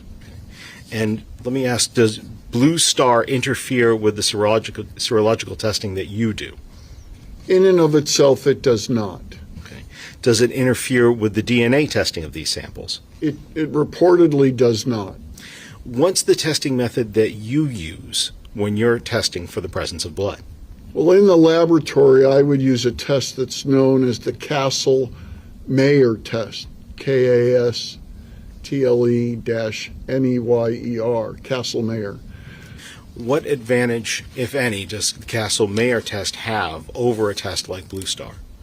Well, the benefit of the Castle-Mayer test over a test like Blue Star or some other tests similar to it is that the Castle-Mayer test enjoys a reputation of being both very sensitive and fairly specific. None of these blood detection tests are 100% specific, which means that occasionally they will provide you with a positive result, but it's actually a false positive result.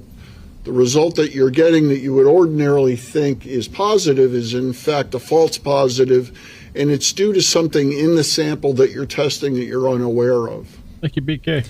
So with regards to the Castle-Mayer test, is that the test that the New Hampshire State Police Forensic Laboratory uses? It is.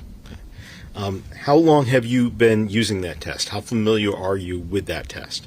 I've been using the Castle-Mayer test since college, and on day one in my introduction into forensic serology testing at the State Police Lab back in 1983. Does the New Hampshire State Police Forensic Lab use Blue Star? We do not. Why not?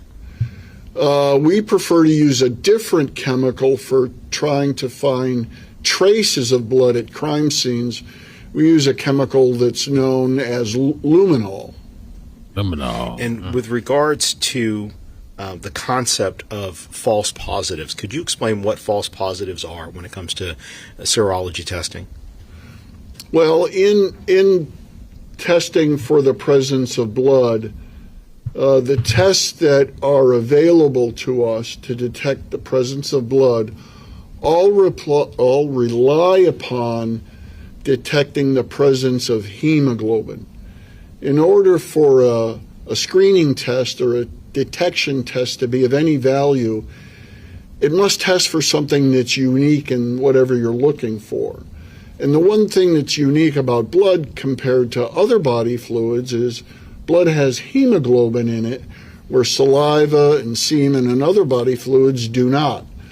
So all of the blood detection tests rely upon detecting the presence of hemoglobin.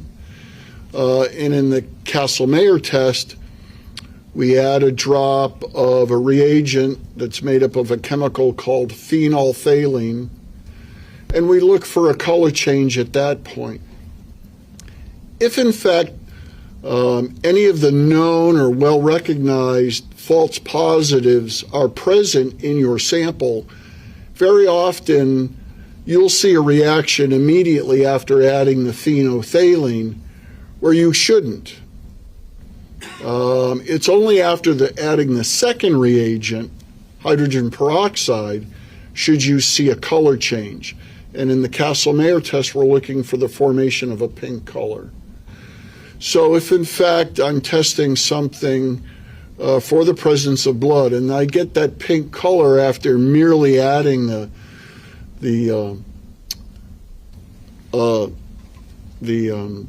testing agent, yep. The phenolphthalein, if I get a pink color there, that's a warning to me that the test isn't over yet. It's only halfway through, yet you're getting this pink color. And that would be considered a false positive reaction. It doesn't happen very often, but when it does, you're quite taken back because you're not expecting to see that color so soon. It's only after adding the hydrogen peroxide that you should see the color form if in fact blood is present. If no color forms, then you can safely conclude that blood is not present. The hemoglobin that you're trying to detect, what does the first part of that heme, what does heme stand for? Well, the hemoglobin molecule is fairly large and complex, and a major portion of it contains an iron atom. And that's the heme portion of the hemoglobin molecule, the part that contains the iron. The part that contains the iron. That's correct. Okay. I'd like to now move on to some of the other evidence that you tested, understanding that. Did you test a section of drywall and a T-beam framing in this case that you referred to in your June 13th and then 15th report of 2022? Yes, sir. Okay. Specifically, did you test a piece that was entitled MER 3D1, a piece of T-bar framing? Yes. Did you also test a piece called MER 3D-3B-1, a swab? Yes. Okay. And also, did you test any sort of cutting from a backing of a piece of drywall? Yes, I did. Could you please explain to the jury how you came to examine this exhibit, made that cutting, and then made those tests, or conducted those tests? This large item of evidence was submitted to the laboratory and was opened up by my colleague, criminalist Martin Orlowitz. He was preparing to process this item of evidence for latent fingerprints. But knowing that there was another request for looking for bloodstains, I was called over to conduct that examination prior to his analyses. And after I had examined that item of evidence, I had found several areas that I had suspected that were possibly blood. And so I went about testing several of those areas for the presence of blood using the Castle-Mayer test. And each of the areas that I tested positive for blood. Before you did that testing, you described before how you would do a physical examination of an item. Did you do that before you decided what areas to test? Oh, yes. Okay. And at any point, did you label anything on that piece of drywall, on that backing? I did. So that it would be clear, if need be down the road, like today, to know exactly where I tested or I took my samples for testing. Every area that I performed a test on a sample from was numbered. Okay. Numbered or lettered? Well, in the cases of the deposits on the metal frame, they were each given a number. And then on the backside of the drywall portion of the exhibit, there was a very large discoloration, a stain that consisted of light and darker areas. And I elected to test 4 different parts of that one large stain. And that got not only a number, but a number 5, but also a letter, A, B, C, or D. A, B, C, or D? So it was 4, correct? That's correct. All right. And I believe, but if you could please go ahead and I think you may have already said this, what were your conclusions of testing those areas, whether they were positive for the presence of blood? Each of those areas, and everything I tested in that particular exhibit, was positive for the presence of blood. You stated that you were working with somebody else that day at the state lab. Could you say that name again? Criminalist, that's his title, Martin Orlowitz. And with regards to criminalist Orlowitz, what unit of the lab does he work in? He works in the pattern evidence unit. I'd like to ask some of the samples that you took, or the parts that you were able to cut out, make cuttings. Did you submit those for further DNA analysis inside the lab? Yes, I swabbed the blood deposits that were on the metal frame because that was the most effective way of removing the blood from that metal surface by transferring it to a swab that had been moistened with something called digest buffer. As far as the stained area on the backing of the drywall, that had soaked into this very thin cardboard backing, and swabbing it would not have been as effective. And so what I did was I took a sterile scalpel, and I very carefully cut out a small square of the darkest stain on that cardboard backing of the drywall. I put that cutting into a coin envelope, and that coin envelope and the swabbings from the metal parts of the exhibit were forwarded to our DNA unit for DNA testing.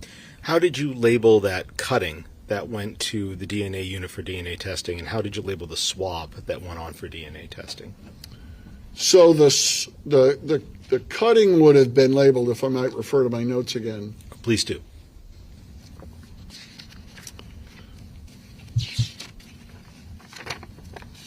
Oh, man. Puppet cam. We want the puppet cam back. I'm going to take him for another walk. Ricky hasn't pooped today. I don't know what's going on. I'm afraid. I don't want to dump it in the living room. So as far as the metal swabbing, and I only took one of the 4 that I had available to me.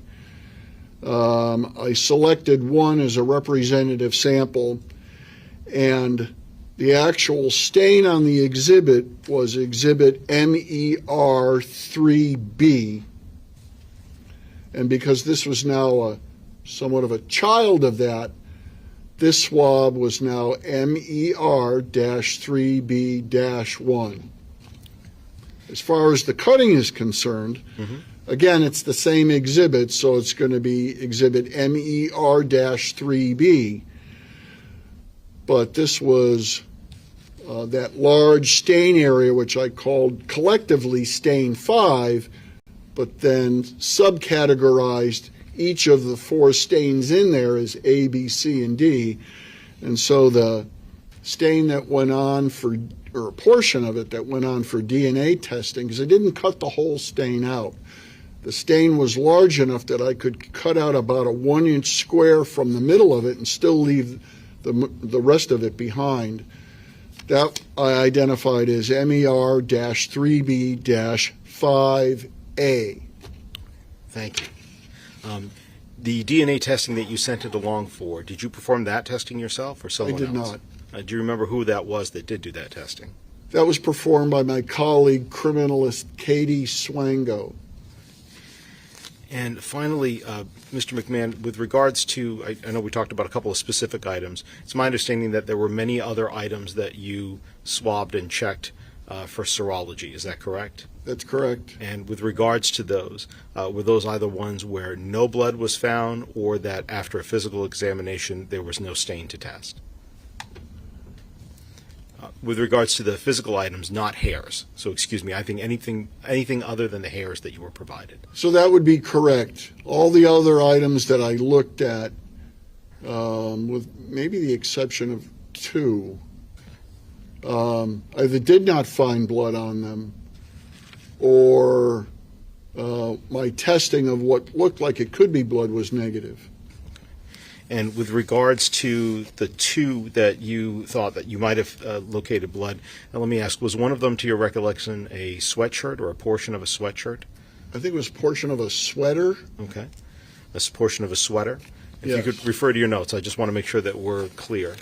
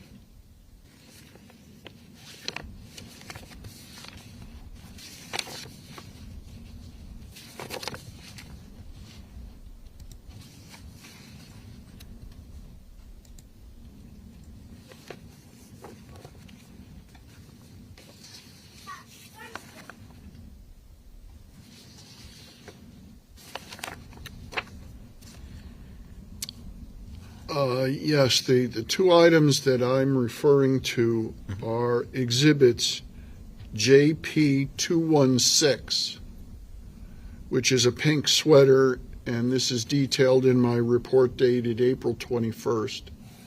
And JP216, so that's the first 2 initials there are JP, is that correct? That's correct. Okay.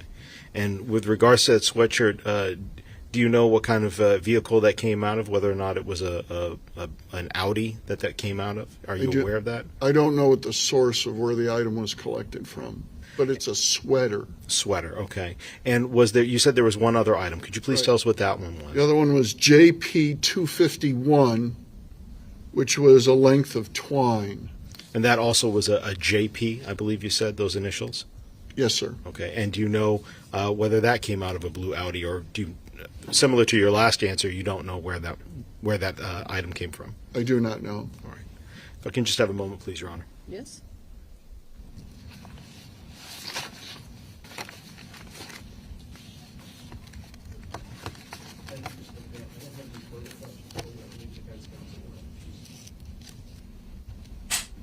Good afternoon. Good afternoon. One of the New Hampshire State Lab has a separate DNA lab, right? That's correct. And do you do DNA? I do not. Okay. And one of the reasons that things don't go directly to DNA is DNA kind of costs a lot of money, and you want to make sure that the testing is of something that may produce a DNA result. That's correct. The vast majority of evidence that comes to the laboratory with a request to check for blood or semen or saliva typically goes through a serological examination first. And if we find something, usually only a portion of the original item gets forwarded on for DNA testing, not the entire item. We'll cut a stain out of a garment or out of a piece of drywall, like I just explained to you. When I don't find any type of a biological material, then that's where the analysis ends. Okay. And nothing would go on to DNA. Right, because if it doesn't get through you, there's likely not DNA. That's correct. And that a DNA test would be a waste. That's correct. So that's not always the case that it goes through you, right? Well, the vast majority of it is the vast majority of the evidence is subjected to some sort of a serological analysis by either myself or a colleague of mine. Okay. There are some items that would go straight to DNA, like a known DNA sample of one person or another. There's no need to perform any analysis on an item of evidence which is a known sample from a known individual. Okay. I'm going to show you a copy of what's been marked as State's Exhibit 10. Have you seen this object before? I have not. Okay. And this is a full exhibit, Your Honor. Yes. A toothbrush. There's been testimony about DNA tested in the lab and results found on the toothbrush. Why was it that that didn't go through you? I'm not sure if I can answer that. I could only surmise that for serological or biological testing, the area of interest in that particular item is so small. We're not looking for DNA on the parts of the handle. We're looking for DNA only on the part that goes into the person's mouth and makes contact with their teeth and gums. And that was so small, and the fear would be that there would be very little DNA present because it's a small surface area. And so rather than wasting sample on a serological test, because we're going to do DNA testing regardless, let's just reserve all of the sample for DNA testing. There are a few situations where even though my testing is negative, the item still goes on for DNA testing.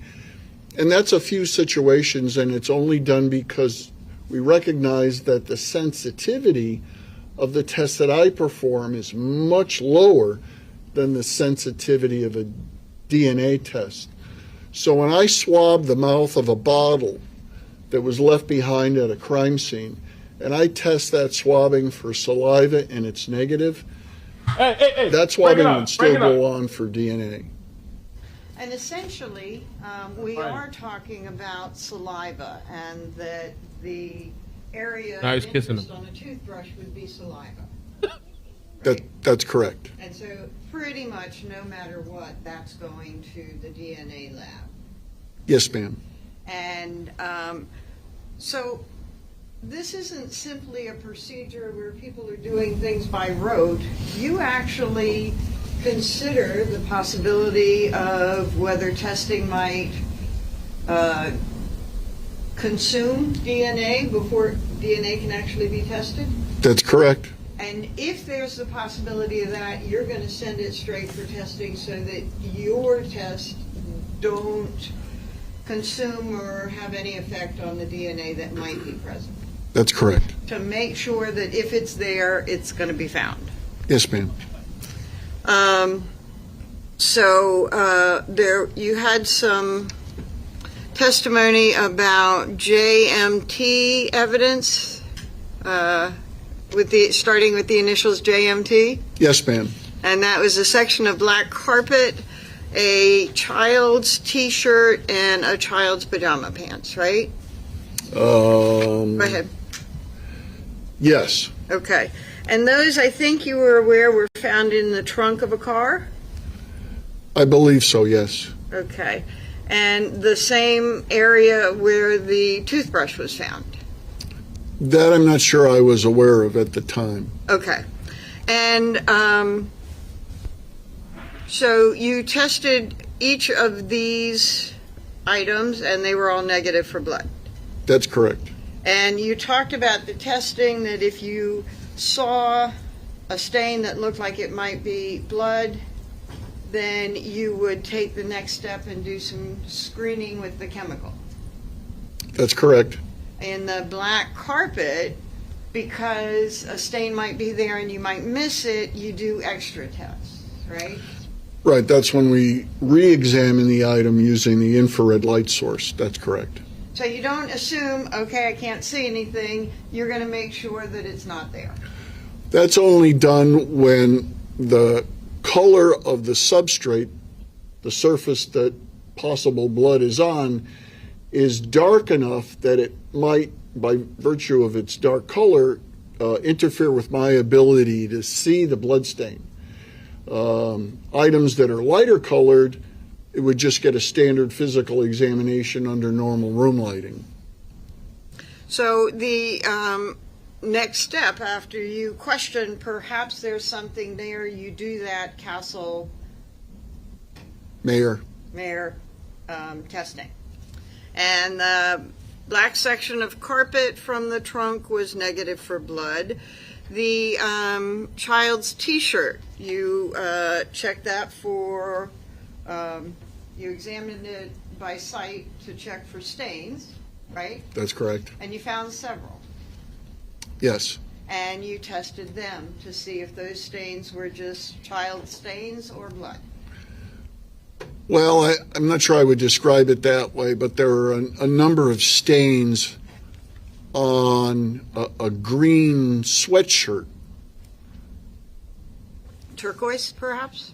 Okay, I wasn't exactly sure which one you were speaking about. All right, JMT5? Okay. I was thinking of another item, but yeah, I conducted an examination of it. Again, if I might refer to my notes.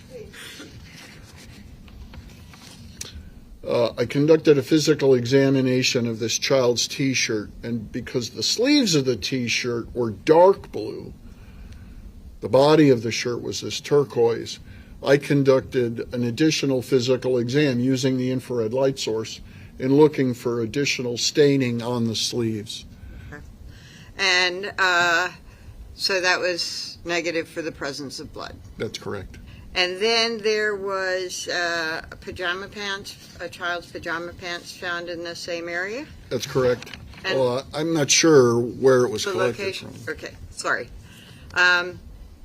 JMT6, that one you didn't have to go to the Castle-Meyer testing, right? I did not. Because you could see the item well enough to determine if there were stains characteristic of blood. Well, in this case, like some of the other items, these pajama pants were dark gray in color, and so after examining them under normal room lighting, I conducted a re-examination using the infrared light source, and I didn't find any staining on these pajama pants at all. So it's pretty fair to say that if there's a question in your mind, you take another step. If one is available. So then you did several items that had the initials at the beginning JP.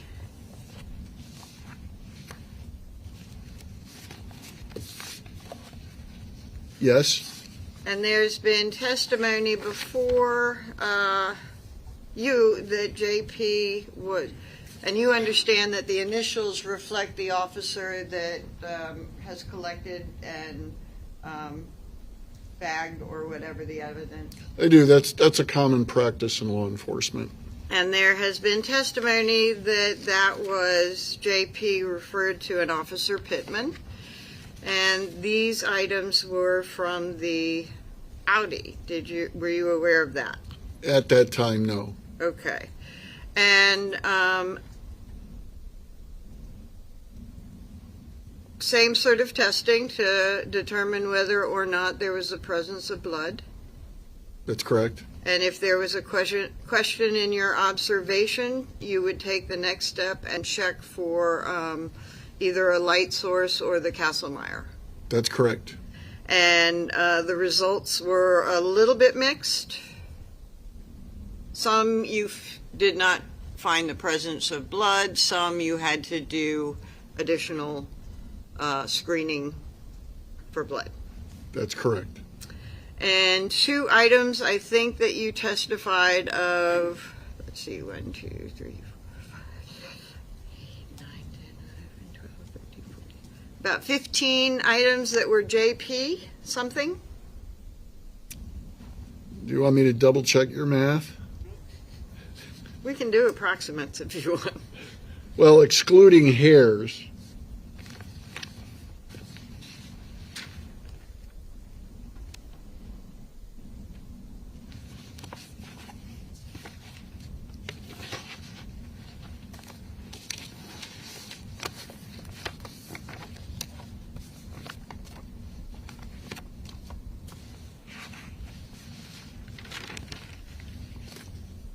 I can only find 9 that are JP. Are you looking at your report of 1/20/22? And then Yep, there's 2 items there. Pardon? 2 items there. 4/21/22? Oh, the next one's 1/26/22? Yep, those are the hairs. Okay. And then 4/21/22.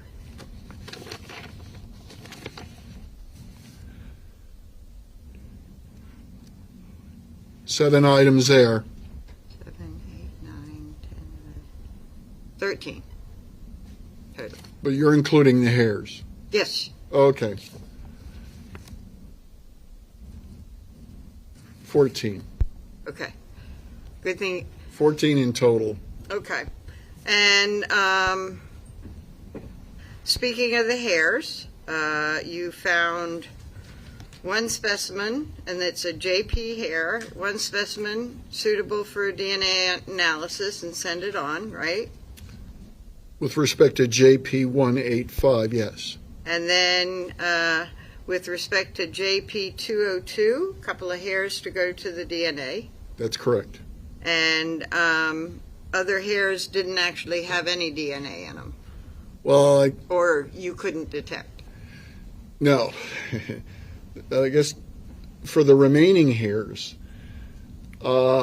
based upon my microscopical examination of the hairs, I had determined that they were likely unsuitable for a DNA analysis. Okay. So then you also testified on direct about a pink woman's sweater, screening positive for blood, right? That's correct. A length of twine, which was JP 251, screening positive for blood. That's correct. And you sent those 2 on for DNA analysis. That's correct. And if these items were found in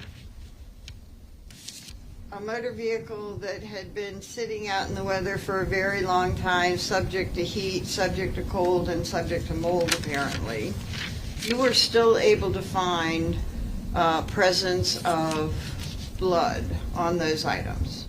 That's correct. And environment can degrade blood or DNA, Possibly, yes. and it may not. That's correct. And so the fact that something has been in the environment doesn't mean that any blood that's been there has degraded. That's correct. And the fact that something has been subject to heat and cold doesn't mean that any blood that had been present would be degraded. That's correct.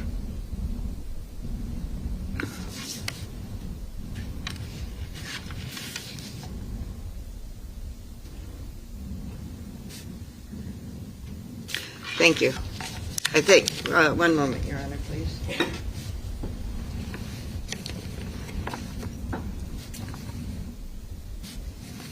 Oh, and one more thing was you talked about the area of dry paneling that was sent on to the DNA lab as well.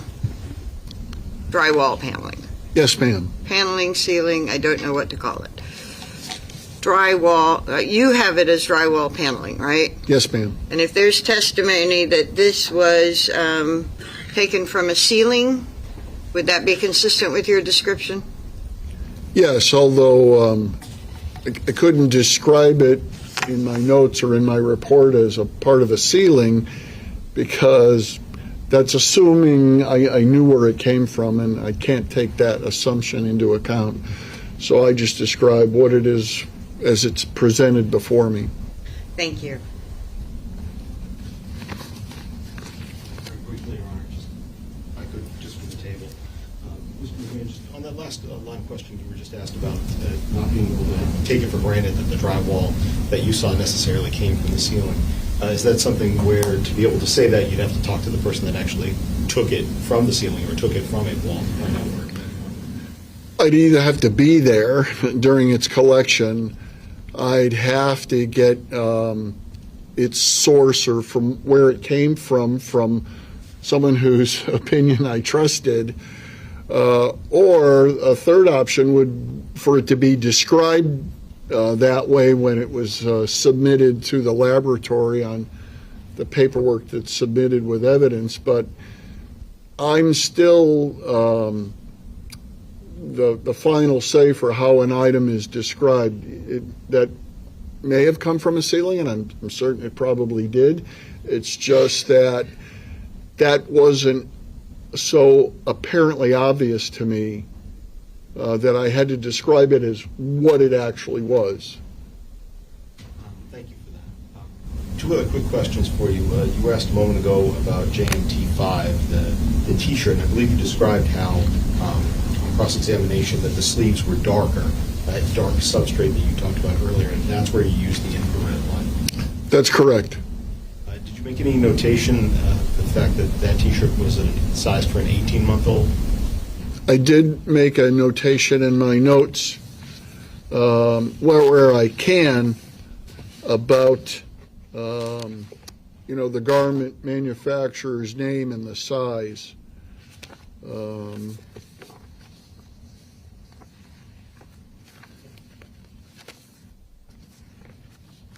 again, I'm referring to my notes. I described Exhibit JMT5 as a blue/teal long sleeve T-shirt, and furthermore, it's a children's long sleeve T-shirt with a turquoise colored body and dark blue sleeves. The brand name is Just One U, and the size was 18M. You were asked about the toothbrush with regards to that going not through serology but directly to DNA, and I believe that you were asked whether or not the toothbrush would have saliva on it. That small part of the toothbrush would have saliva on it. Do you recall that question a moment ago? To some degree, yes. In addition to the saliva, would it also have cheek cells or other cells from the gum or the lining? It's inferred that it would. I mean, it's a motorized toothbrush. Assuming that we use it in the fashion for which it was intended, it's reasonable to expect that the end of the toothbrush that you would insert into your mouth could bear deposits of saliva, and that saliva would contain cellular material from the gums or from the cheeks of the mouth. Thank you very much. I have no further questions for you. Thank you. Just also very, very quickly, the turquoise child's long sleeve T-shirt you said was specifically what age? 18 months? Well, it said 18M on the fabric label. Okay. So toddler-ish. I assume so, yes. Okay. And the pajama pants similarly? May I look at my notes? Sure.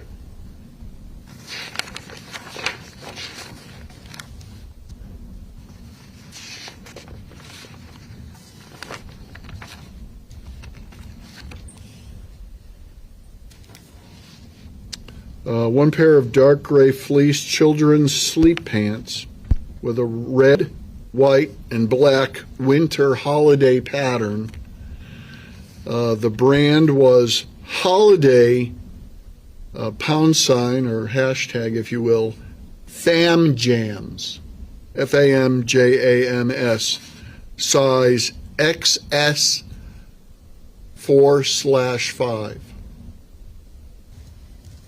And I take it you're not going to interpret what that size means, but it's Extra small. okay. And I'm guessing 4 or 5 in children's clothing typically refers to the approximate age Okay. of the child that would wear that size clothing. Okay. And the pink sweater was an adult woman's sweater. I believe so, yes. Okay. Thank you.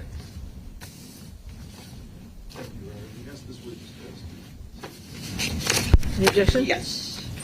May be excused? You may. But sir, you may step down. You are excused. Thank you, Your Honor. Thank you. All right, ladies and gentlemen, it's 2:30. Perfect timing for our mid-afternoon break. So I remind you, don't discuss the case with each other. Don't do any independent research. I'm going to ask the witness, if you would, just to stay there for just a moment so I can let the jurors go. We'll see you in about 15 minutes.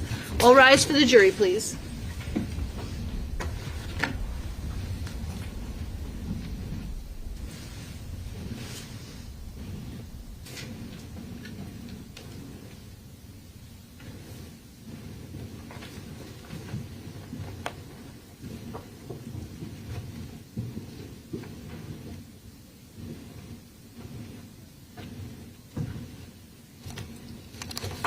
Thank you, sir. You can step down. Counsel, Thank you, first for Amy. just a minute.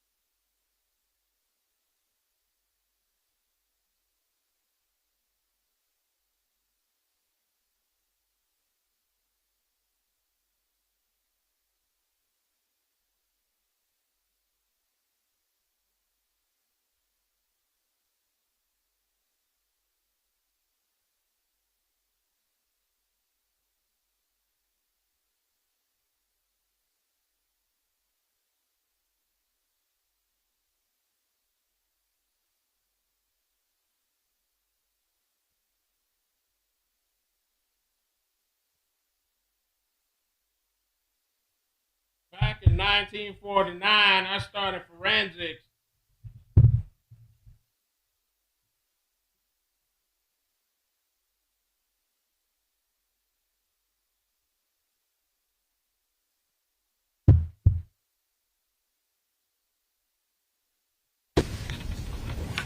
Yeah.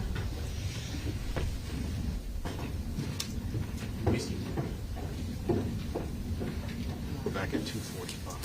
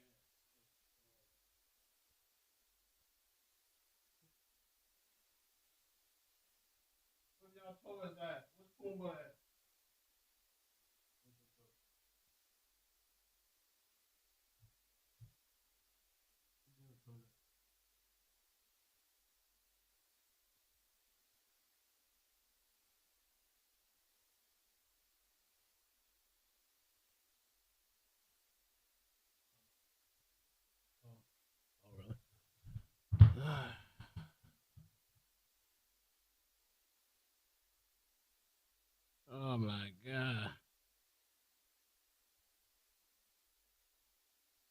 Oh.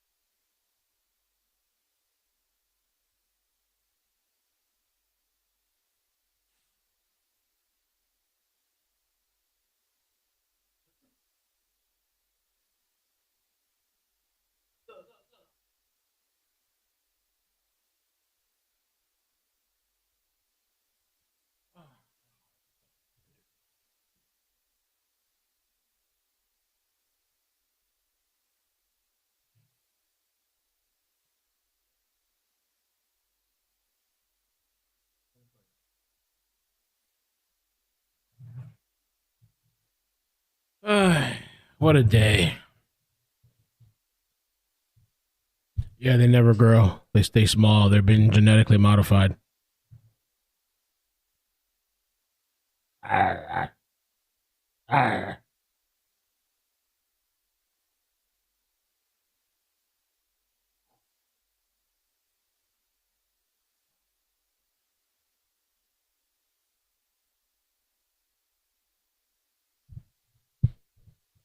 Oh man.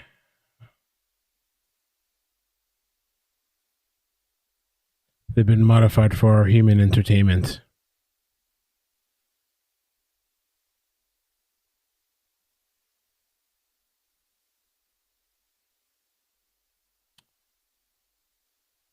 What did last left off? Still the same guy? Oh, did he finish? For our mid-afternoon break, so I remind you, don't discuss the case. I'll be finished. It's important though. I know it's important. Just gotta work through it. Courtney Clemmy. OnlyFans cycle.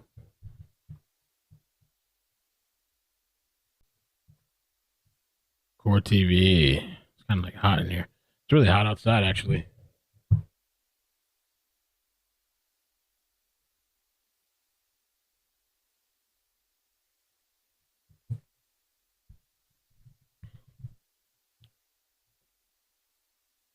Just skip ahead, Vol fan. You're an hour behind. Just skip it.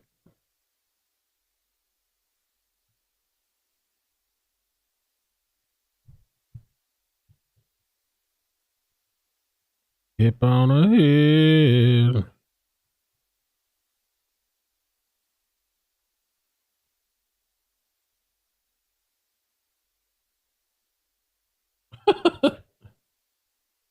Fred, just took it from Ricky. Ricky's fighting back now. Uh-oh.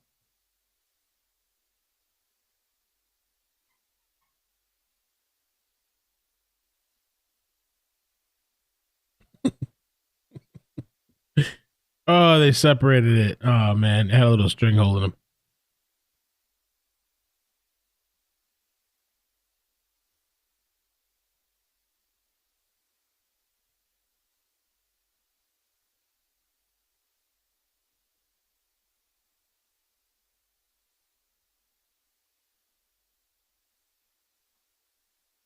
It's cold in Arizona? It's dark and hell is hot. Ain't no sunshine in day show. Dusty Lane, thank you. How old are they? Like 3. About to be 3, I guess. They have insurance and all that good stuff. Insurance, chipped. All the... I know their liability. No, I know they have health problems.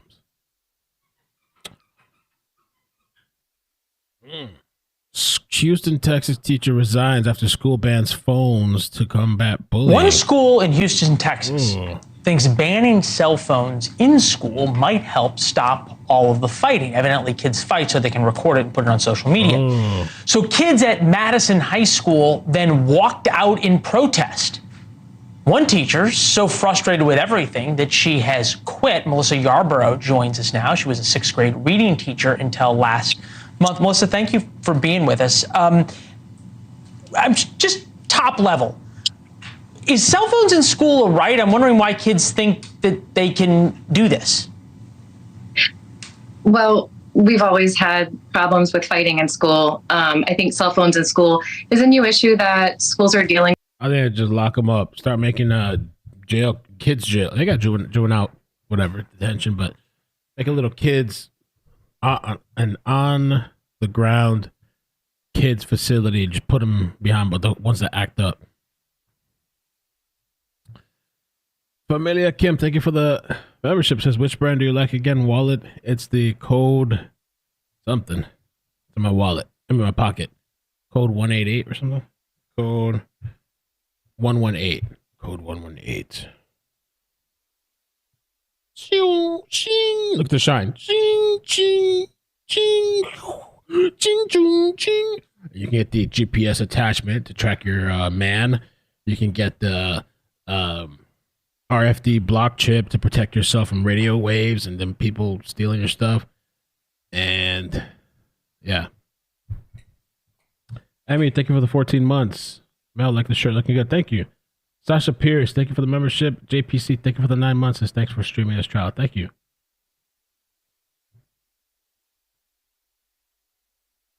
Borrow those cards real quick.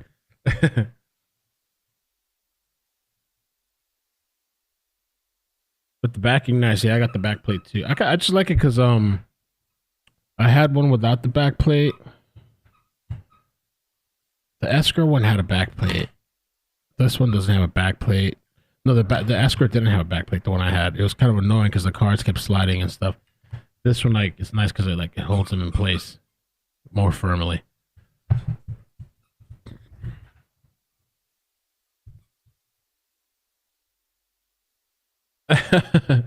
It's 2 boys. I'm sure you can write it off on your taxes somehow. There's people that do that, just breed them, make a whole business out of them, make money. Yeah, I was gonna ask. I don't know. I was gonna see if this company. I DM'd them on Insta. And I was gonna send them the video clip. The video's a little too long, but maybe I should just post it on the second page and see what happens.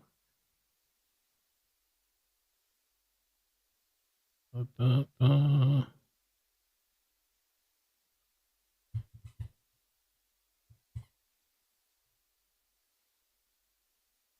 it on the second page.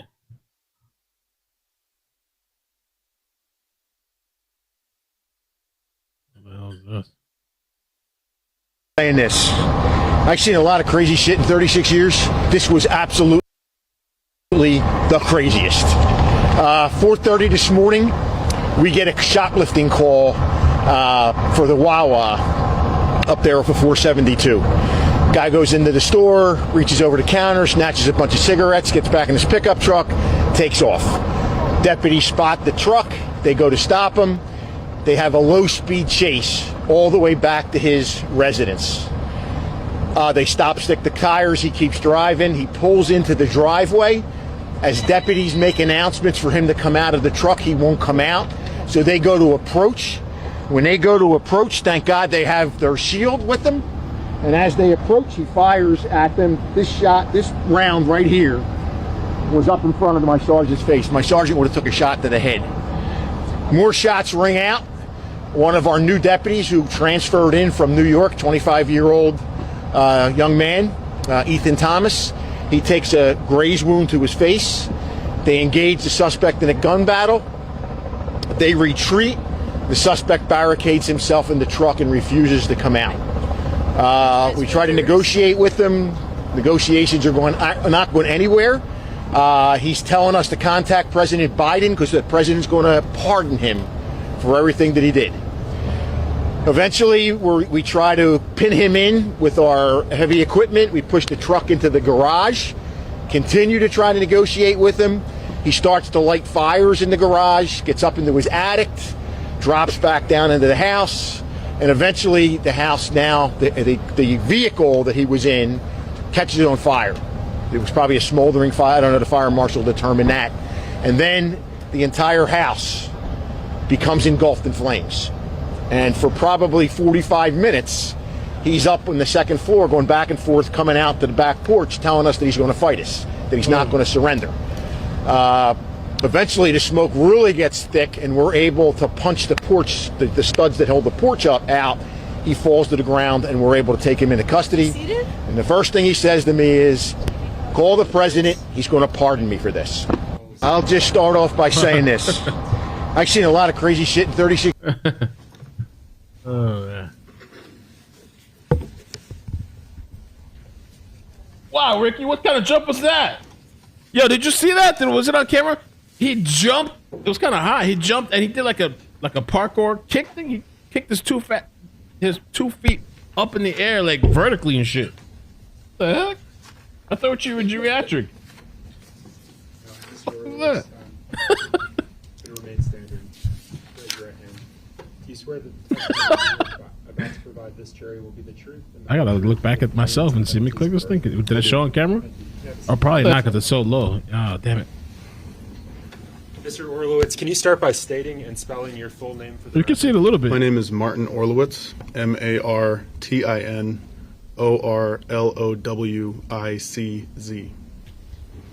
And Mr. Orlowitz, how are you presently employed?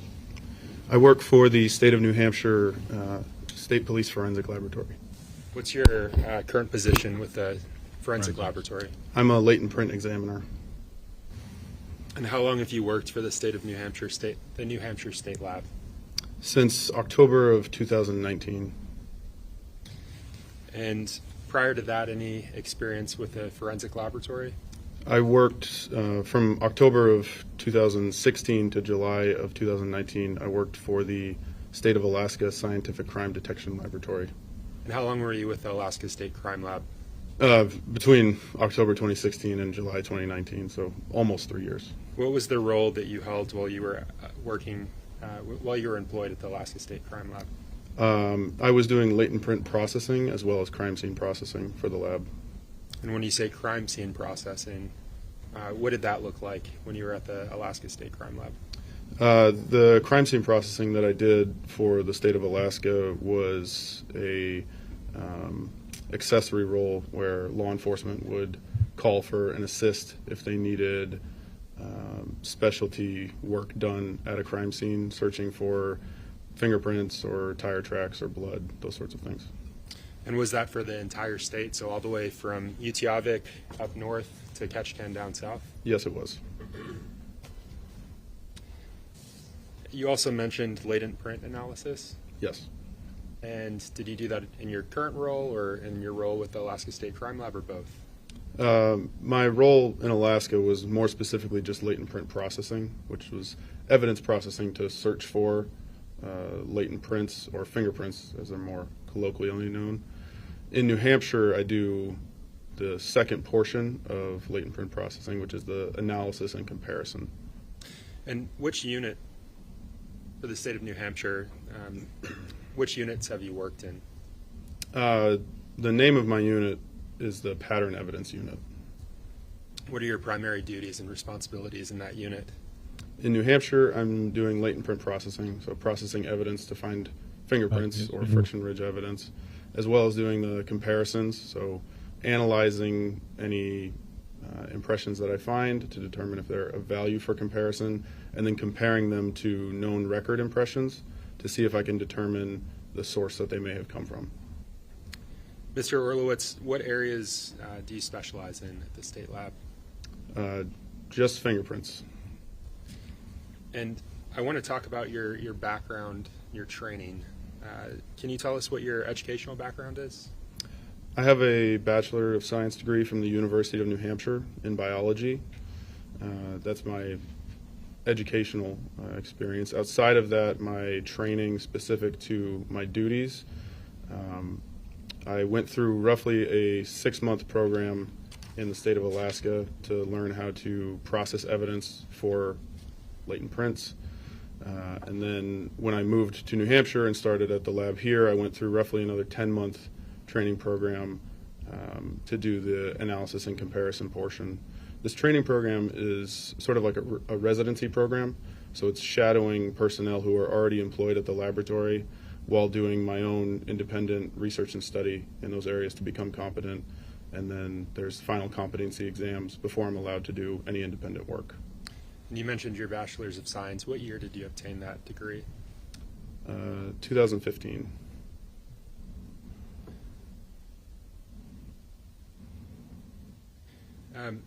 I want to talk about the New Hampshire State Police Training Program for Friction Ridge Detail. Are you familiar with that program? Yes. And can you tell the jurors what it is? So that was the residency program that I was just describing. So it's an in-depth program where any trainee, myself included, who goes through is learning about friction ridge processing, analysis, and comparison for an extended period of time in order to become competent in the field. And Mr. Orlowitz, do you currently hold any certifications in your field? I do. Can you tell the jurors what that is? I have a certification from the International Association for Identification for latent print examining. Can you also tell the jurors what you have to do to become a latent print examiner?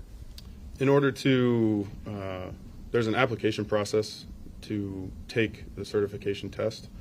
So I had to put together a packet showing my experience and training in the field, as well as showing that I was currently employed in the field and doing latent print comparisons. I believe the certification mandates that at least you have to have at least 2 years experience doing latent print comparisons before you can take the certification test. So that was submitted to the certification board, and then when they deemed that I met the qualifications for the test, they sent the written and practical portions of the test, which I completed and passed. When did you obtain that certification? What year? 2021. And Mr. Orlowitz, about how many fingerprints would you say you've personally examined over the course of your career, both here and in Alaska? Thousands. Is the New Hampshire State Police Forensic Laboratory accredited? Yes. And can you tell the jurors what that accreditation is? Our accreditation is through the American National Accreditation Board. It's a third-party company, essentially, that reviews any work policies at our laboratory and makes sure that they are meeting industry standard, and then also makes sure that we are adhering to those policies in our day-to-day work. They come through every 4 years for an on-site review, and every 2 years, I believe, for a document review to make sure that we can hold our accreditation for the laboratory. And Mr. Orlowitz, as part of your role with the lab, do you have to undergo continuing education? Yes. And can you tell the jurors what that is, what that requirement is? So in order to maintain my certification through the IAI, I have to have a minimum number of continuing education credits in each 4-year period between my certification tests. So I'm routinely searching for new courses to help bolster my training and experience that in regards to latent prints. How often would you say you undergo those new courses that you mentioned? I'm actually in one right now, so fairly often. Fairly often. Yes. Mr. Orlowitz, have you ever been qualified as an expert in fingerprint and palm print analysis in a superior court here in New Hampshire? Yes. How many times? Once that I remember off the top of my head. And how about a superior court in Alaska? Not for fingerprint analysis, no. Your Honor, at this point, the state moves to have criminalist Orlowitz qualified as an expert in the field of fingerprint and palm print identification. Any objection? I have no objection to him giving his opinion. The court finds him so qualified. Mr. Orlowitz, before we move on, I want to talk about, I want to teach the jurors exactly what fingerprint, palm print analysis is. Okay. Have you had an opportunity to look at several slides, demonstrative slides? Yes. Do you feel like those slides would aid the jurors in understanding what you do, exactly what it is that you do? Yes, I do. Your Honor, at this point, permission to publish several slides. May we approach? Yes.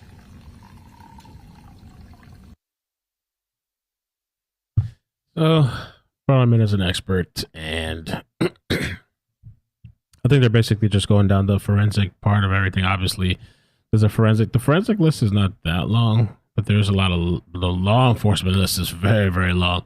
This is the expert witness. See, Martin. Yeah, Martin's right there. The expert witness part. Swango, Kevin McCone. I feel like, I don't know if that person's come up yet. Alan. I feel like this guy's probably going to take a long time. He was on the probable cause affidavit. Swango.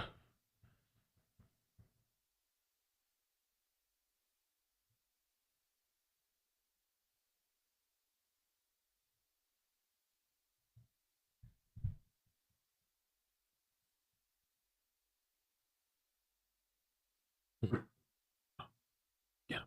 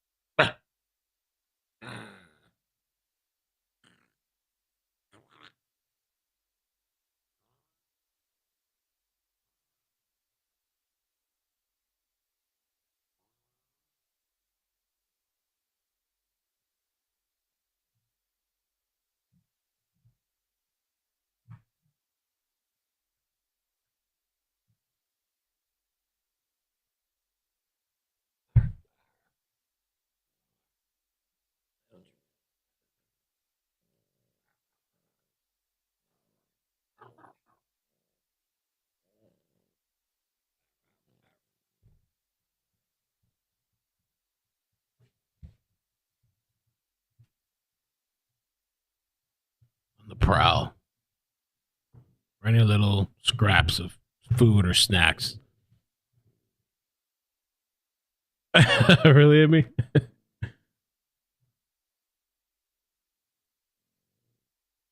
Come to realize Ricky's a troublemaker.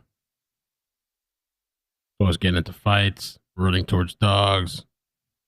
He's rowdy. I think Fred used to push him over all the time, though. Now all of a sudden he's fighting back. He's not taking. I think Fred's now afraid of Ricky. Did I say Ricky before? I think I messed it up, but yeah, I think Fred's afraid of Ricky now. I think he's had it.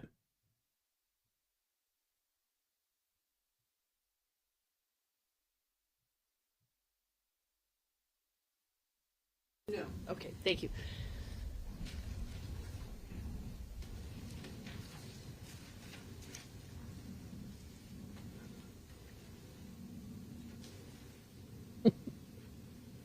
That guy, he's laying on a desk. Half his body on the desk. His other 2 feet are on my lap.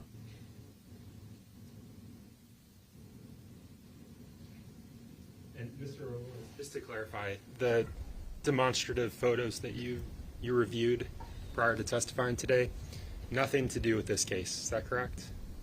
No, as far as I know, they're just stock images of fingerprints or friction-ridged skin. So, Mr. Rolowitz, what is a fingerprint? A fingerprint or friction-ridged skin is the skin that's on the grasping surfaces of your palms and your fingers, as well as on the bottoms of your feet and your toes. Its name implies its function. Friction-ridged skin provides friction to those surfaces of your hands and your feet in order for you to be able to better grab things. And what are some of the basic fundamentals in fingerprint, in the science of fingerprint and palm print analysis, identification and analysis? So, two of the basic fundamentals in fingerprint analysis and comparison are that the friction-ridged skin that you are born with is unique to you. So, any individual has unique patterns and flows of friction-ridged skin across their hand. And then the other fundamental is persistency of that detail. So the details that are present in your friction-ridged skin should persist throughout your life, barring any catastrophic change. And the images that are depicted on the screen there, what do they depict? These two images, the image on the left shows a fingerprint, specifically the distal phalange of a finger, the one furthest from the palm. It's showing the friction-ridged skin present on that, and then the photo on the right is showing a palm print, or a portion of the palm print. This portion of the palm is called the interdigital palm. It's just underneath where the fingers meet the palm, and it's showing the friction-ridged skin there. Can you tell the jurors what a latent impression is? Latent impressions are, rather than your physical skin, your friction-ridged skin, a latent impression is a chance impression that might be left behind when an individual touches an object. So the residue that is present on your skin may deposit itself onto a surface, leaving a copy, essentially, of your friction-ridged skin on that surface. It can also be the inverse, where if a surface is dirty, your friction-ridged skin could lift up the contaminant that's on that surface, leaving almost a negative image of your friction-ridged skin behind. Can you tell the jurors what a known impression or a known print is? Known impressions they're also referred to as exemplar impressions or record impressions. So these impressions are taken anytime someone is fingerprinted. These are a known recording of an individual's friction-ridged skin. Traditionally, these were done with ink, by rubbing ink onto someone's finger and then rolling that finger on a piece of paper to record that. Now there's digital systems that capture the same information. And how are fingerprints deposited onto an item? So again, latent prints, it's a chance recording. So there's a possibility of when someone touches something that friction-ridged detail can be left behind. If some of the residue that's on your hand stays on the surface, or if residue that's on the surface comes away on your hand. So is it like what you'd see on TV where if someone touches something, it always leaves a fingerprint? Not always. There's a variety of factors that may inhibit deposition of friction ridge detail. The easiest one that I can think of is if someone was wearing gloves. When I work in the laboratory, I wear gloves so that I don't leave fingerprints on the things that I'm working on. That's the easiest way to inhibit deposition. What determines, other than the gloves, what determines whether fingerprints are left on an object? There's other types of surfaces that are very difficult for fingerprints to be left behind on. So for instance, clothes, these types of porous surfaces, they don't hold friction ridge detail or fingerprints very well. Surfaces that do hold fingerprints very well are nice, smooth, non-porous surfaces, or things like pieces of paper, the adhesive side of tape. Those things hold fingerprints very well. It also depends on environmental factors. So if the surface is very wet, the likelihood that a fingerprint may remain goes down. If a fingerprint may also be deposited, but then later be washed away if it's raining. So there's a variety of factors that go into deposition. And how long do fingerprints generally remain on an object? It's difficult to say exactly how long a fingerprint may stay on an object. Again, it depends on environmental conditions. So if, to give an example, if a fingerprint is left on an exterior window in the baking sun, and then it rains the next day, and then we go through some New Hampshire weather and it snows or we have a nor'easter, there's a higher chance that that fingerprint is going to be washed away or wiped away than, say, a fingerprint that is inside a house on a metal fridge that gets touched, every day. Likely there will be fingerprints there much longer. I want to switch gears just a bit. Once you've received a fingerprint, how do you go about analyzing it? When I'm looking at fingerprints, I'm trying to analyze any of the information that's present within them. So the information that I'm looking at is a macroscopic to a microscopic feature. Generally, we describe these as level 1, 2, and 3 detail. Mr. Orlowitz, how is an identification made and a comparison conducted? A comparison is conducted by taking the analyzed latent impression and then comparing it to known impressions or a record impression to determine if there's the same source or if they're not the same source. An identification specifically is a conclusion that can be rendered if it's my determination that the latent print and the record impression have enough detail in similarity in order for me to say that they came from the same source. And so the screen shows this methodology ACE. Can you describe that to the jurors? This is the analysis, comparison, and evaluation methodology that I use on every case that I work. This is the methodology that most latent print examiners in the field use. So analysis is, again, assessing the detail, so assessing those macroscopic and microscopic features, those 3 levels of detail. Once that's done, I would move to the comparison phase, comparing the latent impression that I analyzed to known record impressions. And then my evaluation is my final conclusion of my comparison phase. So whether I identify the print, which is, as I said, when it's my opinion that the 2 impressions came from the same source, or if I exclude the print, meaning that the latent impression and the record impression, I believe, are from different sources, there's a third conclusion I can come to called inconclusive. This conclusion is used if the record impressions that I have available to me are too low quality in order for me to definitively say whether the latent print came from them or did not come from them. Mr. Orlowitz, can you walk us through that identification process and the different levels of detail that you're looking for to make a comparison? So during my analysis, again, assessing the details present in the latent print. I like to think of it as starting with a macroscopic view of the impression and then moving to a microscopic view. There's 3 levels of detail. The first level of detail is ridge flow. So how the ridges themselves are flowing across the finger or across the hand. In fingerprints specifically, There are 3 pattern types that are typical to see. There is an arch pattern type, a loop pattern type, and a whorl pattern type. Those are helpful in determining anatomical source and orientation. If I can see a pattern type, I can determine this likely came from a distal phalange portion of the finger, and I can usually determine which orientation is up on that, which direction would be up on that latent impression. Because all I'm assessing with level 1 is the ridge flow, I would not make an identification just based off of that ridge flow. Lots of people in the population share pattern types. So a lot of people have whorls, a lot of people have loops, a lot of people have arches. That's a macroscopic detail. But the microscopic detail, the level 2 and 3, is where I can begin to make an identification. So let's discuss level 2 detail. The level 2 detail is ridge path formation or deviation. So this is moving from looking at the entire latent print to looking at one single ridge at a time.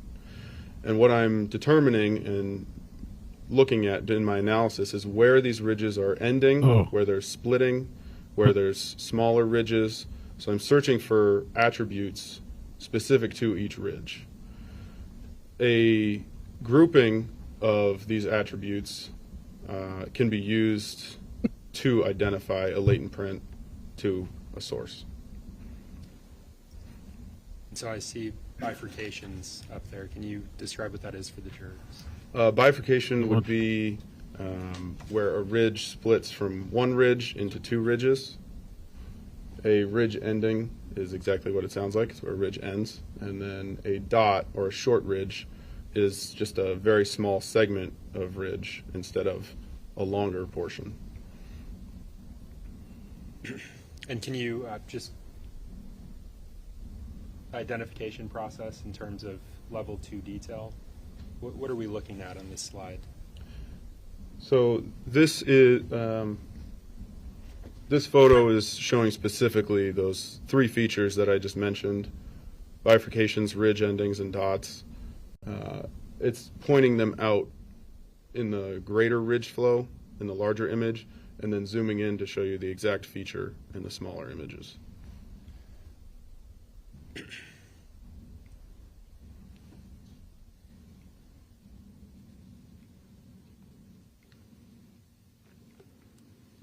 Let's discuss level 3 detail. Level 3 detail, this is the most microscopic level of detail that I use during my comparisons. This level of detail goes from looking at a single ridge to looking at the exact characteristics and attributes of that one ridge. So where the pores are present on top of the ridges, what the edges, the edge shape of the ridges look like. This level of detail is not commonly recorded in latent impressions or record impressions because it is so microscopic. But when it is present, it is highly discriminating and highly useful in identification and exclusion decisions. Can an identification be made in all cases? No. And what does it mean if you cannot find a fingerprint when you're during your analysis? Do you mean if I don't develop any on evidence, or? Correct, yes. So if no fingerprints are developed on evidence that I'm processing, I can't say whether or not that item was touched or had ever been touched. Like I said before, there's a large number of factors that go into deposition of a latent print, as well as if that latent print remains on the surface. And I have no knowledge or control of those factors before the evidence gets to the laboratory. So if a fingerprint or friction ridge is not observed on one of the items you're analyzing, does it mean that that was not touched? No. And I think you touched on this earlier, but speaking generally, what variables may cause a fingerprint not to be detected on one of the items that you're analyzing? The fingerprints may be wiped away over time if if an object contacts another object, or if something is cleaned, Russia as drama? well as environmental factors. So latent print residue is a combination of waters, fats, amino acids. Over time, those things degrade, they evaporate, so there's a potential that the print could itself just disappear. Mr. Orlowitz, I want to switch gears and discuss State v. Adam Montgomery. Did you conduct analysis in this matter? Yes. And what did you process? I processed 5 items of evidence that were submitted to the laboratory for latent print impressions. And I want to begin with an item with the evidence number JD47. Does that item stand out to you? Yes. What was that item, or what is that item? I remember that item being a red Igloo brand cooler. Do you think you'd recognize that if you saw it today? Yes. Your Honor, may I approach? Yes, you may. Chief's Parade.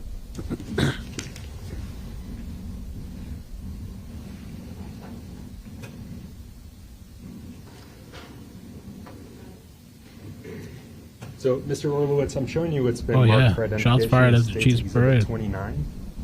Do you recognize that item? Yes, I do. And what's depicted in this image?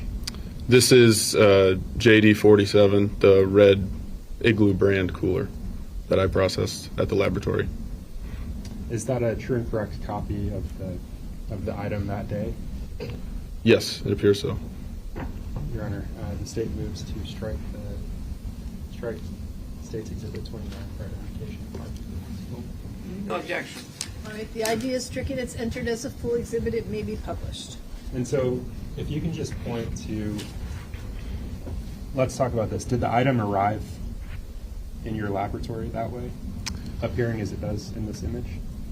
Oh, boy. To my recollection, yes, it did. And are there stickers placed on this item? There are, yes, several. And had this item, at the point that this image was taken, had it undergone analysis?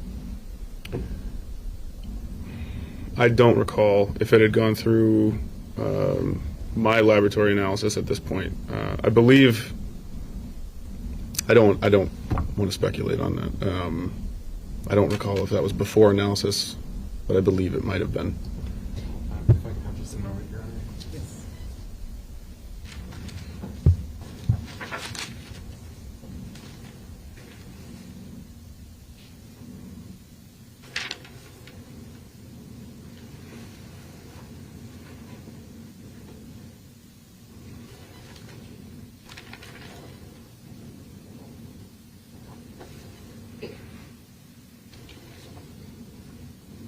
Mr. Orlowitz, I'm showing you what's been admitted as State's Exhibit 28. Okay. Having seen this item, does that refresh your recollection on whether or not image State's Exhibit 29 had undergone analysis?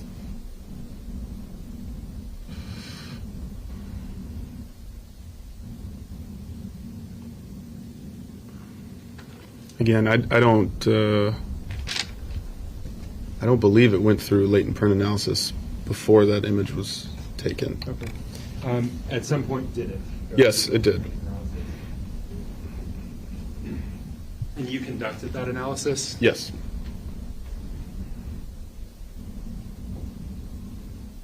And again, you identified it in the photograph there. Would you recognize that item if you saw it today? Yes.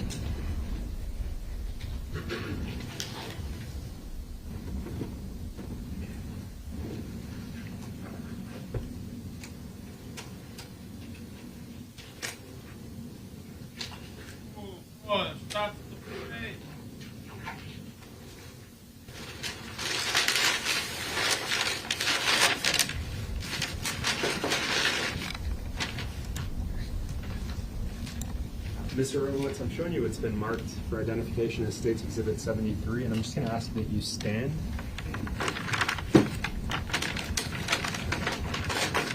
Do you recognize this item? Yes, I do. Is this the item that you conducted testing on? Yes, it is. remove it from the baggage.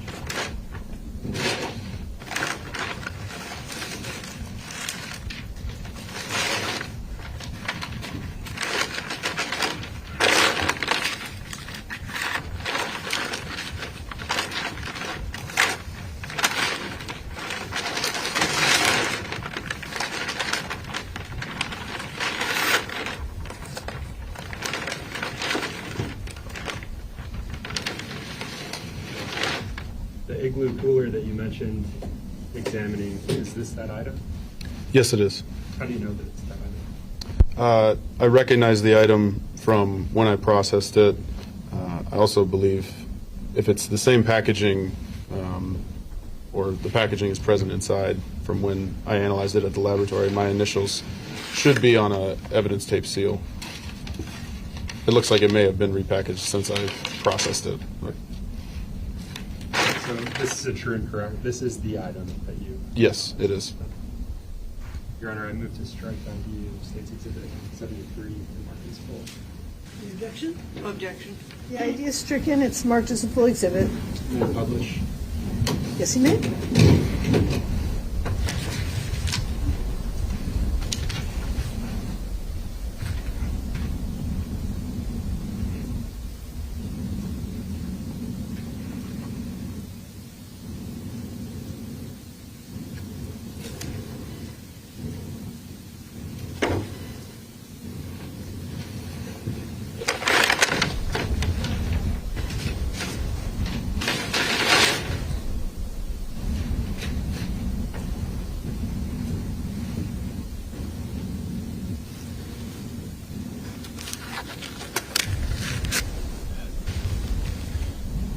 Mr. Orlowitz, you mentioned processing that item, analyzing it. What were the results of that analysis? I did not find any friction-ridge detail on that exhibit.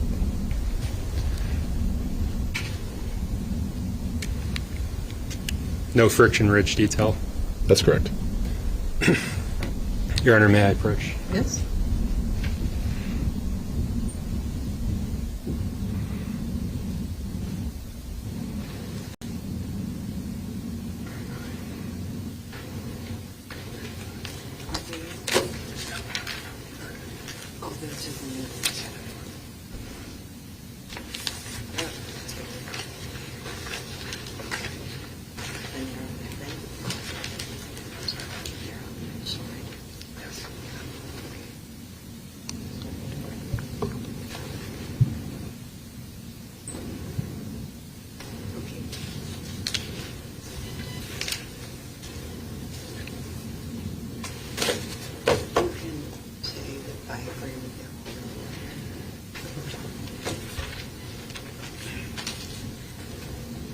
Mr. Orlowitz, I'm showing you what's been marked for identification as State's Exhibits 109 through 135.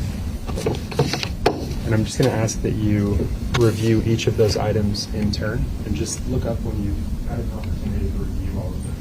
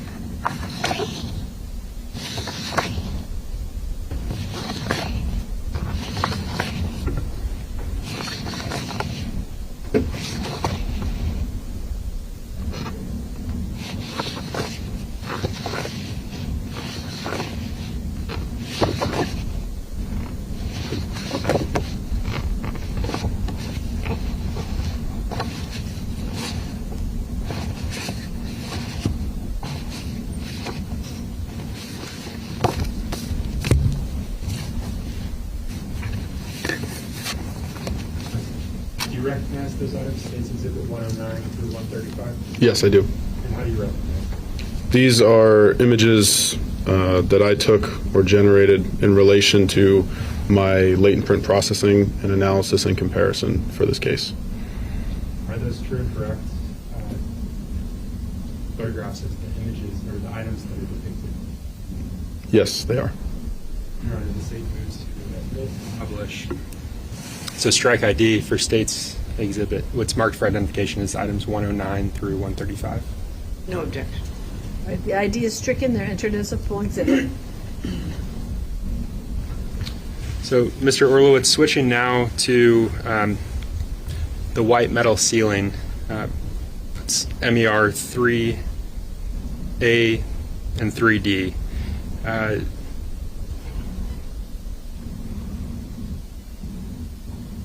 So metal ceiling, a vent, and a section of drywall. Did you have an opportunity to analyze those items? Yes, I did. And based on your analysis, were you able to develop friction ridge details for those items? I was able to document friction ridge detail on MER 3D, which was a section of drywall with metal framing, as well as MER 3A, which was a ceiling vent, a white ceiling vent. And did you denote those friction ridge details in a particular way? All of the friction ridge areas that I documented were designated with an L number, so L1, and so on as more would be documented. And was that L1 through L13? Yes, it was. And so the image that we're looking at now, what are we looking at there? This is an image that I took to show the rough location of the first area that I documented, L1, on exhibit MER 3D. So where the small adhesive tag with the ruler on it is, that's the rough location of L1. And if you can just point that out on the screen there, Mr. Orlowitz. And so does that item, that sticker that you just pointed to, does it say something on it? It says L1 on it. It's labeled. And is that just another photo of L1? Yes.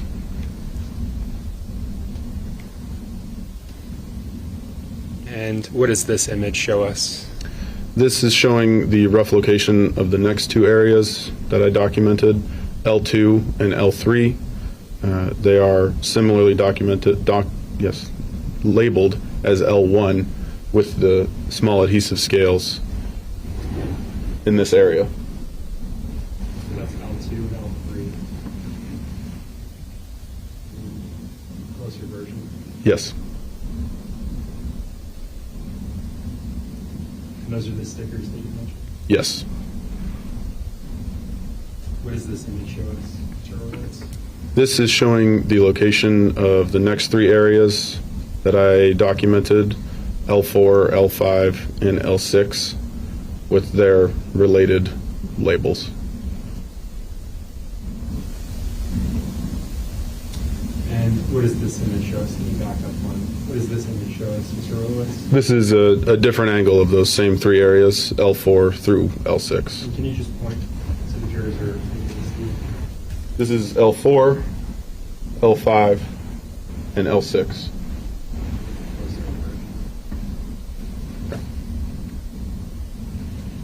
And what is this item? This is exhibit MER 3A. This is that ceiling vent. This is a photo that I took to show the location of several designated areas that were on, I guess I would call it the underside of it, so the side that would typically be in a ceiling, not the visible side of it.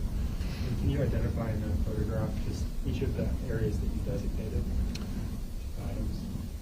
The areas present in this are excuse me, L7, L8, L9, and L10 in that corner. There's another tag over here, but I'm not sure what the designation is on that one. Let's focus on L7 through L10. This is a closer view of those same four areas from that front left corner in the previous photo. And just for those in the back that can't Can you just point out? Again, L7, L8, L9, and L10, the furthest.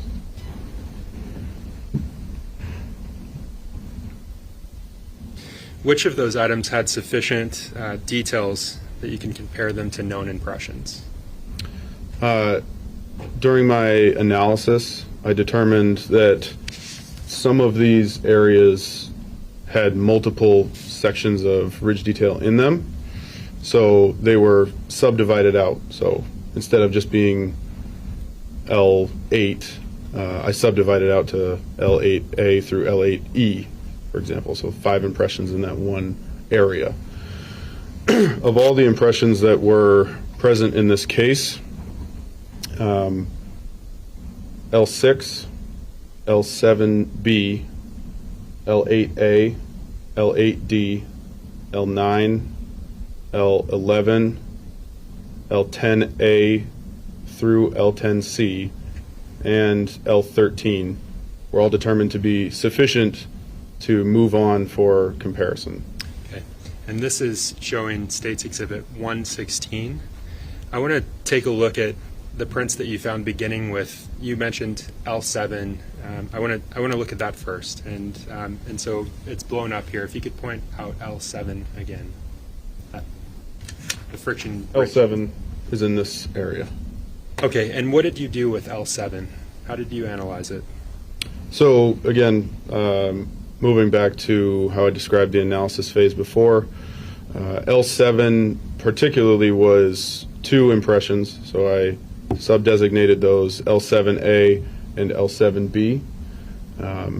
Looking at the details present, the level 1, 2, and 3 detail present in those 2 impressions, L7A I determined was not identifiable, so I would not be moving forward with that impression to comparison. There's not enough detail present in it that I believed was reliable to make any sort of conclusion with. L7B, on the other hand, I determined to be identifiable based on the detail present in it. And just for those that can't see, can you point out those items, L7A and L7B? L7A is the impression on the left of the photo, this area here. L7B is this impression on the right of the photo, this larger area. And what analysis did those impressions undergo?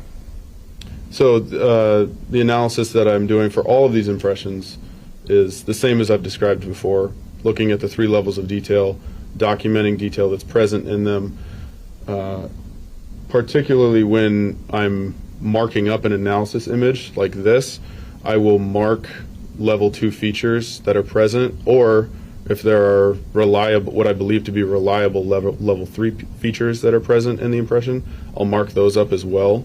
So I'll put like a small green dot at the end of an ending ridge, or at a bifurcation, or around a dot, or if there's a section with pores that I can see, I could shade that a different color, and I can use that group of features later in my comparison. And can you show us where you did that in this image? And that, for the record, is referring to States Exhibit 117. There are very small green dots at the end of these ridges or these bifurcations that are present in this image. And the large line at the top, what does that indicate? In my field, we would call that a horseshoe. The horseshoe line at the top of the impression means that I have deemed it to be identifiable. So any impression that has a horseshoe over it, it's denoting 2 things. One, that I've determined that is a fingerprint impression specifically, so from a finger, as well as that I believe it's identifiable. And what is written next to L7A? Next to L7A is NI, is written NI, which stands for not identifiable. With respect to L7B, what was your next step in that analysis? The next step after analysis would be my comparison. Okay, and let me stop you there. When you were analyzing the items that you received, did you have anything to compare those items to? Any known samples, known prints? When the evidence came into the laboratory, I was not supplied any known impressions to compare to. Okay. And I believe you're going to say the next step of your analysis, and I'm moving to State's Exhibit 118. What is this image showing us? This is my comparison chart. So this shows the latent image from the evidence on the left-hand side, and then the image on the right is from a record impression or exemplar impression. Excuse me. So comparing the features, in this image, I'm marking features that I marked in my analysis onto the record impression to determine if the two have enough similarity in order for me to establish an identification. And then I would create this chart showing the areas of correspondence that led me to my identification conclusion. Were you able to identify the person that deposited that print? Yes, I was. And who was it that you identified? Adam Montgomery. And can you show the jurors the comparison? Stand up. Your Honor, may we approach? Yes.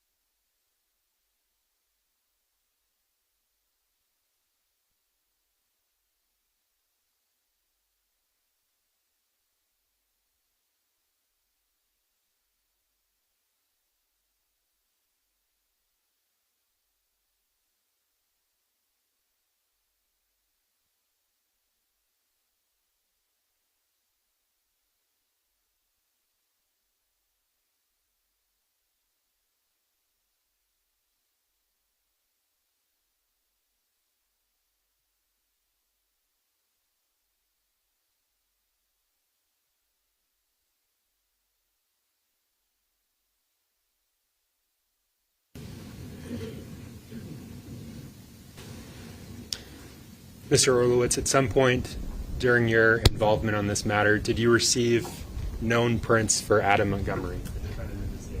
Yes, I did. Did you receive any other known prints? I also received known prints of Kayla Montgomery. And I believe you said you made a comparison and you received a result. Can you remind the jurors what that result was? Yes. For this latent L7B, I identified the left middle finger of Adam Montgomery as the source. And how many levels of detail are present in this analysis? In this particular analysis, the levels of detail that I used were level 1 and level 2. The level 3 detail present in the latent impression was spotty or non-existent at best. And so not much of it was used, not much or any of it was used for the comparison phase. And when you say L1 and or L2, that's level 1 or level 2? Yes, I'm sorry, I'm just don't want to be level 1 confused and level by- 2. I'm sorry about that. And again, you mentioned level 3 being rare. It is rare, yes. Let's take a look at another print that you found. I want to focus on L8. Can you point the jurors where This is L8? L8.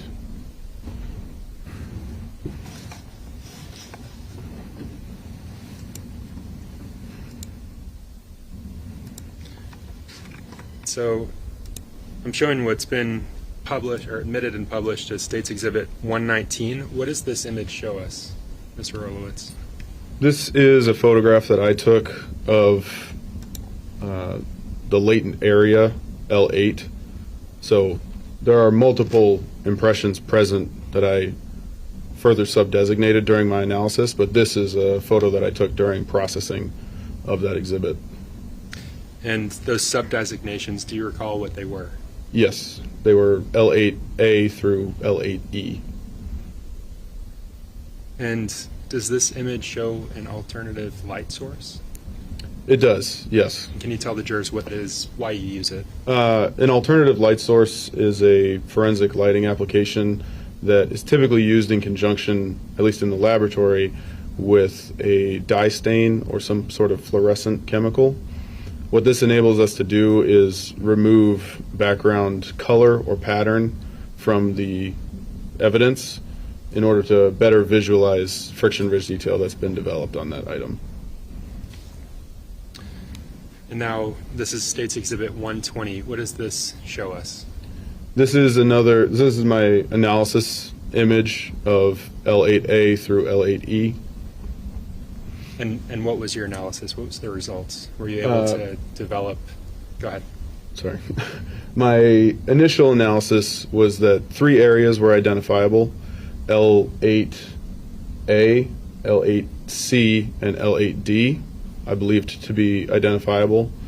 L8B and L8E I determined to be not identifiable. I would not be moving forward with those to comparison.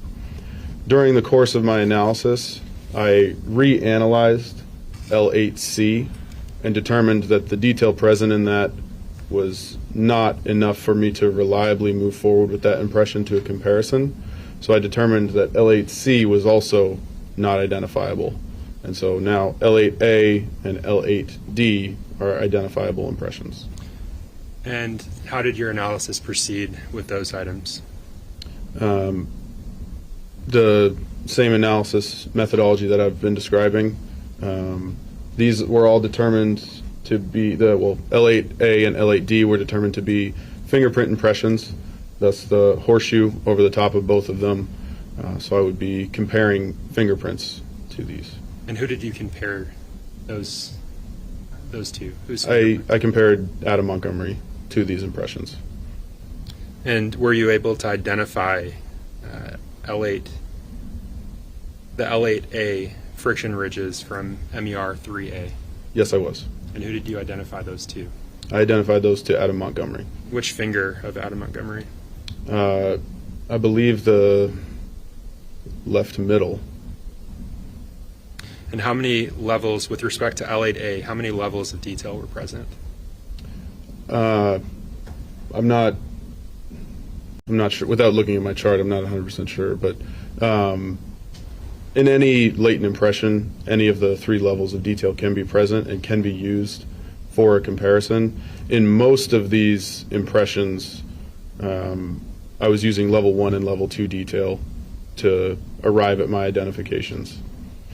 With respect to L8D, were you able to identify friction ridge details from that item? Yes, I was. And who did you identify as the source of those?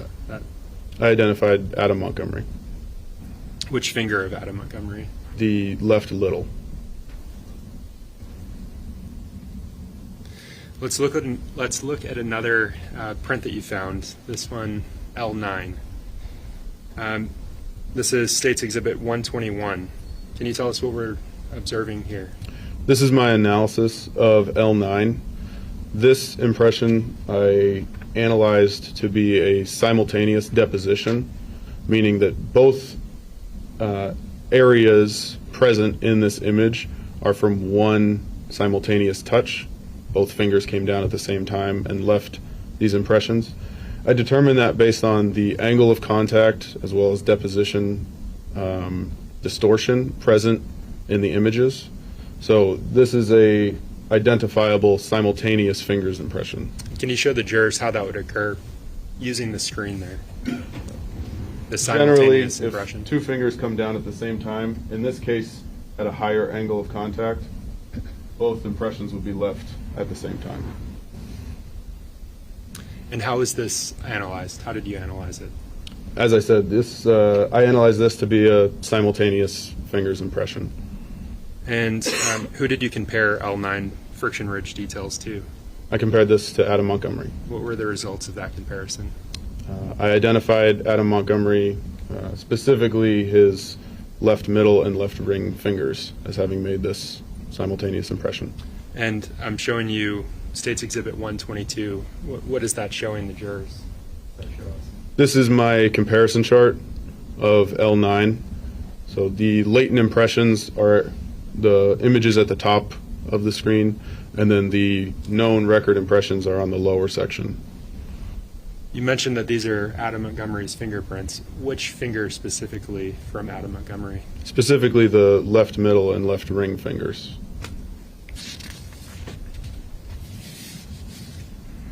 I want to look at another print that you found, so I'll draw your attention to L10. Did you have an opportunity to analyze L10? Yes. And can you tell the jurors how you analyzed it? L10, I determined to be 3 separate fingerprint impressions. These fingerprint impressions, I decided that they were not simultaneous because of the angle of deposition and the almost impossibility of deposition simultaneously due to anatomical position of the fingers on the hand and the directionality that these were deposited in.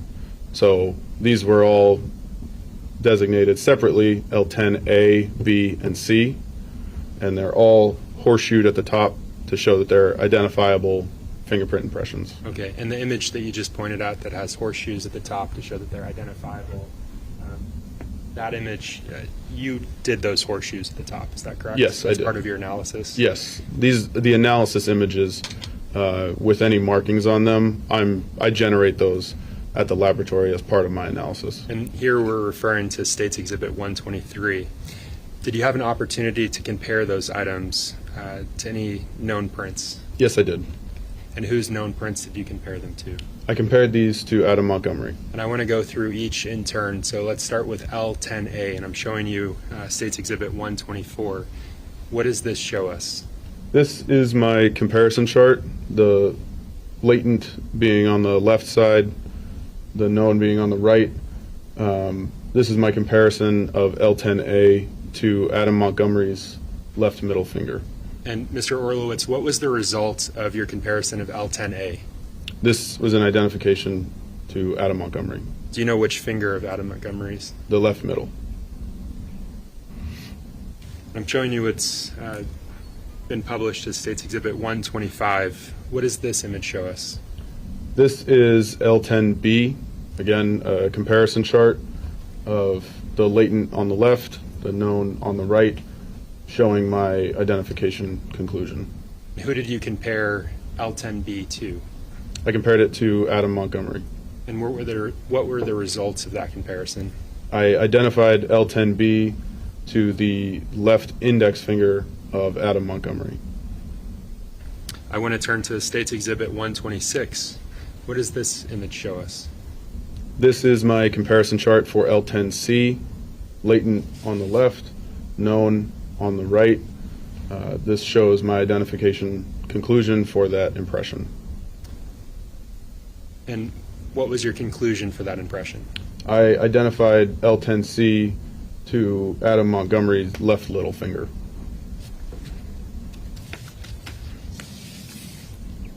I want to look at another print you found. Turn your attention to L11, and here I'm looking at State's Exhibit 127. What is this image showing us? This is one of my processing images from processing the item of evidence MER3A that this latent L11 came from. This is just showing the latent in its entirety. And how did you process this latent? This latent itself, are you referring to the chemical processing or? The chemical processing. Chemical processing. This latent itself went through a process, this item itself, I'll say, went through a process called lumiscyanofuming. So it's a superglue fume that when heated up will polymerize on top of friction ridge detail present on an exhibit, present on an item, and it will leave a white residue, very light white residue on top of the ridges. This helps preserve them. It also helps make them more visible.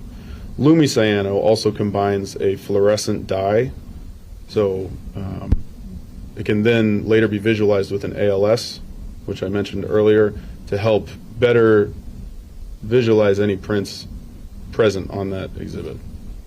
I'm going to move to State's Exhibit 128. What does State's Exhibit 128 show us?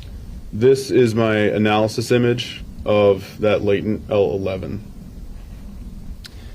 After analyzing L11, did you have an opportunity to compare it to any known prints? Yes, I did. And I'm turning to State's Exhibit 129. What does State's Exhibit 129 show us, Mr. Orlowitz? This is my comparison chart of L11. L11 was analyzed to be a palm print, not a fingerprint.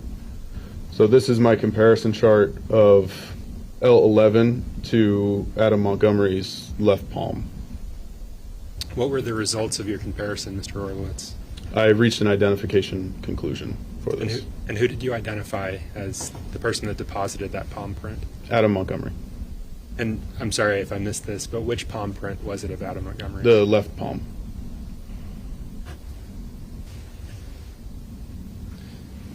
Mr. Orlowitz, I want to look at another print that you found, and I want to turn your attention to L13. This is State's Exhibit 130. What does this image show us? This is L13. This latent was also present on MER 3A. This is another processing image from that exhibit, from that evidence. Did you have an opportunity to analyze this? Yes, I did. And how did you go about analyzing it?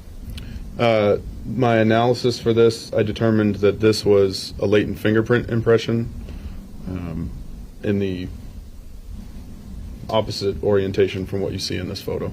And turn into State's Exhibit 131. What are we looking at here? This is my analysis image of latent L13. The horseshoe for this latent is near the bottom of the image. So this is telling me that I believe this is an identifiable fingerprint impression, but also showing that my theoretical directionality of up for this would be this way, actually, so that the finger, if you can imagine my finger on the screen, it would be in this orientation. Did you conduct a comparison of L13? Yes, I did. And who did you compare that item to? Adam Montgomery. And I'm turning to State's Exhibit 132. What is this image showing us? This is my comparison chart of L13. So latent on the left, known on the right. This shows my identification conclusion to the right index finger of Adam Montgomery.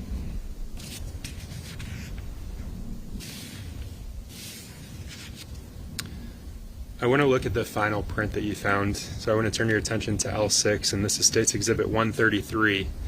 Did you have an opportunity to process State's Exhibit 133, so L6? Yes, I did. And how did you go about doing that? The exhibit that L6 was on was MER 3D. This evidence was a large piece of drywall with metal framing on it. It was roughly 5 foot by 6 foot. It measured about that. I did a super glue fume, so similar to the Lumicyano fume that I told you about earlier, but without the addition of the fluorescent dye step. So this was just with the super glue fume in order to process for these impressions. Were you able to analyze this item? Yes. And I turn your attention to State's Exhibit 134, which I've put up on the screen. What does that show us? This is my analysis image of latent L6. So I determined that these 4 touches, these 4 areas of friction-rich skin on this exhibit were one simultaneous impression. So all 4 of those fingers came down at the same time on the exhibit and left those 4 impressions. Following your analysis, did you conduct a comparison of L6? Yes, I did. And who did you compare L6 to? I compared to Adam Montgomery and Kayla Montgomery. And what were the results of that comparison? Both of them were excluded as having been the source of this impression. And did you conduct further comparisons on this L6? After reaching those exclusion conclusions, I ran this impression through our automated biometric identification system, or ABIS system, which is a repository of record impressions from local systems as well as national systems. So I turn your attention to State's Exhibit 135. What does this image show us? This is my comparison chart of L6 to known impressions of an individual who was a candidate on the the search list that ABIS sent back to me after performing the search against the records. This candidate's name was Yared Luyano Mondrag. I identified this impression as having originated from that source. So after looking at the entire ceiling paneling, the vents, there were only 2 individuals you were able to identify as having deposited prints on those items. Is that correct? Yes. And can you remind the jurors who those 2 individuals are? Adam Montgomery and Yared Luyano Mondrag. Are you aware that Yared Mondrag, Mr. Mondrag, was the drywall installer? I was not aware of that. Thank you. No additional questions.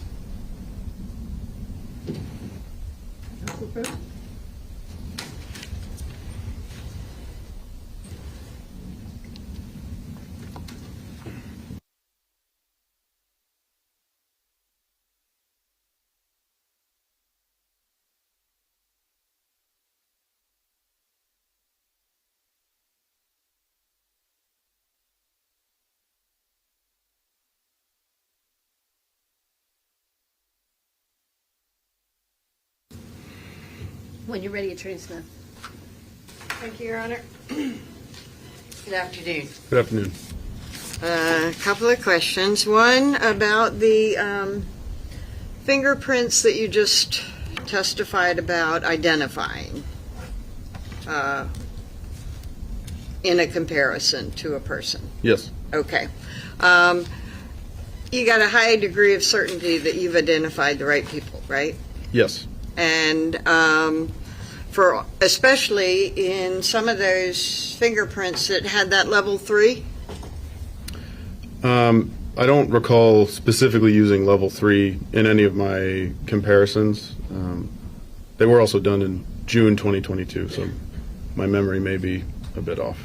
In any event, a very, very high degree of certainty that Adam Montgomery's fingerprints were found on the metal ceiling vent, and then some on the metal that held the drywall together. Yes. Right? And then the other was somebody completely unrelated. Yes. Okay. So let's go back to the cooler.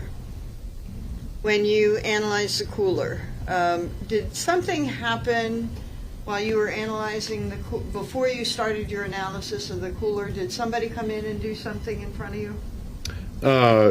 Kevin McMahon, who was a serologist at the laboratory at the time, performed a serology examination on the cooler. Okay. And this cooler, right now is pretty dirty, right? Yes. And it's dirty because of the tools that you use to look for ridge detail, right? Yes, I believe that's a portion of the residue that's left on that is from my processing. Okay. So the reason that you would want somebody like Kevin McMahon to come in and do serology is that you might actually be changing the condition of the cooler. Yes, there's the potential that any processing I do could dilute or remove biological evidence that's present on an exhibit. So in the laboratory in general, and specifically for this case, serology would be conducted prior to latent print processing. And the reason, and again, you do this so that if there's evidence on this cooler, it can be found, whether Yes. serology or fingerprint. Yes. The other is that you talked about different surfaces being good for fingerprints. Yes. Is this cooler? And I can bring it to you. I can put a glove on and bring it to you if you'd like. That's okay. Okay. Is this cooler good for that sort of finding rich detail and stuff? The exterior of the cooler is textured, which is not the best type of substrate or surface to retain fingerprint detail. Like I said before, smooth surfaces are usually what's best. Okay. So I can go and I can touch this cooler at the top, and you may not be able to find my ridge detail. That's correct. Okay. How about the handle? So same thing? It's metalish. There may be a potential to find friction ridge detail on something like that handle. It's smooth, but it being a handle gets handled a lot, which could potentially wipe off any friction ridge detail that was deposited prior. Okay, and that was going to be my next question. An object that is touched a lot might remove, smear, or change any ridge detail below it, right? Yes, it may remove it completely. And so you get an accumulation at some point, and you may not even be able to identify the last person touching. That's correct. Okay. The metal ceiling vent and the drywall, did that go through a similar serology analysis before your fingerprint analysis? Yes, they did. And that was separate. It wasn't actually in your portion of the lab, right? Right, that's correct. Okay. And there's another item that you tested. Do you recall? There was a small pink child's cup. I believe the agency item number was BEO 25. Okay. And nothing there? No friction ridge detail was documented or developed on that. Okay, and was that a good surface to find fingerprints? My recollection was that the exterior of the cup was fairly textured. There were some flat portions, but much of that cup, I think, was a textured surface. Okay. So is it fair to say that none of the items that you tested raised a suspicion that they had been wiped or cleaned off? No, I did not have that suspicion during my testing. Thank you. Thank you. Mr. Orlowitz, I just want to follow up on that last point. How would you know? How would you be able to see if things were wiped off? During my processing, if wipe marks or drag marks became visible during the processing, that could potentially cue me off that something had at least been wiped across the surface. And that wasn't present on the items that you analyzed? I did not observe that. With respect to the highly textured surfaces that you mentioned, how would you see those wipe marks in a highly textured surface like the cup that you mentioned or the cooler there? It would be very difficult to see if any wipe marks were present on a textured surface. Thank you. No additional questions. But it's fair to say that you saw nothing to raise that suspicion. That's correct. Okay. Thank you. All right, you may step down. All right, ladies and gentlemen, we've reached the end of our day today. I remind you, don't discuss the case with anybody, not with each other or with anybody else. Don't watch any social media, read any newspapers, look at any online coverage of this case. Avert your eyes. So we'll begin again tomorrow morning. Please be here at 8:45 for a 9 a.m. start. Don't do any independent research. Thank you so much for your significant attention today. Have a good evening, ladies and gentlemen. All rise for the jurors, please.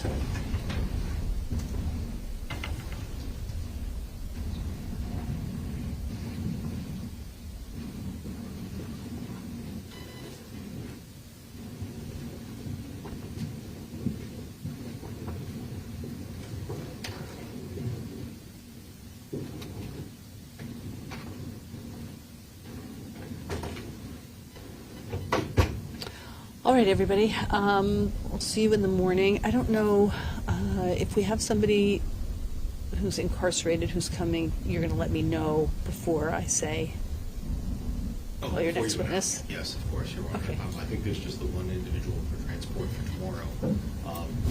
I don't know yet the order of the day. We have two of the witnesses planned for today. We need to go back and figure out that order. Okay. Want that done. Okay. Make sure that that person gets on and off tomorrow. Okay. Oh, you can all be seated. Just one last observation. It seems that there are some things that are being marked that either you may have had marked subsequent to the original marking for identification that hadn't been shown to the defense. Maybe I'm misreading that. I'm just seeing you bringing things over that are, new to the list. I just want to make sure. Are you seeing other than that fingerprint issue? Are you seeing everything in advance? I think that there were some things that were marked this morning that we hadn't realized. So I just want to say, if you know you're going to be using something and you're having our court monitor mark it, make sure that they see it. Okay, I think that's important. Just then they're not seeing it for the first time when it's being introduced. Okay, anything else? No. Very, No, Your Honor. Very good. Thank you, everybody. I'll see you tomorrow. Thank you.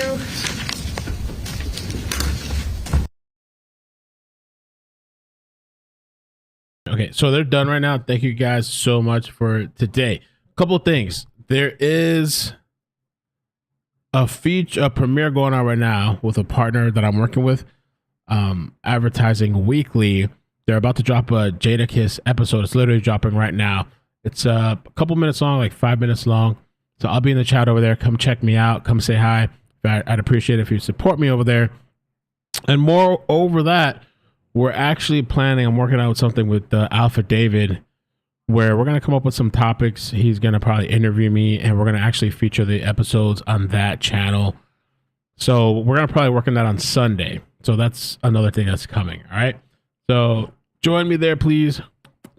I'll be right there in the chat. A few minutes long. I appreciate it if you support me.